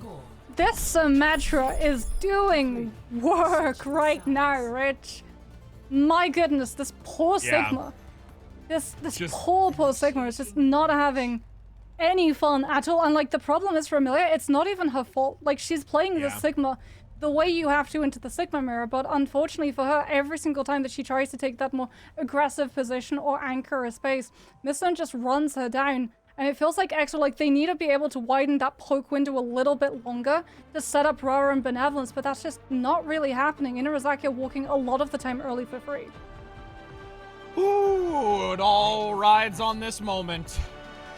Inarizaki has to have a defensive hold to deny completion for them to be able to come back and take this 5th map, or Azathoth needs to be able to complete. Now, as we do take a look at the defensive, it's going to be the Symmetra once again. With the Ramatra? Yeah. Is That's this wild. Is That's this going wild. to be a bunker up in small room and contest the payload and just drain the time as much as possible so that you can guarantee you get as many fights as possible? Or is this going to be a we're going to play the long range and just try and run this poor Sigma down with the Ramatra and the Symmetra? Nope, it is going to be a we're going to go into small room and then we're going to jump directly onto your tank. Does Benevolent scout it though? There's the Sonic. To go. Oh, great wall. Everyone has to break that quickly to try and enable this. Falling back up the stairs for now. Persona needs to be cautious. Benevolence actually goes for the swap and changing back in spawn to counteract the composition that we do see with this adjustment. And now going to hold the angle. Rock doesn't quite land as the shield is active. Wall put up, so it denies a retreat from the supports. But you can see they're playing in this small room, like you said, with a TP to reposition. Yep, and it still counts as contest if they play inside that small room. Rara goes incredibly low. Benevolence trying to put pressure on an off angle currently, lobbing the dynamite over that Ramatra shield. But Inarizaki with the Symmetra teleporter just able to play the space so perfectly. What? What's Persona doing behind? Apparently my an goodness. Octopus Immortality field. And off of the back of that, Santana is unleashed. Free to run directly over to the Sigma. The Baptiste and the Cassidy were just a distraction. The true price was the Ramatra all along. Wonderfully done. And again, just the utilization of the teleport to get back up and down between the two to still have that element of perplexity to this. With now Sonata having to retreat, fall back as the wall comes active. The Nemesis form instantly popped for now with Immortality Field committed. Everything is being thrown into this to try and keep the front line standing, but it's just not enough. And now Exo Azathoth playing aggressively forward as Amelia gets some validation of their own, and she's going to be able to push on. If Santana had been able to get through that Symmetra TP, that Ramatra would have lived. Exo doing a very good job. Rara and I are going to be holding a very cheeky angle for this Blizzard in anticipation of Inarizaki dropping down and trying to contest in this next fight. Machine does have Silent Barrier, but we see a lot of the time Lucius now hold that position. I think the Mei was actually scouted just now by someone walking onto ramp. They saw the position that the Mei was in, and they know that the Blizzard potential's there.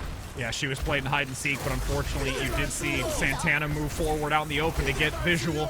This Blizzard is definitely going to be on the payload, though, locking down at least one on the inside, rotating through the amplification matrix as they fight in the room, really not being as beneficial here, but Persona still gets the shutdown onto Ra-Ra. Persona's going to have Deadeye as well. Nissan's going to have that Symmetra Photon Barrier to make sure that Exo can't take advantage of these long angle sights. It's going to be even harder for them to take an off angle too and keep pressure on the Ramatra on all of these different lanes, because now the fight is mainly just occurring onto the one. Oh, Deadeye active. Turning, using the movement speed to work their way through. Persona taking down Bob, no longer available. Santana, and so many locked in that flux. Beautiful Immortality Field to weather the storm. As an aggressive counterplay comes in, but it's going back into unlucky Sound Barrier. Amelia gets picked up by the Annihilation, and everyone from Inarizaki is able to play this perfectly, to outmatch and outplay with 50 seconds to go. They just have to draw back now as a team and look for one last hold. We're on the Arista again. We're on the Arista again to try and counter the Ramatra, but this just means that you're feeding the Symmetra more and more. This is so risky. From Exo, they need to kill the Symmetra. As Corvus is going to have that amplification matrix, is positioning far enough away from the fight that you're not going to be that immediate target and can use it to keep your tank alive and anchored in this position. Ant Matrix held for the moment to guarantee these last 20 seconds. Holding that outer side of the wall to put damage onto everyone that's peeking the corner. Amelia has to draw back. There is enough time for this Ant Matrix to drop, and that's what the team's going to look to do. Wait it out. By the time, under 3 meters to go, 5 seconds on the clock, everyone has to go in to try and give some kind of contention onto this. Unlucky main through the inner side. Amelia getting chunked down quickly, but the Immortality Field is there. Ant Matrix might be able to be the superior flux of damage that is needed to take down this defensive line. Santana goes down. Benevolence finds the elimination, but unfortunately, that Symmetra is going to be vaporizing them, but a Blizzard gives the space. It forces them back. Bob into the back line, also getting some crossfire damage from the front and the rear as Benevolence forces them away. It's going to be a huge pickup with both Ra-Ra and Benevolence working in tandem with the supports to give them 2 minutes and 20 seconds. Ooh, what a clutch. What an absolute clutch. That was so risky. Inarizaki were running the time down, waiting for it to go to overtime, knowing that Exo were going to have to anchor onto that payload, which means that they were going to have to anchor directly in front of Miss and Symmetra. However, like you said, the DPS just working together with their supports, making sure with that poke to keep the pressure on the Baptiste as a really good wall comes through from Rara. Stops that Deadeye. However, Inarizaki are still controlling all of the spacing now. As a result, all of the momentum Exo had from that last fight has now been drained away. Repositioning, finding subtle windows for damage. That's a great pick to get Ra-Ra down in this fight. Looking for the pickup onto the support. It has to be quick. You need to regroup fast from Azathoth to get back into this and try and stabilize. But you can see how Inarizaki is just going to play extremely forward. Yeah, well, remember, their entire composition is extremely forward. Yeah. They need to get the Symmetra into position.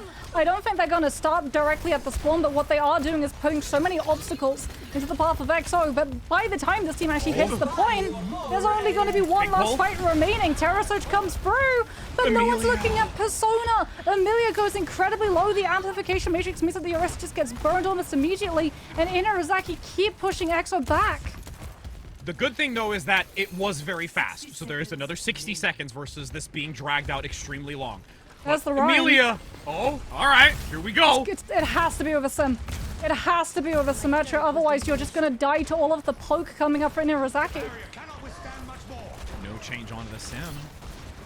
Time is reducing. The team's gonna play with it. Amelia now on the Reinhardt with no sim. Let's see if Optimus Prime will help be able to overcome. Swinging that hammer forward. Santana drawing back. Accretion denied by the shield. Sound barrier giving that extra protection to dive forward. The charge is going to be blocked by the wall, unfortunately. It's not dropped fast enough. Amelia dwindling in health. That's going to be Crowbus getting the pickup. And now with no tank on the front line, the rest are going to fall. Everyone from Inarizaki is going to play forward and push them back with 10 seconds to go. And I don't think there's a way that anyone can get back from Azathoth. Not if Inarizaki just hold Deadeye. And that's exactly what they're planning on doing. Hinter comes out, Colin Barrel off the Persona to be able to reposition. The Rhine is able to tap onto point because of that charge, but you can see that shield is just being sent every single angle. Deadeye immediately picks the Lucio, and this is just clean up at this point. Inarizaki have to deal with the Blizzard. Potentially, they're able to find a turnaround, but no. Persona is alive, and the Rhine just without that Symmetra was so unable to move. Even if you forego the Symmetra for the teleport, having that Symmetra for the Reinhardt putting pressure onto that Sigma, you saw how low Santana actually ended up going when Amelia was in the face of the Sigma, but there just wasn't enough damage to actually translate to the kill because no one else was there alongside the Rhine. Oh, a worthwhile attempt here from EXO. They had a booming start and then just blow for blow back and forth as we enter into this fifth map where Inarizaki is able to claim victory and continue moving on as they attempt to climb their way back against facing off against whoever's going to be continuing to move forward in the upper segment. Oh, well, we did get a very long series, Rich. Yeah, we did. And we got the Orisa and we got the Reinhardt. Even if it was only for a little bit, we did get to tick all of those boxes to come through. And like we said, like before, this meta, it feels, is in a very healthy position because it's not just the one composition on every single map, which is so nice to see because for the longest time for Circuit, it has literally just been Sigma. It's only been Sigma. Teams will only play Sigma, and like the biggest difference that you would see from some teams would be would they pick the Bap Lucio, the Bap Brig, or the Bap Zenyatta.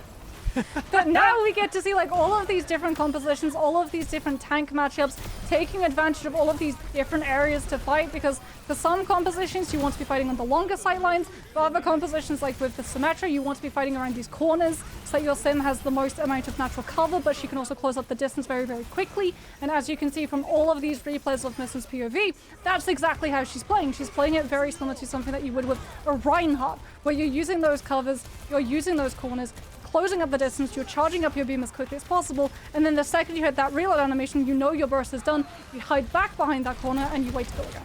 And then the Orisa aspect of it, which we saw repeatedly on multiple maps, it's always this like fail-safe last 60-second like couple of fight type of decision making, where it's brought out to see if that might be the answer to it. And you commented a little bit more when it came to the flashpoint of what does that look like if you start with it. Granted, this one I would say maybe not as much due to the Sigma relevance and significance in that sense, but again, it's like always that, you know, final, hey, we got the few more seconds, we gotta just try this, let's just run it. Yeah, I mean, you'll never see a restaurant circuit for the one factor of her head hitbox is absolutely ginormous, and that line of sight is really, really strong.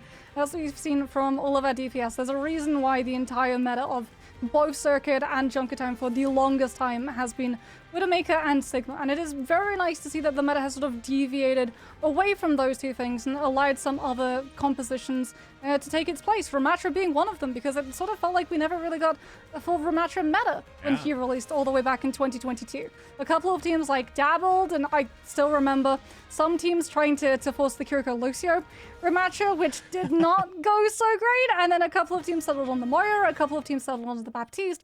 However, Ramatra was still sort of power crept by a lot of other tanks who did everything he did, but better and without the glaring weaknesses of only being able to control one angle, so very quickly we moved away from the Ram. So getting to see a little bit more identification come through from him as a tank and the compositions you can build around him has been really interesting to get to see, both in terms of how the teams in Tier 1 have been playing it, but also in terms of the teams in Calling All Heroes, where you maybe have a little bit more of a hero pool around the player's comfortability, rather than what is just the best thing in terms of top tier meta currently.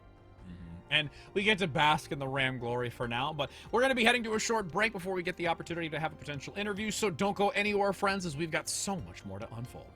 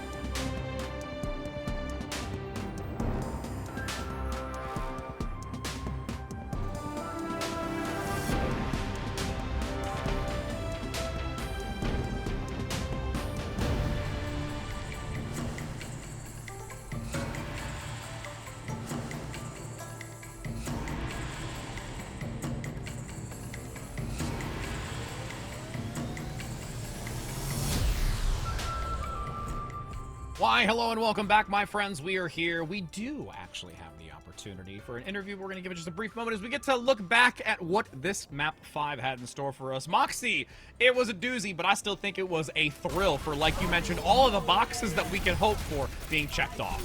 Yeah, we got to see such a diverse meta come through from all of these teams. I think we got pretty much every single tank in the roster, barring the Mauga, Zarya, and Wrecking Ball. Lovely to get to see the Widowmaker come through. Lovely to get to see all of the adaptations both of these teams made as well. A lot of counter swapping going on, and not just in the tank category, which is always nice to see. The fact that we were getting DPS and also the support lines changing up continuously based around what the other team was running out with was a very lovely thing to get to see, as opposed to it purely being rock, paper, scissors between the two tank players. And we can just take a look at some of these. We're going to get a lot of, I think, these highlights of where it's the Widowmaker plays and just the tank plays between the two as we got towards the later portion of this. But again, there were just so many little micro moments as well when we look at like the overarching just competitive play of both of these teams that really do make such a significant difference in the outcomes. And that's why I personally think that between the two of these were so close and why we were able to see it go to this map 5. Yeah, both of these teams were coming up with all of these different solutions to problems. For one side, it works out a little bit better than the other, right? As we talked about, that's the Metro Beam just doing so much work, so much pressure in the Sigma versus Sigma, and then even onto the Reinhardt as well, Missing just being able to use that spam poke pressure, as well as the fact of having like that teleport and making sure that the rest of her team were able to get out of a lot of situations where they could hold really aggressively, drain the time bank for a lot of time in places that you don't normally see fights break out to into circuit, but still get away unpunished. Absolutely. As we do finally have the interview ready for all of you from our victorious team, we have Missun. How are you, my friend? Great to see you here. How you feeling after that one? Hey, I'm feeling okay. Okay, Yeah. awesome. Still a lot more ahead of you, I'm assuming, of course. Yeah. A lot more matches to still play, so. Was there a particular reason? Because I know it took both Rich and myself by surprise when we actually saw the Widowmaker versus Widowmaker on Colosseo come through. Is this something that the team has been running with continuously, or was this sort of pick in anticipation of another Widowmaker and wanting to counter with the same hero? So like I don't play Widowmaker at all, but I kind of like tilt swapped it on Hollywood, and I just played well, so we're like, okay, we'll just play Widow on the next map. But I don't normally play Widow, so I kind of got gapped, but, you know, yeah. I mean, I don't know. You could not tell! Yeah, I was gonna say, I feel like we saw some stellar performance, and you telling us that we would have not otherwise known, so... No, like, I saw that grapple shot on Thank you. Hollywood against the Baptiste, and I was like, damn, that is a Widow player who knows her stuff and goes into those Widow custom lobbies and plays headshots for, like, 5 hours a day to make sure that you can hit those back to back. So then, not looking at the Widowmaker, looking instead at this Symmetra, which had such a huge value, is that something that you've been running out with a lot of the time, or is that something that the team has picked up recently to be able to put pressure onto the current meta? So like, I actually haven't scrimmed with this team. I wasn't originally supposed to play in the tournament, so I don't know what they've been playing. I don't think they played any sim. Basically, on like Hollywood 3rd, I just went it, and then we're like, okay, if they're on Orisa, we'll just go Symmetra, and then we're like, okay, let's just play sim the whole time. That was basically the thought process. So you mentioned about the Orisa aspect of it. What was the communication like when you get to see this Orisa? Because there were moments where it did have success, and then there were moments where it was, you know, being able to outmaneuver and outplay and start really taking advantage. What was like that communication to try and counteract something that we all have not really typically seen and talked about as much? Yeah, I mean, Amelia's just really, really good at Orisa, so like, she's always going to be like super difficult to play against, and then we just kind of didn't know how to pick it. Like, we were thinking about Zarya at one point, but we're just like, okay, we had the sim work. I just like randomly went sim 3rd. I said trust. Then we just are like, okay, the sim will beat Orisa, so we can just stick with it. So then, to go back to a little bit of a point that you brought up earlier, the fact that you haven't actually really been playing with this team, how has it been feeling trying to sort of fit into everything with so little notice? I mean, I played with them the previous tournament. I just like, I didn't want to play this tournament at all, but they needed someone. So like, I've already played with them before, so it wasn't that bad because like, we do have experience together, but yeah, basically not really that difficult. Okay.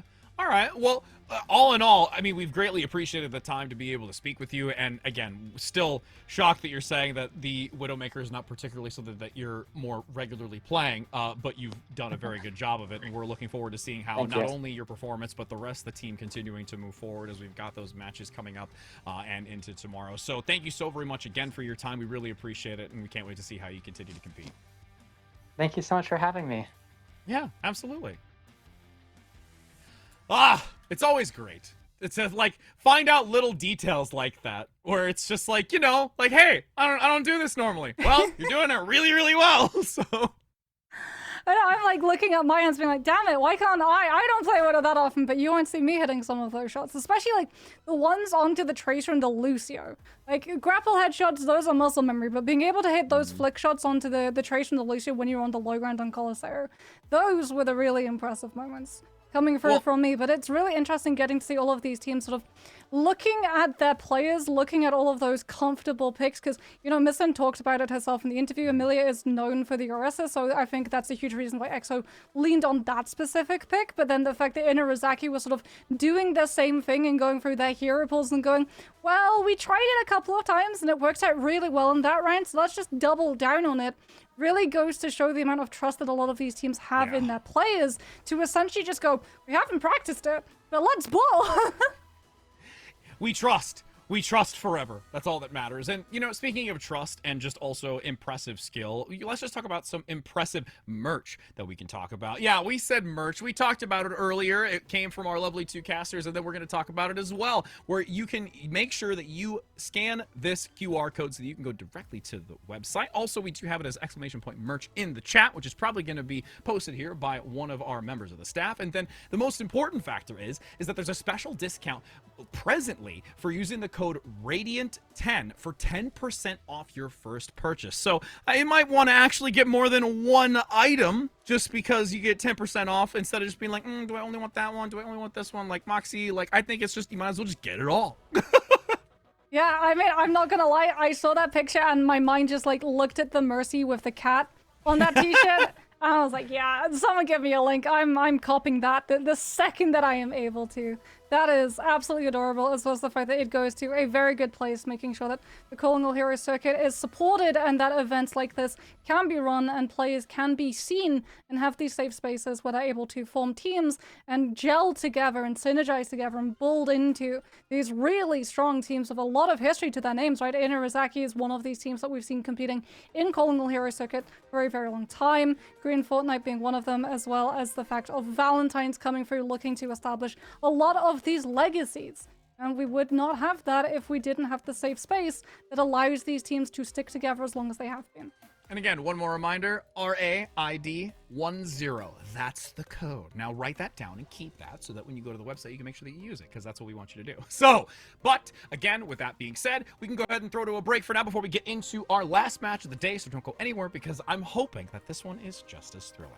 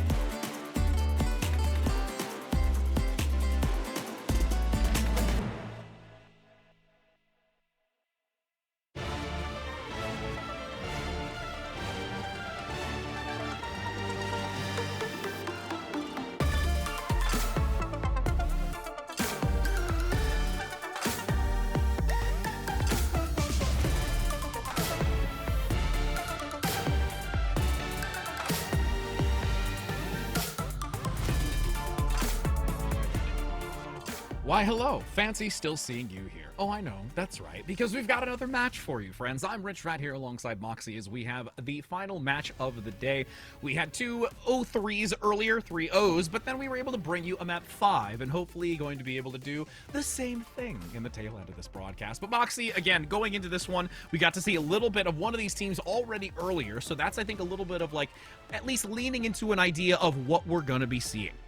Yes, and what we're going to be seeing as well is an update to the current scoreboard because it has been 2 games now in the lower bracket. We got to see Inarizaki versus EXO on broadcast. We did not get to see Valentine versus Andromeda Estrellas. Valentine were able to win 3-0, which means that our next lower bracket is going to be Valentine versus Inarizaki, which is going to be a very interesting matchup for sure. Yeah. Valentine being so well in terms of the last major and their performance, but struggling to find that magic a little bit yet again, as we can have a look and see Super Shy Ivy versus Green FT is going to be the match that we're going to be following along with, as both of these teams completed their first matchup in a 3-0 fashion, and then their second matchup in a 3-0 fashion. So it very much feels, Rich, what happens when you have an immovable object and unstoppable force, hopefully a 5-map series to end the day.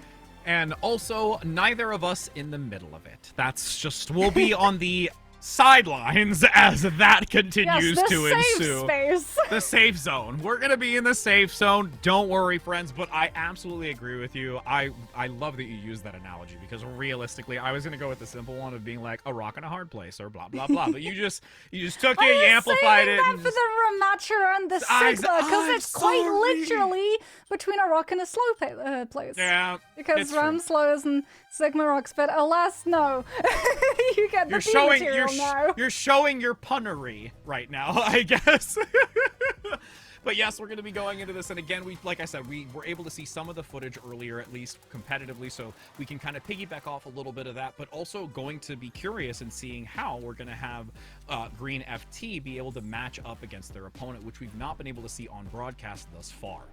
Yes, I am really looking forward to getting to see Super Shy Ivy in action, specifically because Hitori's Sigma is one of the best in the Calling All Heroes circuit. I'm really looking forward to getting to see whether or not Super Shy Ivy are going to be leaning into that one. Hitori was known for playing the Sigma on the Super Shy roster for OWCS, so I'm hoping that we get that broken out, as well as Wisp being a formidable Widowmaker. But if you've been following the Contenders circuit, well, one name will also be incredibly familiar to you, and that is H-Key. A lot of Genji coming through from her, but I specifically remember her Mei. So if we do see the Ramatra Brawl shenanigans coming out from this team, I feel like it's going to be alongside a little bit of an icy accompaniment. Absolutely. As we take a look at their counterpart, their opponents, again, it is a 3-0, 3-0 team. One of these teams is going to have to suffer with a loss not only on map, but on series. As we do get, of course, the lovely stack of Roadhogs, we have to. I feel that that's now going to be the thing, as we got to see earlier. And we, like I mentioned, already got to see some of the dynamics that came from this team. Really want to emphasize that. Peace and Bolsena being really, really key in a lot of the successes when it came from some of the DPS aspect, but really just great overall synergy as a whole from this team. Yes, and getting to know that tank lineup as well, seeing that Soil is going to be starting, makes me think it's going to be a start with the Ramatra or the Junker Queen. Sniper tends to play the Sigma composition for Green FT, so I think Super Shy are going to have a little bit more information going into these matches, understanding what compositions they're most likely going to be up against. Well, and the other part too is we also got to see Sniper on some of the Diva play, which was brought out when it came to Hollywood, and utilizing that type of variation as well. And we, had a moment between the pause that you were able to explain in a little bit more detail about the Diva and the Winston choices and how that Diva can enable a team and looking for engagements, controlling the high ground, how their maneuverability is. So there's a lot of these different facets as well to see how that's going to translate over with Super Shy Ivy now going against that as well as we enter in onto Li Jiang Tower first. Yes, Lijiang Tower, the home of the Ramatra. It was a little bit of Reinhardt earlier on, but now it very much feels, especially for Control Center, that spacing is just perfect for the Ramatra. There's a lot of really nice spaces and hallways for the mate to be able to find those isolations. You can use the fact of those halls as well to be able to bounce the Ramatra slow so that it's able to drop down and land a lot of the time behind the tanks and find that full isolation onto the backline, which can be incredibly helpful when you're trying to just run someone down, push them back, make them think that they have to move, and then surprise, there's a mule behind you. Peekaboo.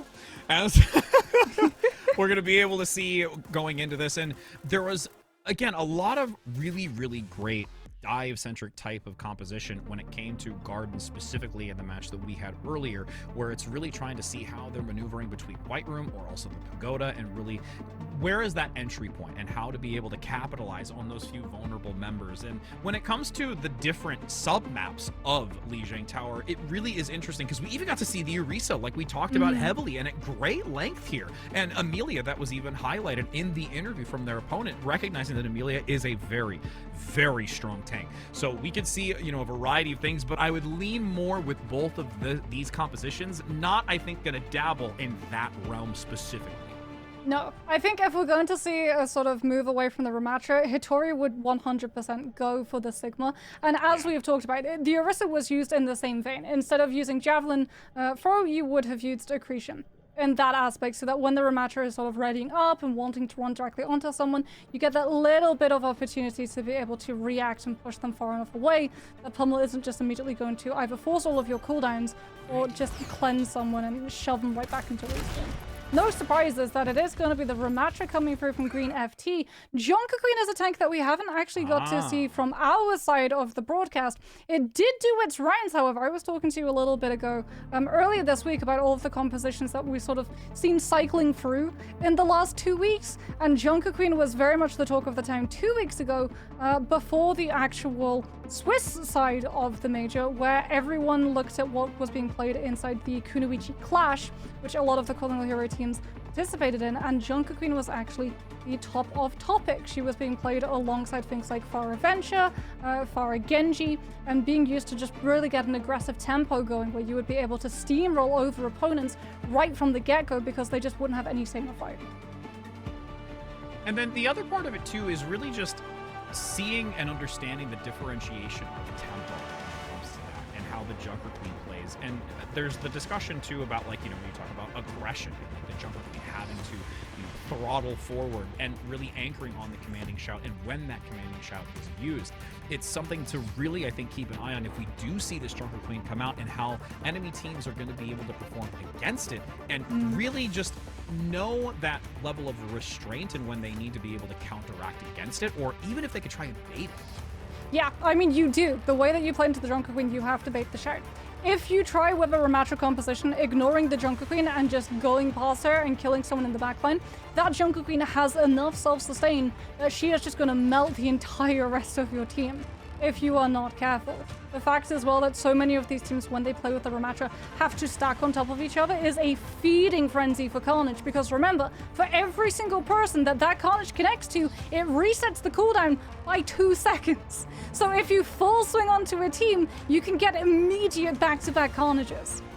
Well, and even just also with the recent adjustment, it is a very small adjustment, but when it comes to the healing obtained from it, just as a whole for the Junker Queen, that little extra bit, the more that you slash across, really does start to accumulate over the course of multiple fights or multiple engagements that you have, or usages throughout that fight.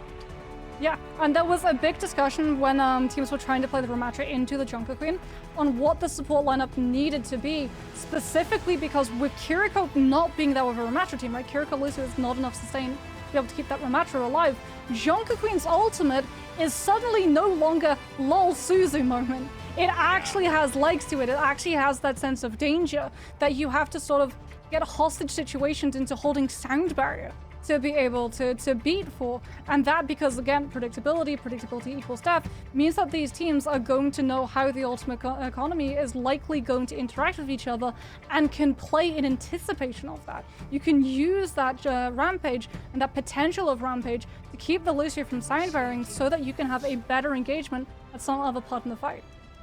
And now that we have been able to, I believe, reconnect with all players, I think there was a subtle delay as you were all listening into the dynamics. And this is one of those moments where I think it's almost like you have your caster hat, which again, like, you know all this stuff anyways, but then you have like your coaching hat, and it's like this swap between for you, but like they all still cut, like, it's almost, maybe we should like have you wear both hats together and like one on top of the other, and then one just supersedes the other where that one becomes the top hat. I don't know, that's what I'm thinking. I feel like I could pull off a top hat, probably. Or what if you got two of the Calling All Heroes hats, Yes, and then you and put one stack them on forward, top of and then each the other other, one the and other then way, third one back and in, then you would swivel yes, it. and you're Yeah, like, I and mean, you're like I a might Sherlock have to Holmes. add that. I You're like a might Sherlock have to add that Holmes. to the Yep. list when I grab that Mercy Cat t-shirt with the 10% discount. That being said, we're going to be seeing the dive come through from Super Shy Ivy. Green FT are going to be running the Ramatra. There is no Junker Queen in play. It is instead going to be the Ramatra with the Baptiste and the Lucio to be able to anchor and sustain in this point. He's already starting to chunk away that health value, and it instantly deleted the focusing beam, just sending that scientist back to the drawing board to work onto some hypotheses, and that at point does become active. Oof, Kiriko, Lucio, Winston dive is always so interesting to watch because you have to be so much more aggressive with your teleport if you're the Kiriko, and that means that a lot of the time you're going into the fight and not having that disengage, which is exactly what Green FT were able to take advantage of. Sen and I trying to take advantage of that off angle with the dynamite pressure, making sure that Super Shy Ivy are not afraid to jump onto the backline. Good coach gun is going to make sure that the dive does not find its target of that Baptiste, and we reset again. She's contributing so much into that great pickup as well, eliminating the Lucio, giving that extra mobility. Once again, this Winston play is being completely nullified and just cut down repeatedly. Yeah, and Sohail is just anchoring on point because Sohail isn't really needed for any of these fights. Ramatra is really bad at peeling, which is what Super Shy Ivy are trying to take advantage of, but they just have not been able to get past the slows coming through from the Ram. They haven't been able to anchor the space and make Green FT choose between peeling for a player and actually taking control of that point and keeping the percentage ticking up. And as a result, Super Shy Ivy haven't really been able to do anything except slow build up some of these ultimates. This should be when they're able to take the space. The Halo goes a little bit too aggressive and will go down to the Kiriko. But yet again, the Ash Dynamite is so good at slowing things down.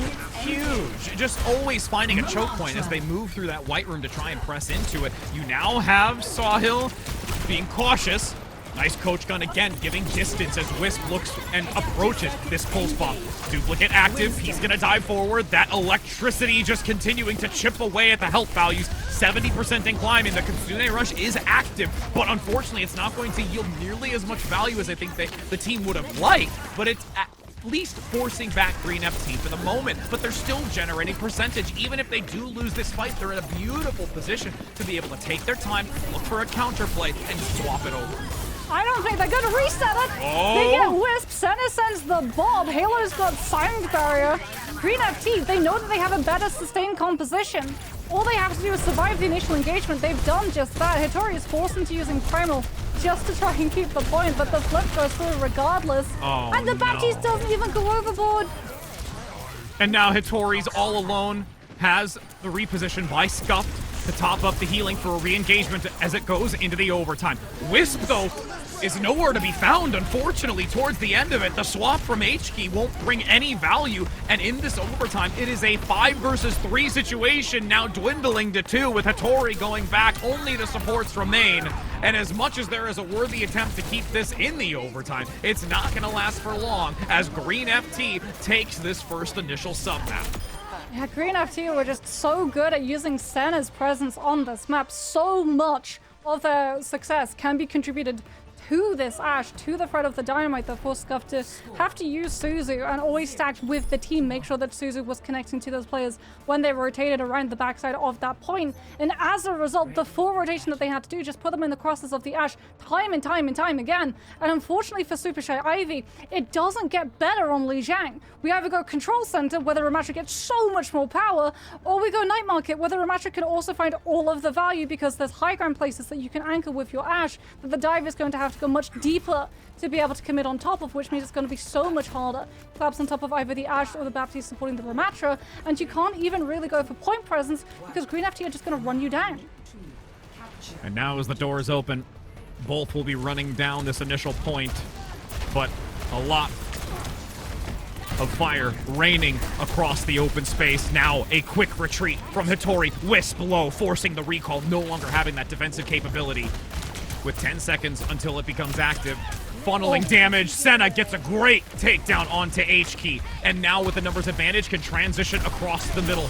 Able to get closer towards that point as the picks still come through. Senna for 2 and lighting up that feed. There's just no long-range poke. That's equivalent to the threat that Senna is provoking at the moment. Super Shy Ivy just cannot pops on top of this Ashe. This was gonna try. You can see the peel immediately comes through. Halo just plasters herself to her Ashe's side to make sure that Senna is still gonna be able to control the lane. Dynamite gets thrown in, tells you all of the information that they're still holding in that space. You know what? The Winston's isolated and killable. A little bit of a stall now for the moment. Attempting to get some decent shots in the distance, but again, Senna is just really running this map of Night Market right now. It's just uncontested. And because Wisp is just going for the Ashe instead of prioritizing point pressure, Green FT have all of the spacing and they're not being forced to make a choice. The Ashe is never being left isolated because no one's having to really divert and play out of position to contest the Tracer on the card. And as a result, Senna is just already 80% of assault. Pulse bomb. Primed and ready from Peace. Looking for a backline opportunity. Goes for the dash. Just gets the melee. Swings the pulse, but it doesn't land. Target eluded. As the second melee comes out, this is just clean play. It might have been Senna out the gate, but it's Peace cleaning up the rest. With a swap at least for 58, that's something to not allow this to continue going towards that 100%. But I'm not sure how long this will last as the DPS line continues to harass. There's a force of the Primal Rage even just to keep this in contention. Yeah, it's not even just to try and stall the fight, it's trying to keep that point for as long as possible to deny Green FT that presence, but Hattori now is behind enemy lines incredibly low, and the slow just means that even if jump pack was up, the Winston would be pulled immediately to the ground and 6 feet under. As Green FT control all of the space, have all of the ultimates, get an early kill onto the Tracer who can't even use the threat of Pulse Bomb to put pressure onto the backline. This is looking like the Ramattra composition is absolutely undeniably strong at the moment as Hattori's got to go onto the Doomfist just to try and get past and touch. Only 10% remaining now in these final seconds. Sound barrier from Halo about to be brought to the table. Very heavy dive comp with the swap to H-Key as well onto the Genji. Hattori's basically eliminated, but great reactiveness from the supports. The top back up. Sound barrier down. Shield is active. Great pickup though from Wisp, getting that follow-up onto the Immortality field. This is the moment where they can turn this back around as a unit and try to contest against it. And the Doomfist has at least paid dividends for now, and we'll see how Green FT responds. Yeah, Ramattra does not have great answers for the Doomfist. Unfortunately, though, Green FT do have 99%, and Super Shy Ivy, in terms of ultimates, don't have great answers for how they want to play into a composition that's sustained. They have to hit this Ramattra team before they can rotate over to the point. Good dynamite comes through from Senna. Is already going to force resources and make HK back off, which means Genji is not in position to blade. Oh! Doomfist is in position, though, to jump on them in the choke. This hallway is a kill box, but Hattori overstays the welcome, and the Doomfist is down. Gets a double stun on the supports, but Green FT able to weather everything that's tossed at them until H-Key now unsheathes the blade. Smolted and smelted for them to be able to cut down the enemy. 55% it's still climbing, and Super Shy Ivy still looking okay for right now. We've got Rush to fall back onto. Hattori's going to have Meteor Strike to be able to heal. Senna's Bob is about to come online though, and Super Shy Ivy do not have a shield. Which means that this Rush has to burn through it immediately. Now, Sune Rush into the open. Scuffed is getting battered right now with that. And now Bob follows up on the flank. Not used to it nor ready for it as both Peace and Senna overwhelm. With only 20% to go, Super Shy Ivy is going to fall short here. And this is where Green FT puts themselves in the driver's seat with a 2-piece on the pulse. And is able to take this one and a beautiful foot jive as well. Yeah, Peace, you've earned it. 100%. That emote is earned. Oh, the double pulse bomb attachment. There are so many times where as a Tracer you know that you're gonna get a multi-kill, whether it's a break Ana and they're stacking together, and ironically enough, because they're stacking together, in the hopes of making it a little bit safer, they actually get both of each other with the Pulse Bomb, or whether it's just sticking it on a Lucio mid-wall ride so that you send them full into the rest of their team. Oh, what a play coming on through. And I mean, it did look like it was getting a little bit better for Super Shy, right, when we saw the Doomfist swap coming through. But we also saw that immediate punishment when you have the Doomfist composition. Even when you have the Ramatra composition, you have to have a really good sense of discipline and restraint, because a lot of the time it starts as your turn and it becomes their turn. And if you're not prepared to live that stabilization period where you're waiting for it to slip away from their turn and slide back into your turn, you are going to lose the fight to bad positioning. The fact that Hattori went in as deep as you did, trying to find that punch, trying to greed for both of those supports, meant that Sohail just saw the opportunity, dropped that slow directly behind the Doomfist so that Hattori was not able to get out, even if she had her cooldowns available, and just immediately lost the tank. Super Shy Ivy lost that CC. Even HK having to pull out the blade had a knock-on effect to trying to just stop the bleeding, staunch the momentum that Green FT were threatening to pick up with an ultimate that could only kill one person in that moment, meant that blade was no longer a problem that Green FT had to rotate into for the next fight. Well, and there was significant value when it was that, I think, triple frontal punch knockback with both supports into the wall. Like, that was a ton of value gain, and then took advantage. But then, like you mentioned, when you start getting a little overzealous, it's where things can be easily just converted on you and then instantly punished. So I think if there's those subtle moments of you kind of reevaluate that aggression and be able to evaluate in the moment, let's say a little bit more seamlessly, not to say that it was a bad call, but just in that moment it was not ideal, we'll be able to see this counterplay come through so that we do have Super Shy Ivy be able to take this next map and try to compete against Green FT, who I will at least say the first round was much more convincing for Green FT. A lot more challenging when it came to Night Market. Yeah, I'm really surprised by this hybrid pick, though. Because you have all of your choices of hybrid pick, right? And you can look at the compositions that get run. So let's think about the two others in the pool. Parry Soak, that's going to be dive. That's straight up a dive mirror. Hollywood, also a dive mirror. You can potentially pull out the Sigma. Iconwald, however, you can play dive, you can play Sigma, you can play Junker Queen, you can play Ramatra, though. And that's my big concern. What happens if they run into the Ramatra and just get out-tempoed again? I mean, this map in and of itself, again, like with the pool that we have available to it, I'm still just happy that we don't get to see King's Row for once, because that's all the rave, and just being able to see anything so other you're than that happy? is great. A lot of people, I remember when the decision, when the map pool was released, because they've gone like back and forth. Sometimes we get King's Row, and sometimes we get Paraiso. And the amount of teams, like when you're scrimming and you say like, hey, can we play Paraiso? If you're playing up against a team who isn't in the Colonial Hero circuit, the immediate reaction is, no, we will not scrim Paraiso because that's the insta-ban. Yep. I mean, for me, I just like it because first of all, I love the architecture of this map. Just look at that thing. I would love to have one of those, just as an asset. Yes, Rich, a I castle! would also love to have my own castle. Unfortunately, the housing market in 2024 is not kind. Could you imagine what a castle like that would cost? Like, literally the next 30 lifetimes worth of salary, and just like, yeah, that. Well, when I was in Scotland, oh, what was it? About like 6 months ago now? We went to so many castles, and I was like, oh, this would be so cool. Like, just standing in here, like, allowing it to soak in, and then I leave, and then I hate everything about it. But, you know, as we're going to be entering into this, we're not going to hate anything about this, as we're going to maybe see a Widow shot come out the gate with the Weaver grab. Combo. Does it hit the shot? No. Nope. Senna doesn't manage to find anything, and she grabs back immediately before running over onto the Ash. It's not the Ramatra coming from Green FT. Sniper is in the mix, so we are going to be seeing the Sigma composition come through from them. Curious to see how they're going to face off against Hattori on this Winston. Dynamite looking to just clip the Ana in the corner to continue dwindling the health. Z gets a pickup onto H-Key and a follow-up from Peace. This is just a instantaneous takeover right now from Green FT. 2 eliminations that come out swiftly, and now Super Shy Ivy is locked in this room and just getting picked apart. Yeah, that dynamite early from Senna to be able to cleanse that angle of Super Shy Ivy's presence on that mini health bag. And then it's just slow and methodical, taking away their angles, taking away the space.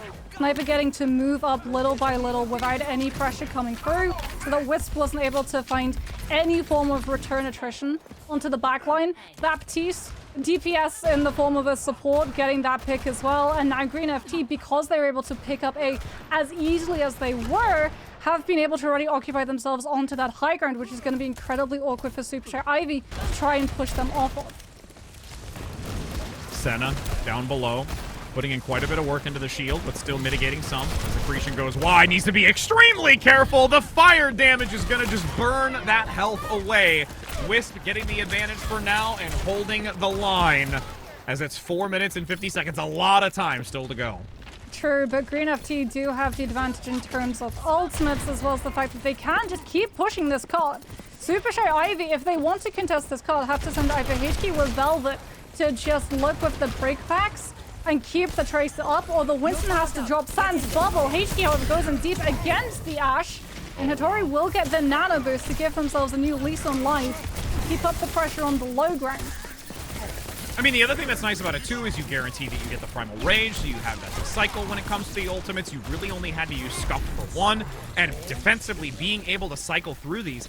And with Green FT now going to have a stack of their own, Pulse Bomb gets Wisp, so that's one ultimate out of the mix, but it's dependent upon how quick Green FT is going to try and capitalize on this. Yeah, but Wisp is the thing that's stopping Green FT from just walking out of that gate. They have a composition where they're not going to be able to easily access the high ground, so having that Ashe, having that pressure of the dynamite every single time they walk through a choke is incredibly threatening to Green FT. However, someone's on the payload right now, keeping it pushed, and everybody else is just looking at the fight in front of them.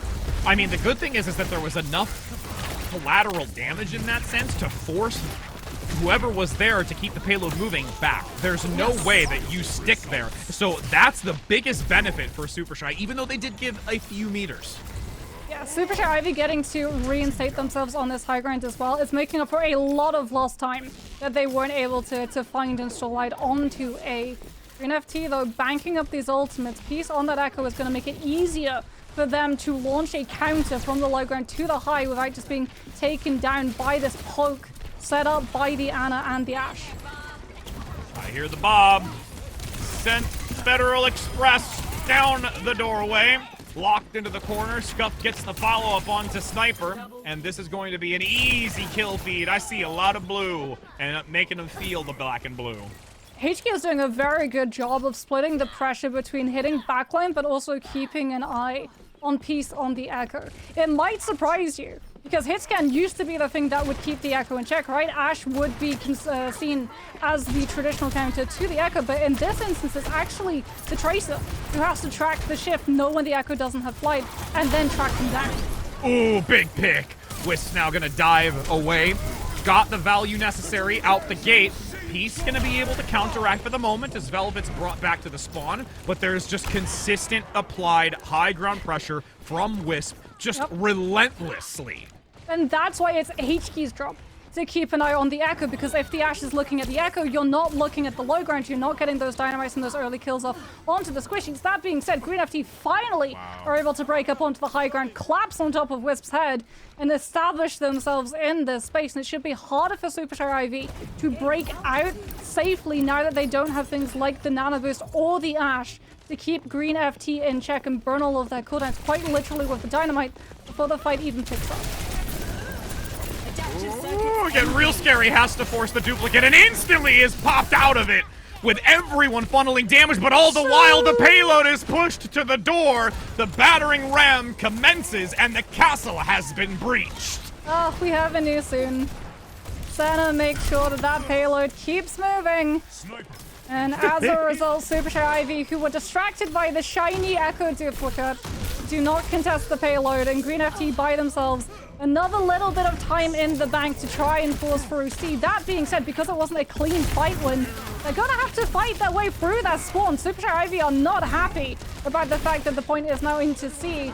And as a result, they are just stalling out this team as long as possibly they can. That Diva mech almost going down forces the immortality field, and still Green FT have someone on the cart. They're pushing it and nobody knows about it.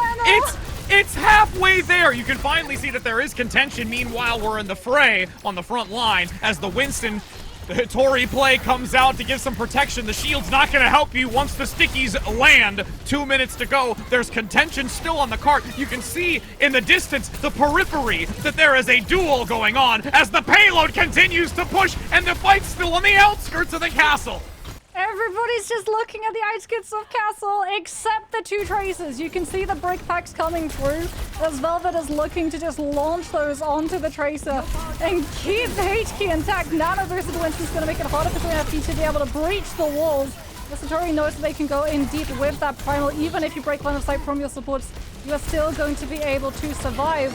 Green FT with a wealth of ultimates and all of the pressure that Sun's been able to, all of the distance the Pillars picks up. This is final fight territory, Rich. Yeah, with 1 minute and 15 seconds, things are going to get real dicey real fast. And there's going to be a lot of graphics with a pulse pump cross courtyard right now, or like in the main arena room, as you've got Peace following up, getting rid of Bob for the moment. 60 seconds now for Green FT on the attack. Sound barrier gives the protection, but you still have Senna gone. With the Tracer, it has the ability to get back quickly, and you can see things are a little bit spread out here. Super Shy Ivy able to stem the bleeding and draw back.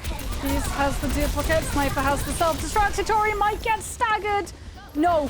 The Winston will survive, the Tracer will not. However, HK is a valid sacrifice to guarantee that your tank is present with Bubble to stop self-destruct in this final fight.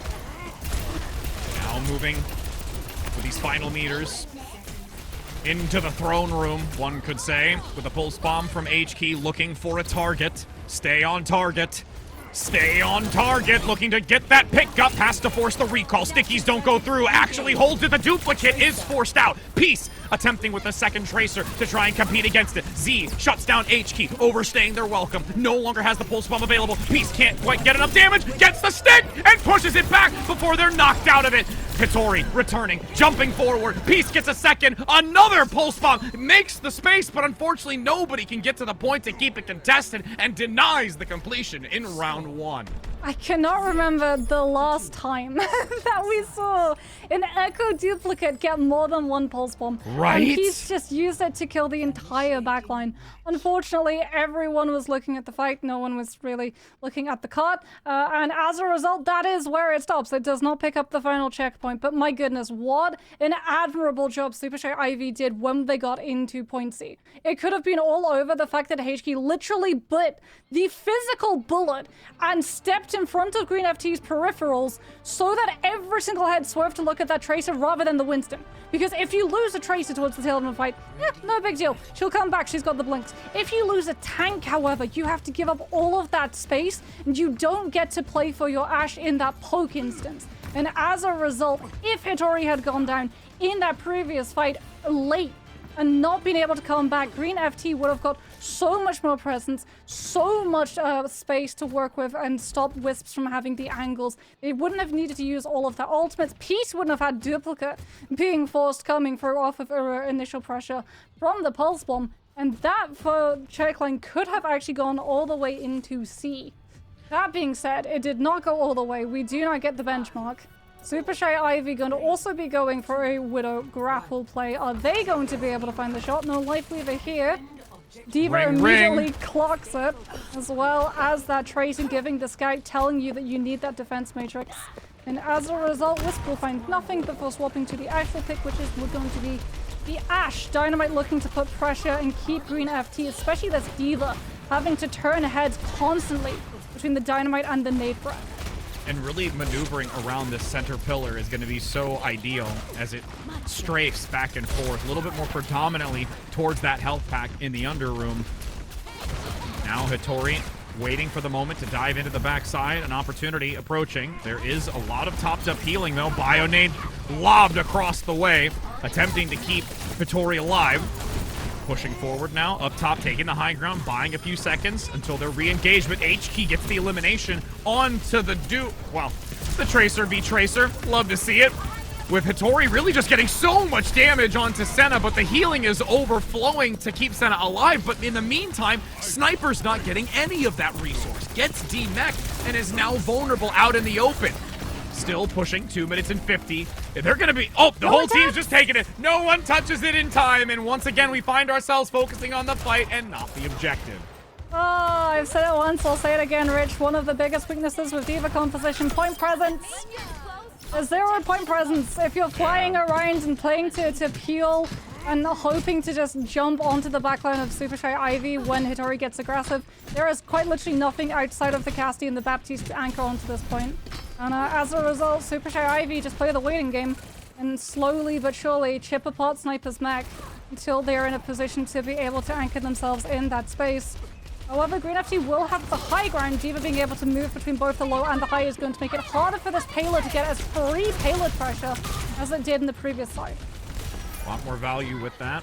Curious to see how well it's going to fend, as you've got Senna already getting rid of H-Key, and at this point, Super Shy know that they don't really want to deal with this until they get a full 5. H-Key, yeah, with that Pulse Bomb, needs to be the thing that turns Green FT's head. Otherwise, you're just walking to all of this poke pressure from on high when you have no answer to it, except lobbing a Dynamite in. That's going to clear the space for the Winston to be able to jump through. It's not going to be a stick the landing, though. It's much more a case of distraction tactics for Super Shy Ivy to finally get the rest of their team across. Ooh, Senna has to be cautious. Unfortunately, can't escape.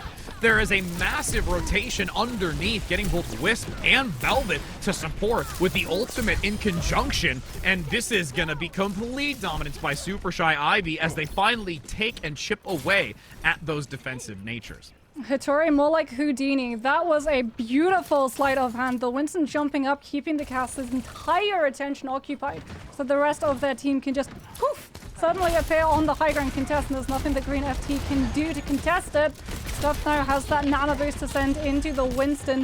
If Green FT try and break through one of these doors, not going to be a clean Jedi from center, that's for sure.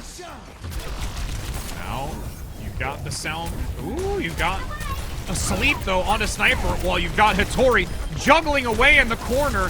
Gets rid of the immortality field, but is so low themselves. Senna turning it back. Z gets another. And this is actually an opportunity here for Green FT to be able to turn it back and try to reset, but that cart is so close to this doorway. They have to be so careful that they don't just stand on castle and allow Peace to backcap for free. Or rather, HK to backcap for free. And you can see, like, Green FT, they're rotating around it. They know potentially that is going to be a play. It's not just full hold and anchor on high ground. It's also scout through castle, figure out the Tracer's location. You can see the pings coming through. There is one player that they are looking specifically for, and it is not the Winston. Senna with the Deadeye. Wouldn't be surprised if there's a reposition to get an interesting angle, take advantage of the ultimate, catching Super Shy Ivy off guard, but a lot more attention to this other channel down below. And like you said, that constant swivel from the Diva to keep tabs on where the team is moving from Super Shy Ivy. HK now, but the Pulse Bomb still can't quite find anyone vulnerable to get a stick.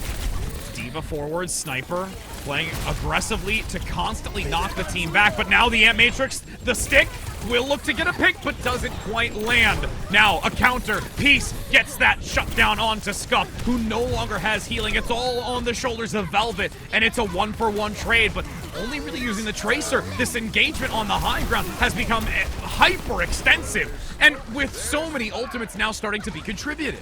Yeah, and now the payload has actually rolled naturally back, that Green FT don't have to be as head on a swivel looking at that low ground channel. They can be much more defensive in terms of holding on this high ground. That's one thing that the Diva has allowed them to do, because you can go from the low to high much more naturally than the Winston. And as a result, Super Shy Ivy weren't really able to flaunt the payload and it being so close to actually get Green FT to give up their prior position. Hitori is going to do what they can to try and get it back to where it was, but you can see Peace immediately falling into step alongside Sniper to make sure that the payload stays exactly where it is. Wisps has taken advantage of the distraction, gets onto the high ground themselves, and is now in position to potentially Bob in final fight territory. Yeah, there it is. They toss out Bob. Attempt. Ooh, but it doesn't go as far. It actually interacts, so there's no angle down that little ramp towards where the payload is positioned. So that's a free opportunity here for Senna to rotate, regroup with the rest of the team, and hold with only 35 seconds to go. Yeah, it clipped the Diva, really unfortunately. You saw the Diva get thrown directly up there, and that is A-okay for Sniper because Sniper just gets the defense matrix as my. opposed to Super Shy Ivy, who were hoping that that Bob would open up the space for them. Now they have 20 seconds left. No way of having to bypass Green FT's defenses. They just have to go to the low. We've got a Sombra coming through from Wisp in the hope that they can get through undetected and potentially tap, but with 10 seconds left, it's going to be a Hail Mary for Super Shy to keep this cup moving. Desperate times call for desperate measures. We've been able to see it skirt from underneath their noses once before. Halo instantly collapsed on beautiful coordination from the two. Now, overwhelming damage onto Sniper. High Noon, though, swinging about, looking for anyone to target. No skulls in the sightline, but there is a recovery here. Peace gets one, but is shut down instantly by H-Key, getting the second onto the Sniper, who is out of their mech. Overtime still active, only just a few meters left to go, attempting to get into the castle to once again break and breach the castle doors. This overtime with 5 meters now, continuing to elevate. There's an attempt to counteract against it, but Hattori is absolutely topped up and almost full health to keep this going. A unique position with the respawn, not going to be as close as you would like it. A beautiful hack as well onto Green FT. Self-destruct, do they have protection? Hides behind it. The mech gets the takedown onto Hattori, and no more time can be bought with Green FT now putting themselves on a match point situation.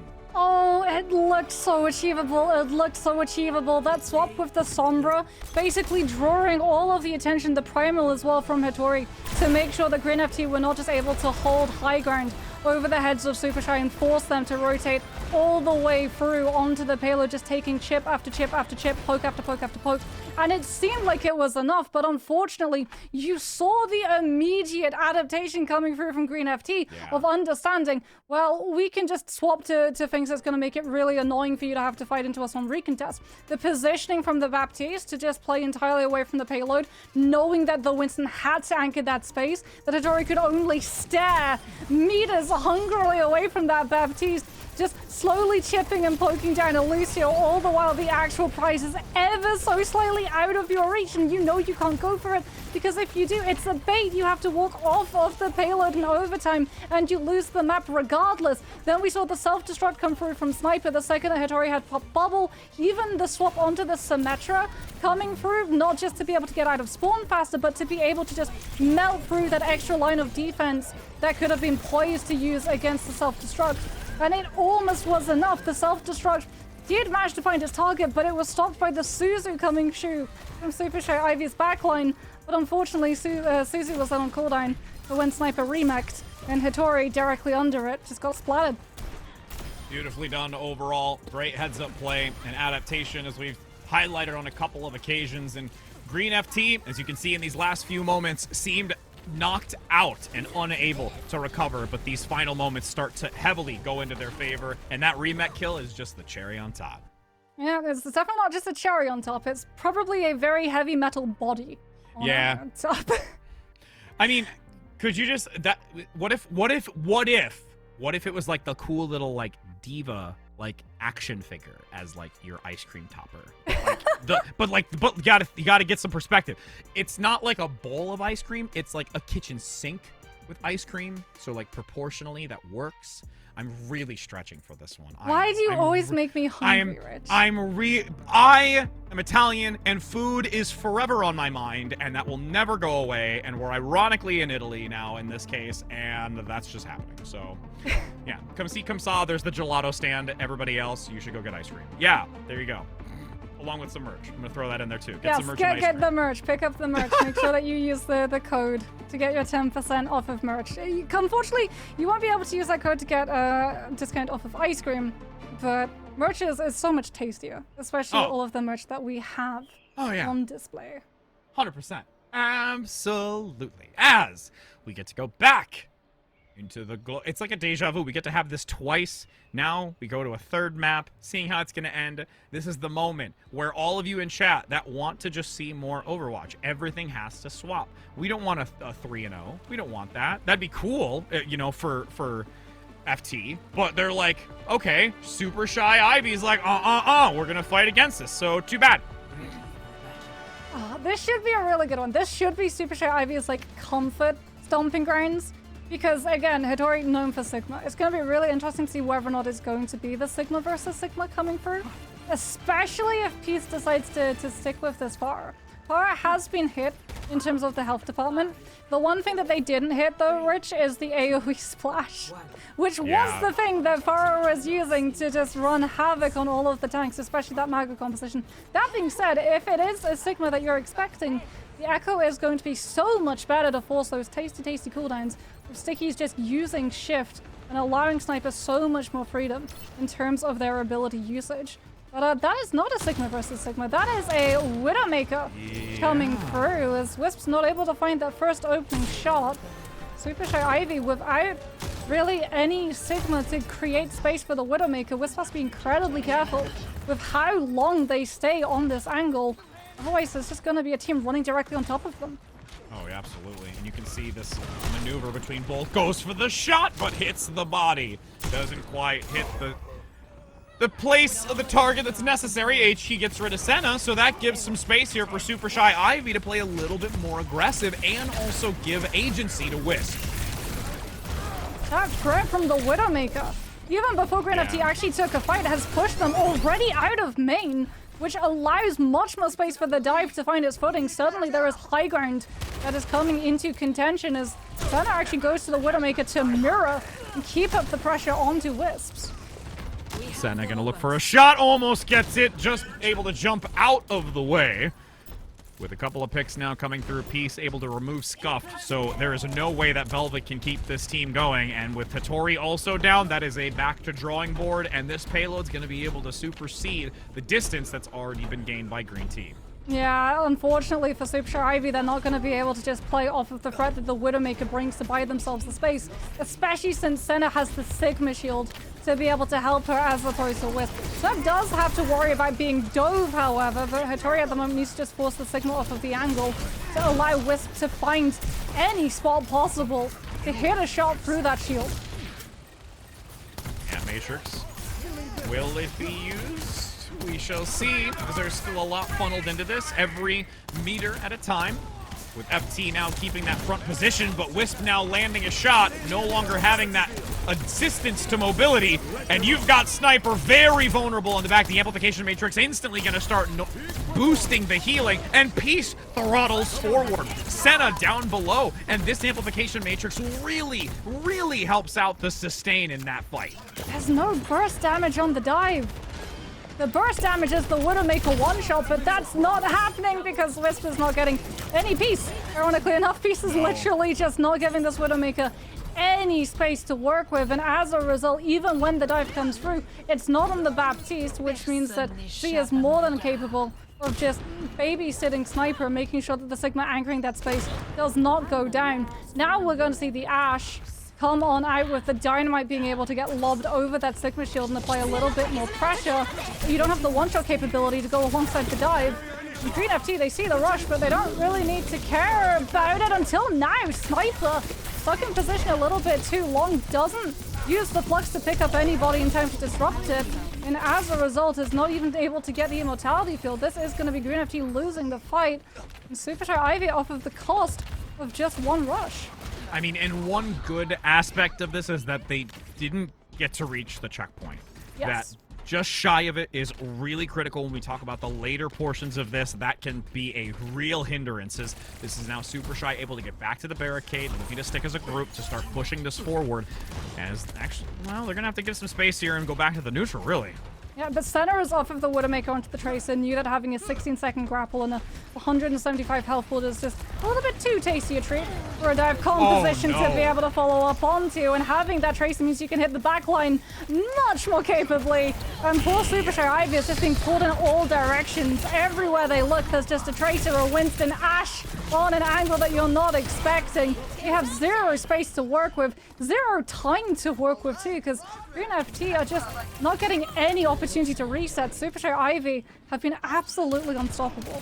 Yeah, Senna has really stepped up, just being an absolute thorn in Super Shy Ivy's side.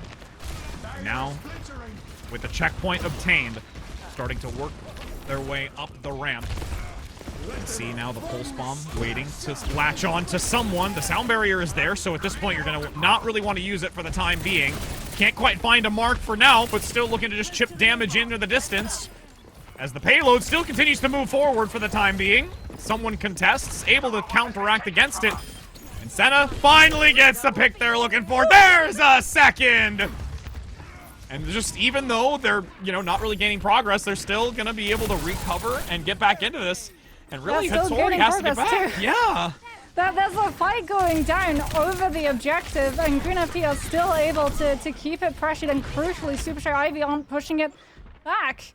The question is, has Senna even died once after she swapped to this Tracer? It feels like she is absolutely unstoppable. Super Shy Ivy just do not have an answer to it. Currently, they will have finally gained control of the objective, but now it faces into a spacing fight, which is so much more beneficial for the Sigma composition. That main lane is so good for the Echo to be able to keep pressure onto the Ash.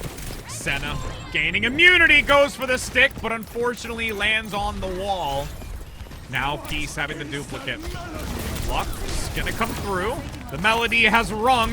Peace up top, looking to evade some of the damage, utilize the health pack to get topped up to go for a second round, but HK says no, ding ding, round one over. With Hattori juggling on the supports, chasing down repeatedly, and actually gets blown to smithereens, with Senna recycling back to give the necessary assistance as the team squads up again. Again, there's just no burst damage. As long as Green FT are able to weather the storm of the first couple of moments of these dive hits, they're able to sit in the fights and sustain so much better than Super Shy Ivy, and that's exactly what Senna and Peace have been doing. Even Z with positioning, just drawing Super Shy Ivy further out of position, allowing the fight to go a little bit longer so that Senna and Peace can keep picking up this value, growing more and more stronger as Super Shy Ivy grow weaker, and Peace just again able to find the Ashe early before the fight begins, taking away the pressure from the Sigma and allowing Sniper to sit on this core and so much longer. As you can see that there is full commitment to this fight. Duplicate onto the Winston means that Green FT, even though they have the Sigma composition, can suddenly pivot over to dive. And yet again, we see that mercilessness as they just keep pushing Super Shy Ivy, finding one thread and pulling it until the entire thing just untangles. And with only 3 minutes to go, things start to look a little dire. It's going to be a tall task here for Super Shy Ivy to take the fight, get this to push, reach the checkpoint, and then claim another fight on top of that to guarantee that they are still in this. Yeah, all Green FT have been doing for these last couple of fights is just keeping that distance, burning the time bank, making sure that Super Shy Ivy are going to have to fight through all of these horrible, uncomfortable spaces where the Sigma composition is just so much better than this dive. When we do eventually head into overtime, Oh, Suzu the two! is not there! Was trying to coach gun out of the Suzu, and unfortunately as a result it doesn't hit connect either. And now things look very scary. It's gonna go under 2 minutes here. Another two-piece for the Pulse Bomb. Senna feeling really good about that one, and just have honestly taken control of Colasingo single-handedly. We're on to Cass. Even though Cass has been hit by the full-off, the entire reason why Cass is coming through now is the Hinder to try and keep a track of this Tracer, because Senna has been absolutely unstoppable. Flux comes on through Amplification Matrix as well to make sure that Green FT can anchor in that space, but like you said, Velvet able to get the sound barrier off in time. The Super Shy Ivy will be able to live through that entire amped up damage and finally take control of the fight. Now having to still walk a great distance with the timing barely going to be able to surpass that initial neutral. With the ultimate economy that they have available as well, Rich, that was both support ultimates in one fight. There has to be an early pulse bomb kill coming through from HK to just keep Green FT from backing away. Primal Rage ready to be unleashed. With that dive forward, making space for the moment as the bot continues to push to get to the barricade. Wisp taking down Senna is the swap, like you mentioned, starting to pay off here. But there is much more to be had. It must accrue value as this time continues to dwindle. 50 seconds to go. HK continuing to put damage into the shield, having to work their way around this and get potential shots onto the Sigma. See, underneath. Nope, gonna hold on to it. Senna comes in big though. Hattori is down. And with no tank, this is gonna look scary. And the Pulse Bomb goes wide. Cannot get any value. HK loses out to potentially equal the score, but with 25 seconds to go, Green FT is setting themselves up for a 3-0 victory to push into that grand finals. Yeah, Wisp has Deadeye, but I don't know if Superstar Ivy can even tap. It's 12 seconds left. You can see Green FT just taking positions. They're not even pushing the bot to make sure that Superstar Ivy can't get the opportunity to tap. Vittori has to go for Primal to get that extra jump reset. Will be able to hit objective. As a result, that Sniper is cutting off their team, cutting off reinforcements. And this is Superstar Ivy going to have to play absolutely perfect if they want the series to continue. They're utilizing the gelato stand to make sure that they can have some type of mitigation of the damage, staggering back and forth to keep it moving as it enters into the barricade. Now Scuff leading in with the Kitsune rush, giving that extra damage, but the Flux is there underneath, going for the boulder, and the tap as Z gets 2! Hit goes down, Scuffed alongside. The overtime is dwindling. Halo now with a sound barrier, more so as an insurance policy, as that will be Super Shy Ivy being thrown to the lower bracket. And you see Green FT moving on victorious once again. Well, not quite the 5-map series that we were hoping, but definitely explosive Overwatch. It's going to be Peace picking up play of the game on this Echo, sliding over the rooftop, getting the angle, putting pressure on the Lucio, following it up into the beam as well, taking out both the Widowmaker and the Lucio in one fell swoop, and allowing all of that attention diverted to the Echo for Senna to come up and get that next kill coming through as well. And I mean, that was the storyline for the entirety of Colosseo. It was just Green FT playing smoke and mirrors with the threat that you actually had to contend with. Smoke and mirrors indeed, magicians and all of their tricks, but honestly, we still have to give Major credit. There was a worthwhile attempt from both teams, but Green FT able to come out on top and continue to dominate moving forward as we get to take a look at the entirety of this. Well, we get to look at the replays more specifically on this last map, which really just cemented this 3-0 scoreline and really having a golden run so far. Yeah, a lot of this is going to be Senna as well. This Tracer was just absolutely unleashed, gets the melee as clean as you would like. There's the coach gun moment, unfortunately, for Wisps to come through. And it felt like the Cassie pick was really good. Unfortunately, I feel like Superstar Ivy bulked from that prospect because of the cast damage fall-off nerfs that had come through, and on Colosseo especially, like that siren song of that really long line of sight, you want to have the Ashe, you want to be able to take advantage of that, but the Ashe against the Tracer just does not have that same value as the Cassidy, and it feels like if you don't have the cast to be able to keep the Tracer in check, it forces your Tracer's hand in terms of having to mark and check her yourself, which means that you're putting way less pressure into the back line, which for a dive composition is necessary. If you want to be able to play dive in Colosseo, you have to set up the pinch, and because they were just having to contest with Senna every single time, that was never really quite getting to happen and get off of the starter blocks. And it's been a wondrous day so far of competitive play, and this concludes the match, but we're not done yet. We'll have an interview and some lovely closeout for all of you, so don't go anywhere, friends, because we'll be back in just a moment with that interview.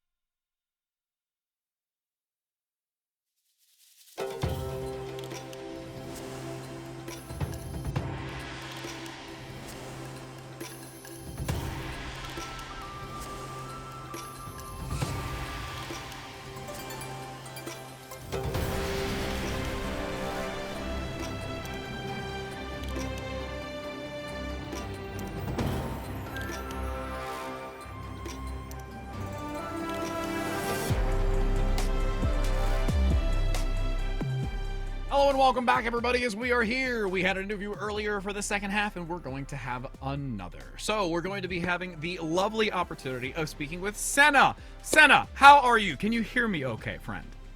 I can indeed hear you very well. Let's go! So how you feeling after that one? Gotta feel pretty good. Finding yourself on a golden run so far, 3-0s all day. You had a absolutely crazy performance on Coliseum. Give me your take. What you feeling? I mean, most of my deaths were just me being flashbanged mid-blink when I'm on 120 ping and then just TPing back. But aside from that, it was pretty good. I had a good pulse. You guys Wait, saw that? run that back. 120 latency? Yeah. Yeah, I mean, I've played As every single Tracer? tournament. Yeah, I play from Europe still, every single time. So. Oh my. Oh, I feel you. Tracer is probably, I mean, immersive in terms of the role. She probably plays at 120 latency compared to everybody else. Were you expecting the cast swap to come out as late as it did, or were you sort of expecting that one to come out earlier, by the way?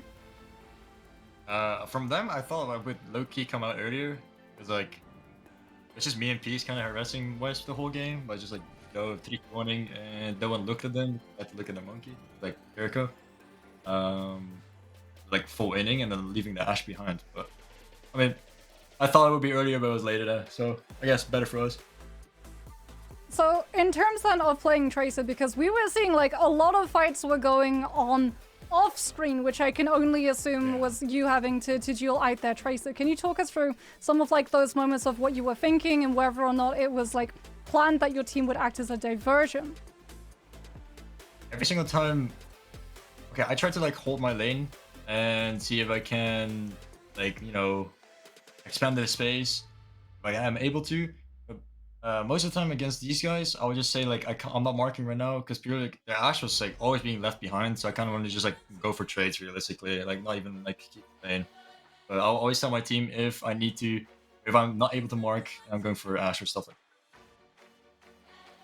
that. Okay. I mean, realistically, the performance is stellar. Like, both of us were just like, this is crazy. Just completely taking over a lobby type of gameplay. So moving forward, again, finding yourselves now, continuing to take this whole upper bracket.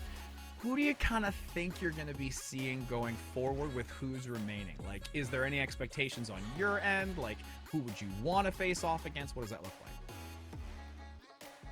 like? Okay, I mean, that sounds hard purely because we lost, well, quote unquote, lost in Swiss because we had my tank sleeping. So we had to play 4v5. That's why we're down one map or game, which is against Super Shy. So yeah, as you see, if we have our players, we win the game. Well, I don't really have anyone that I want to play against. It's just going to be, I know it's going to be either Super Shy or Valentine, likely. I'm not saying that it's guaranteed, but it's likely one of them too. But I would like to play against Inarizaki because I've basically never played against him, and I want to see them make a run because one of our ex-Timers players is on there, obviously. So. So then, looking at the meta, it's obviously been in a much more diverse place than it has been in the past, and as a DPS player, you get to sort of play around with some more heroes that you didn't get to in the past, where you would always be locked to the Sojourn. What is your favorite composition? Not like your strongest composition, but your favorite composition to get to play, and why? I think I miss my Sojourn very much. I really miss my Sojourn. Oh no, I apologize for your loss. I was in Overwatch 1. I've always been a Hitscan player ever since I swapped to PC, and I was really good at Ashe. Like, Ashe is probably still my best hero, but I don't like Ashe as much in Overwatch 2 as Overwatch 1. So I'd rather play the Sojourn, and if I'm talking about Sojourn, I'd rather play like the Ram, maybe Tracer, doesn't really matter, and then Sojourn Bap Lucio. I think that's a very fun comp in Overwatch 2. Awesome. Well, we've enjoyed the time to be able to talk with you. You've solidified yourself moving forward in this upper bracket, and the team, I know, is ready to go to face off against whoever your opponent is going to be from that lower bracket. So thank you so very much, Senna, for your time, and can't wait to see all of you continue to perform as the way that you have. Thank you very much. Nice having you. Awesome. Bye. Definitely. Take care. Alrighty. So, great words. Looking to see who the competition's going to beat. Feeling like it doesn't matter. Sleeping tank, by the way. Okay, that's where you're like, all right, friend. Like, we really needed you. I mean, you would probably just like have your Echo player play tank, right? Yeah. Or maybe your Break player if they played Overwatch 1. I'll be used to tank positions on that one. Oh, it's always so interesting, like, to get to see the progression as well of players. Like, some of them are newer and coming into, like, Overwatch 2 and having to learn roles entirely. And then a couple of other players are coming through from Overwatch 1 and having to adapt into all of the changes that have been made. And sometimes you'll see, like, players who started off on one role having to pivot over to another, as you can hear from everyone being like, yeah, I used to play the Sojourn. Now, now I don't get to play the Sojourn anymore. I think Senna's like the one person I've talked to who is sad that Sojourn meta has gone away. Well, and I have to take a moment as we're talking about sleeping tank, resting. I feel like this just leads right into it. Silence is golden, some could say. And when you're trying to sleep, even though you may need your tank, being quiet and having something in the room at which that you play competitively, be very quiet. That would be our lovely sponsor with all the tech that's going to be able to come out for the winning team, as we do have it for first, second, and third place. We can get that card up here, I think, as well, so we can take a look at some of the merch that's available. And again, be quiet with just their overall equipment. And I'm going to take a moment to do that. Rich is definitely not going to get his Orisa Javelin. It's not the javelin, but this thing right here might be massive as a be quiet case, but this thing is just hush hush. It's more silent than, just you know what it actually, I just thought about it. If anyone that was in the pathway of the solar eclipse where you just have utter silence for that hot 20 some seconds, it's quieter than that. It's quieter than that. Absolutely. It's a lot quieter than Rich's being. That's for sure. This is true. You're not wrong there. But seriously, that thing, just it's amazing for both the content aspect of it, for us as casters, that noise floor, everything about it. And for those, again, that are going to be taking that first, second, and third place, we're going to be able to have that tech available to them. Gratefully thanking Be Quiet for giving us that sponsorship to those players. And then for those that are tuning in as well, to maybe take a look and see if you need a little bit of silence with your PC as well, or just other equipment, you can do that as well. But with that also being said, I think we're going to play a little bit of a game, are we not? Moxie, Oh, no. right? That's what we're doing. We're doing a little game, right? That we are. Apparently, they said, you know what professional yap is? Let's see professional drawers. So Rich and I, we have both got whiteboards. Mine is a little bit smaller. His is a little bit bigger, but he has to try and hold his. So we need to muscle scale at the moment, and we're gonna have to try and draw the silent play of the day, which I would guess we have to do quietly as well.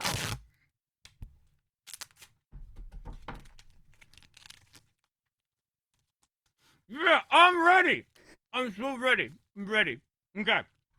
Here we go, friends.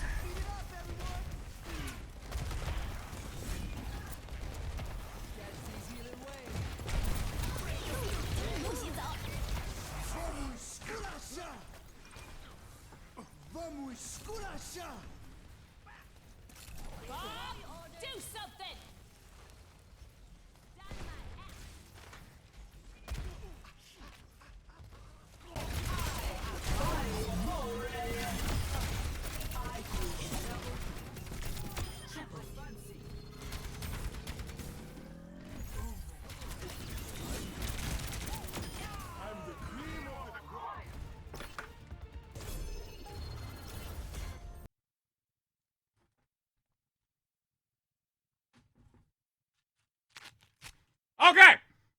Okay, so we're gonna have to make this a little closer. So here's what we're gonna do. Okay. Do I talk about my illustration first? It looks terrible, but it's okay. Yeah. Go for it. Okay, so because this is brand new markers, by the way, so this first little drawing wasn't that great, but this is the circle of the control point. And then you have like the blizzard. So like the blizzard is a snow globe. And like that's holding off this little junction. And then as it progresses and people move out that way, that's where the Orisa is gonna use that ultimate to pull everybody into the center of it inside the no-go zone. So then we're gonna basically have a victory that eventually comes through, and there's a lot of little kill feed information right up there, which I'm gonna add at the end. I'm kind of cheating, but that's what you get. I love that we like literally both went for the same representation of Orisa has horns. Also, you cannot Yes! see because it's yellow. Oh wait, no, I can make it out. I can make it out. Oh, you can gave see him it? 4 legs too. Yeah, You gave I got 4 the legs 4 too. legs. Okay. I was like, the horns and the 4 legs and then the glowy circles, like you can just see that this is the additional frames of Fortify that Terror Surge gives you. Which, fun fact, that was one of the reasons why Orisa was so good back in the day. Like, you would literally just be able to have non-stop frames of Fortify, Terror Surge, Fortify from Terror Surge, and then Javelin Spin. So Orisa would quite literally never die back in our day. We're just gonna like tape that there. That's all that needs to be said. I drew this. I drew that. You drew this, only, yeah, only with definitely. these. Yeah, that's how it works. Okay, but crucially, Rich, I want to know, can you actually lift up that whiteboard? Oh yeah. And wait, you can see it. Oh, I'm gonna like knock my ceiling. Oh, there's still something there. Aha!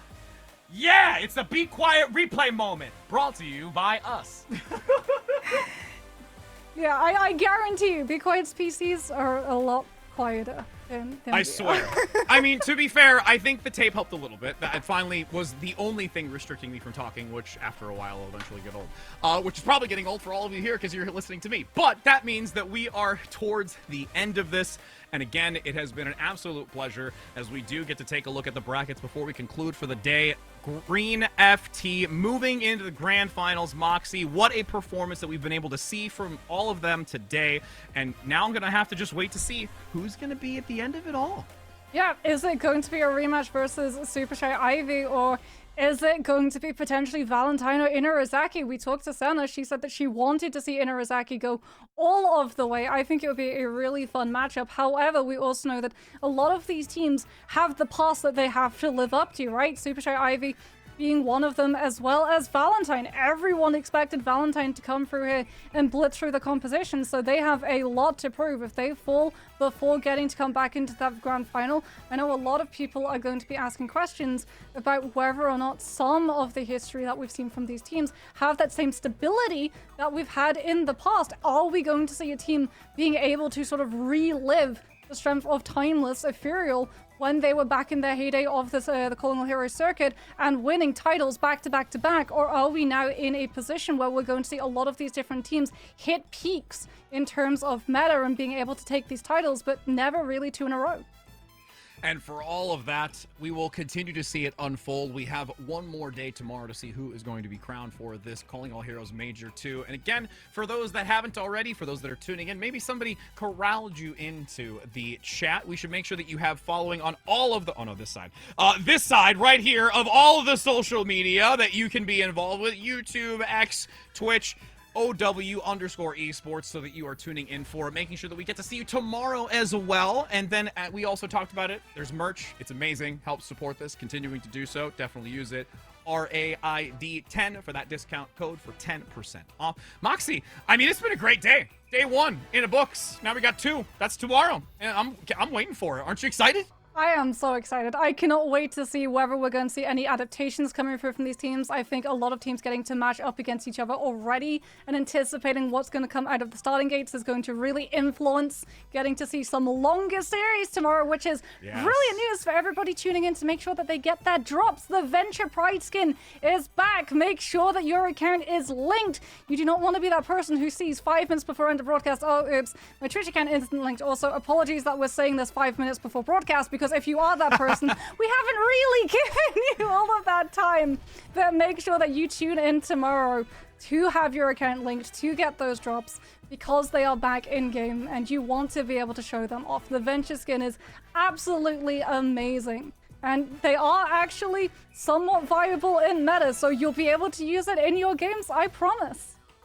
And from all of us here at the broadcast, we do want to make sure that we always mention presented by, as you can see in that bottom left, well, I think it's left or right for those that are watching. It might be flipped, I swear it's not. But anyways, for Radiant, who has been continuing to present projects like these and events that are just truly for all a spectacle to see. So we hope you have a wonderful rest of your night. Take care, happy gaming, and we'll see you tomorrow.